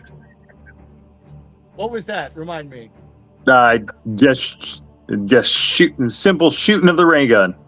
Okay, great. Do that shit. How many dice did you roll last time? Did you get danger or what'd you do? Nah, just a simple 1 last time is a success. Simple 1 this time, and it's also a success. Okay, great. Go for it. Yeah, I already did. Success. Oh, cool. Yeah. And who are you shooting at? The same guy. This one that's near me. Maybe it's a 4 there. Yeah, you're right. It's a 4. Okay. Hey, That definitely hit him. Bless you. He's still up, but you definitely hit him, and he's not looking so good. Wee. Who I else? want to shoot my ray gun at number 1. Number 1, eh? All right. Now. Okay, great. So. And I rolled a warrior, and it was a 6. That's Wait, who said they were shooting their ray gun? Johnny or Jay? me. Oh, you Johnny. did. I thought Jay said it. Okay, so you are. Well, wait, didn't you? You spent your round getting up on the platform. I guess that's a move. We'll say that's a move, and then this is your action. Yeah, so I shoot at number 1 successfully. Shoot it successfully. Okay, Yes. you managed to. Let me see. Hang on. Number 1. You shoot at number 1. You get a success. Boom. He's down. He's gone, motherfucker. So who's up? Does it mean the water leave? What? No. Does that mean the water leaves? No. Has everyone gone but me? I think so. Okay. And the orb is transformed, you said. Well, yeah, it's sending out more energy, and you say that you're not afraid of anything. So perhaps this doesn't really have an immediate, emotional effect on you. No, because I'm a robot. I'd have no fear. And I'm a daredevil. So I think what I want to do Mm-hmm. is I want to do 16 backflips to get right in front of the orb. Okay. And I want to use my agent skills to do an energy transfer to absorb the energy that is going into the orb and to absorb it directly into myself. Interesting. So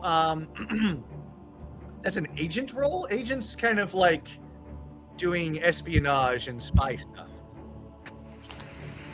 I'm about to absorb some negative fear energy. I feel that that's kind of manipulating the situation and perhaps maybe dangerous.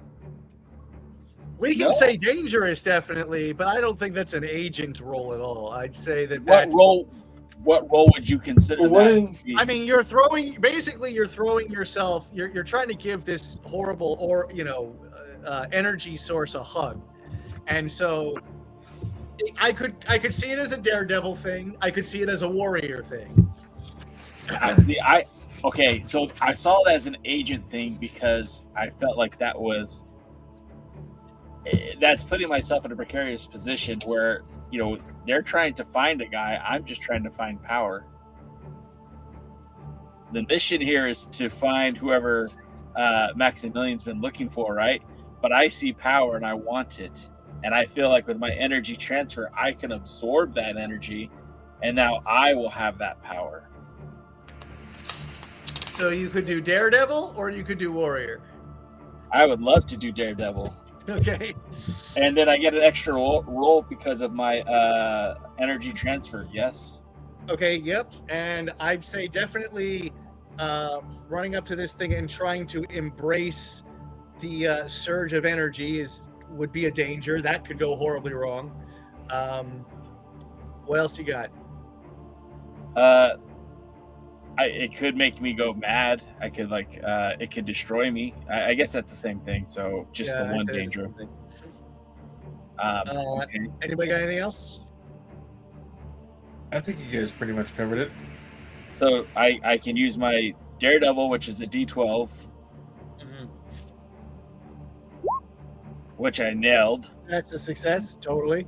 Then a D10 for the energy transfer. Okay. Oh, not so good. Not so good. Not so good. Okay. What else And you then, got? and then the danger roll, which is a success. So I got 2 success and 1 failures. That's not so bad. Okay, so we're gonna say that you do manage to confront this thing. You do manage to use your robot-y skills to suck in some of this energy, kind of siphon it off of this thing, and you do. I'm going to say that you're going to get, for your next, whatever it is you do next, you're going to get 2 bonus dice.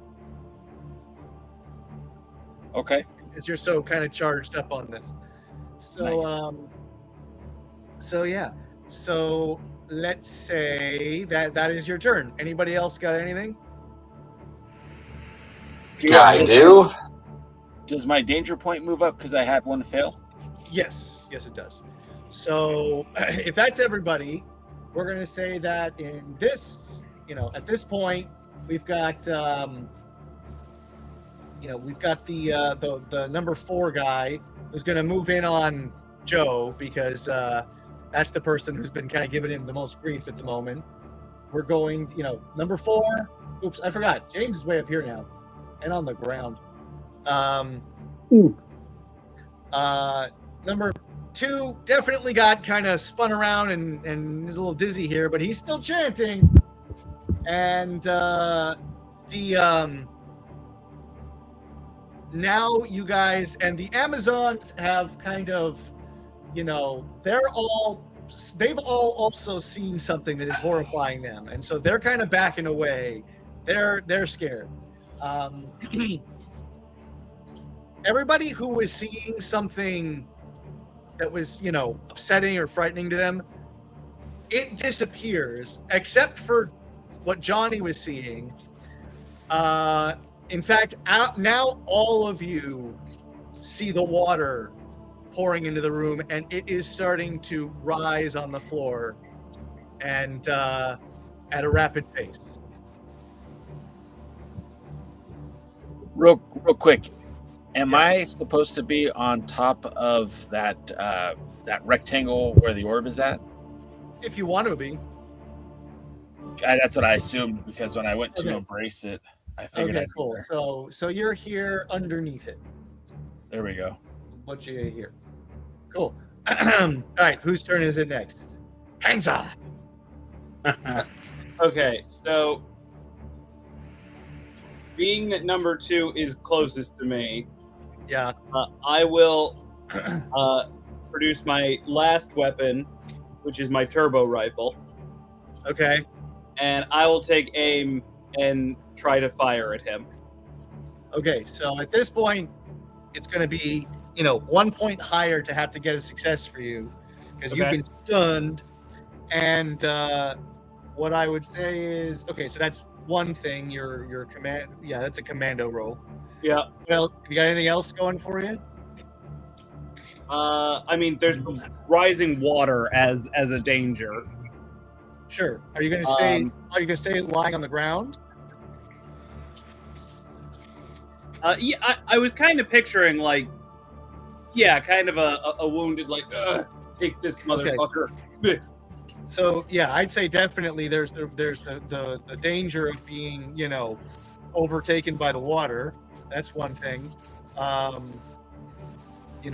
Anything? You got anything else? Is there any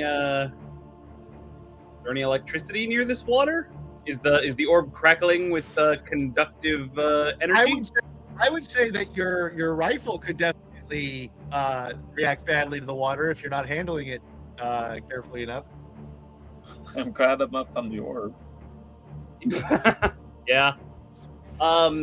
I mean, that's my turbo rifle rather than my electro blaster, and I don't know if that makes any difference to you, but just do you not want the danger die? Nah, give me the danger die. All right. Does anybody have anything else to throw in, or is that the maximum?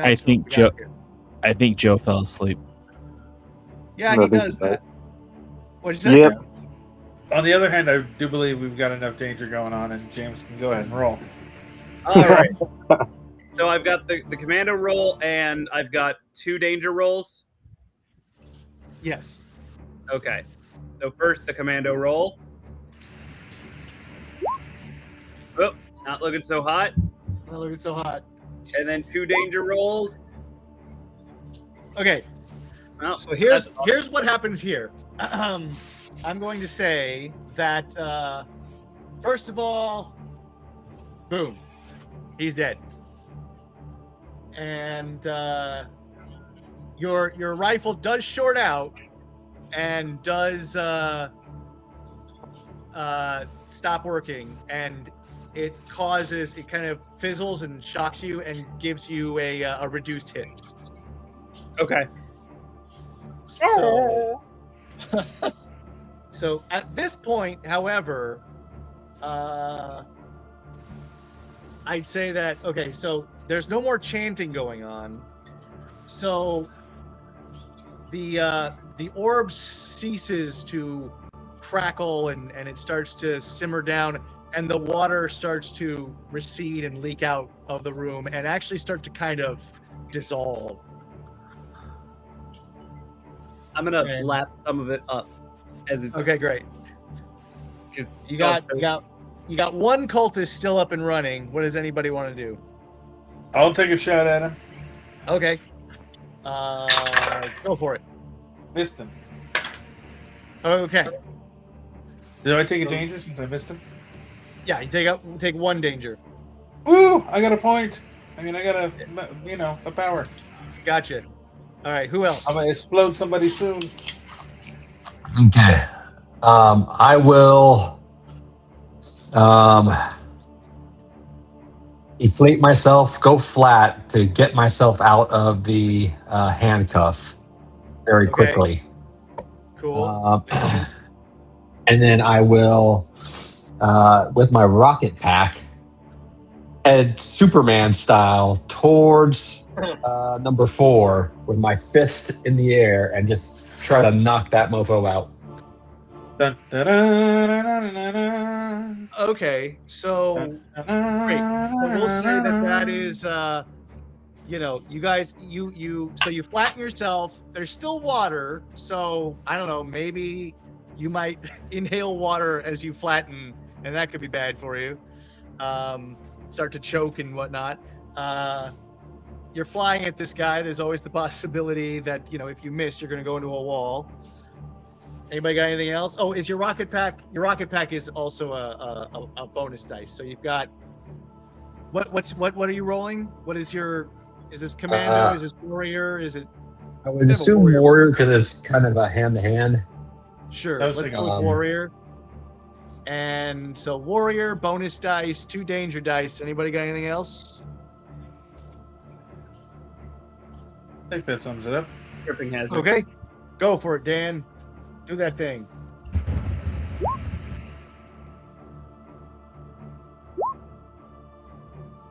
Okay, so let's ignore the two. Fails for a moment. Hold on. You get to this guy here, and then you go into the wall with him, and you squish him good, and he does that. So at this point, the orb stops crackling.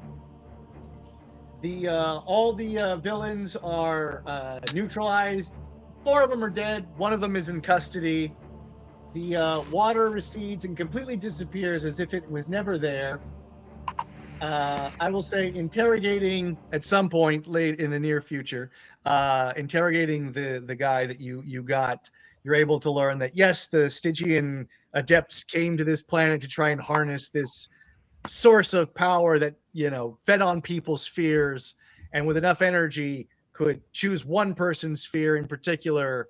Like, it could create the illusion of these fears, but one person's it could focus on and make it actually manifest, which is why, the water, which was the actual most deadly threat to anybody here, started to actually work.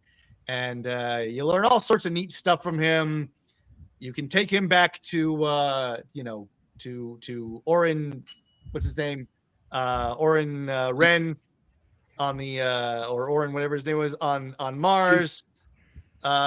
Before you leave, all the warriors, all the Amazons have sex with you, and we will call this another successful adventure from Danger Patrol. Do my 2 rolls continue for our next game? Sure. We'll go with yes. I'm gonna go ahead and carry over into the orgy. Okay, great. You get 2 extra orgasms out of the whole lot. I'm interested to know what other people had to say. I will. Yay! That's fun. This is working. I would personally like to, or I would say from this experience that this game was more fun in theory. For me, Yeah. I think. Go ahead.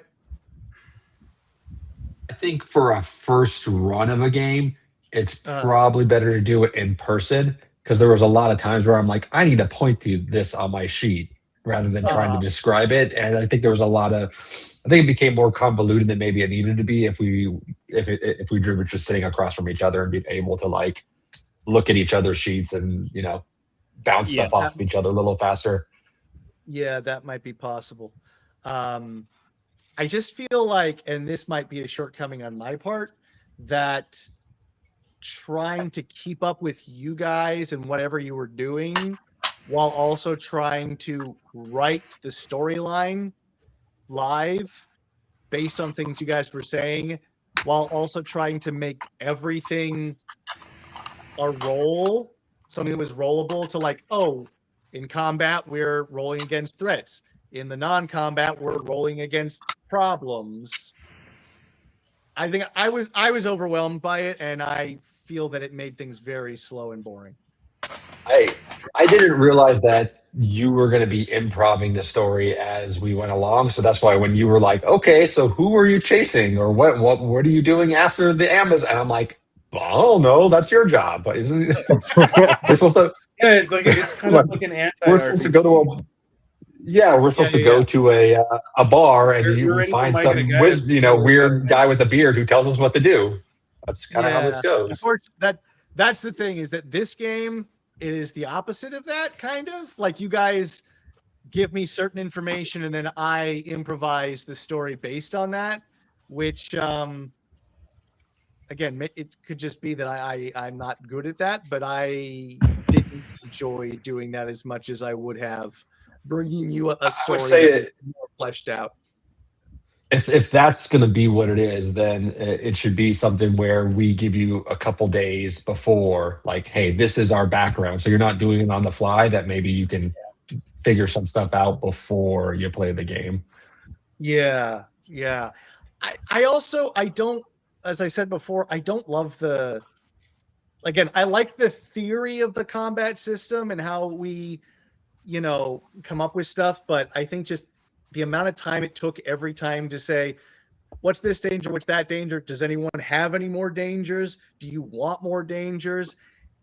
Compared to just saying, all right, I used my bow and arrow, I succeeded or I failed. It just dragged. Yeah, I thought it would make it more fun, but it didn't make it more fun. It just made it more complicated. Yeah. I think we should sticking with like more traditional pen and paper. I would agree. Now, Jay, are you sitting there going, "This was the greatest game I ever played"? I don't know what you guys are talking about. No, I did enjoy it, but again, I don't have the same experiences that you guys have, so like it wasn't. Yeah. It didn't feel as bad to me as what you guys are describing, but you have done this a lot more than I have. I thought it was fun, but it did feel clunky at times. What is there? And I don't, this might sound ludicrous, but is there a way to modify the game that makes more sense for the game master, whoever's writing the plot, and a quicker way to make it easier where it's still, Danger Patrol and name and action, but kind of by execution, it's something that we do more in-house? I think maybe if we took Dan's idea and say that everybody kind of contributes a previously on, like, in advance. Yeah. So it's like, instead of, and so I can use that to help create a personalized storyline that maybe is still a little loose, but I got something more to go off of. In addition to which, I don't know, maybe we put a very specific time limit on, if we're going to come up with extra dangers and whatnot, it's like you have to come up with it in the course of like 90 seconds. And if, short of that, whatever you get, and we execute. I think those things would help. What were you gonna say? Oh, I was gonna say, and again, if everyone else kind of felt like this game was just time to try something different, I'm okay with that too. Yeah, I'm perfectly happy. I mean, if people are like, no, I want to see this maybe given another shot, I'm happy to play with people. But I personally am like, we tried this and it wasn't our finest moment, and we could move on. Yeah, if we I want to do like something similar, we can literally just do a GURPS game in the same kind of setting. Exactly. It's if we like the Just setting, we take could do it. In a different way. Yeah. Their system's not necessarily the best, so we can just take their ideas and work them into a GURPS. But then that goes back to just it's another GM, or DM getting everything ahead of time, doing everything ahead of time, and which is fine. Like I said, I probably would do better with that. Now, maybe somebody in here is like, dude, I could improvise shit much better than you. Let me take a crack at this. But yeah, my thing would be like, yeah, I'd use a completely different system if we were to do this again. Yeah, it was fun, idea of a thing to try, and we did it. Yeah. Well, I'm gonna end the stream now. Thank you to the 3 people who are watching, even if 2 of them were us. Yay! And the next time we do it again, we could still use the same setup. But stay tuned to the Alliance blog for more. Yeah. The one guy on TikTok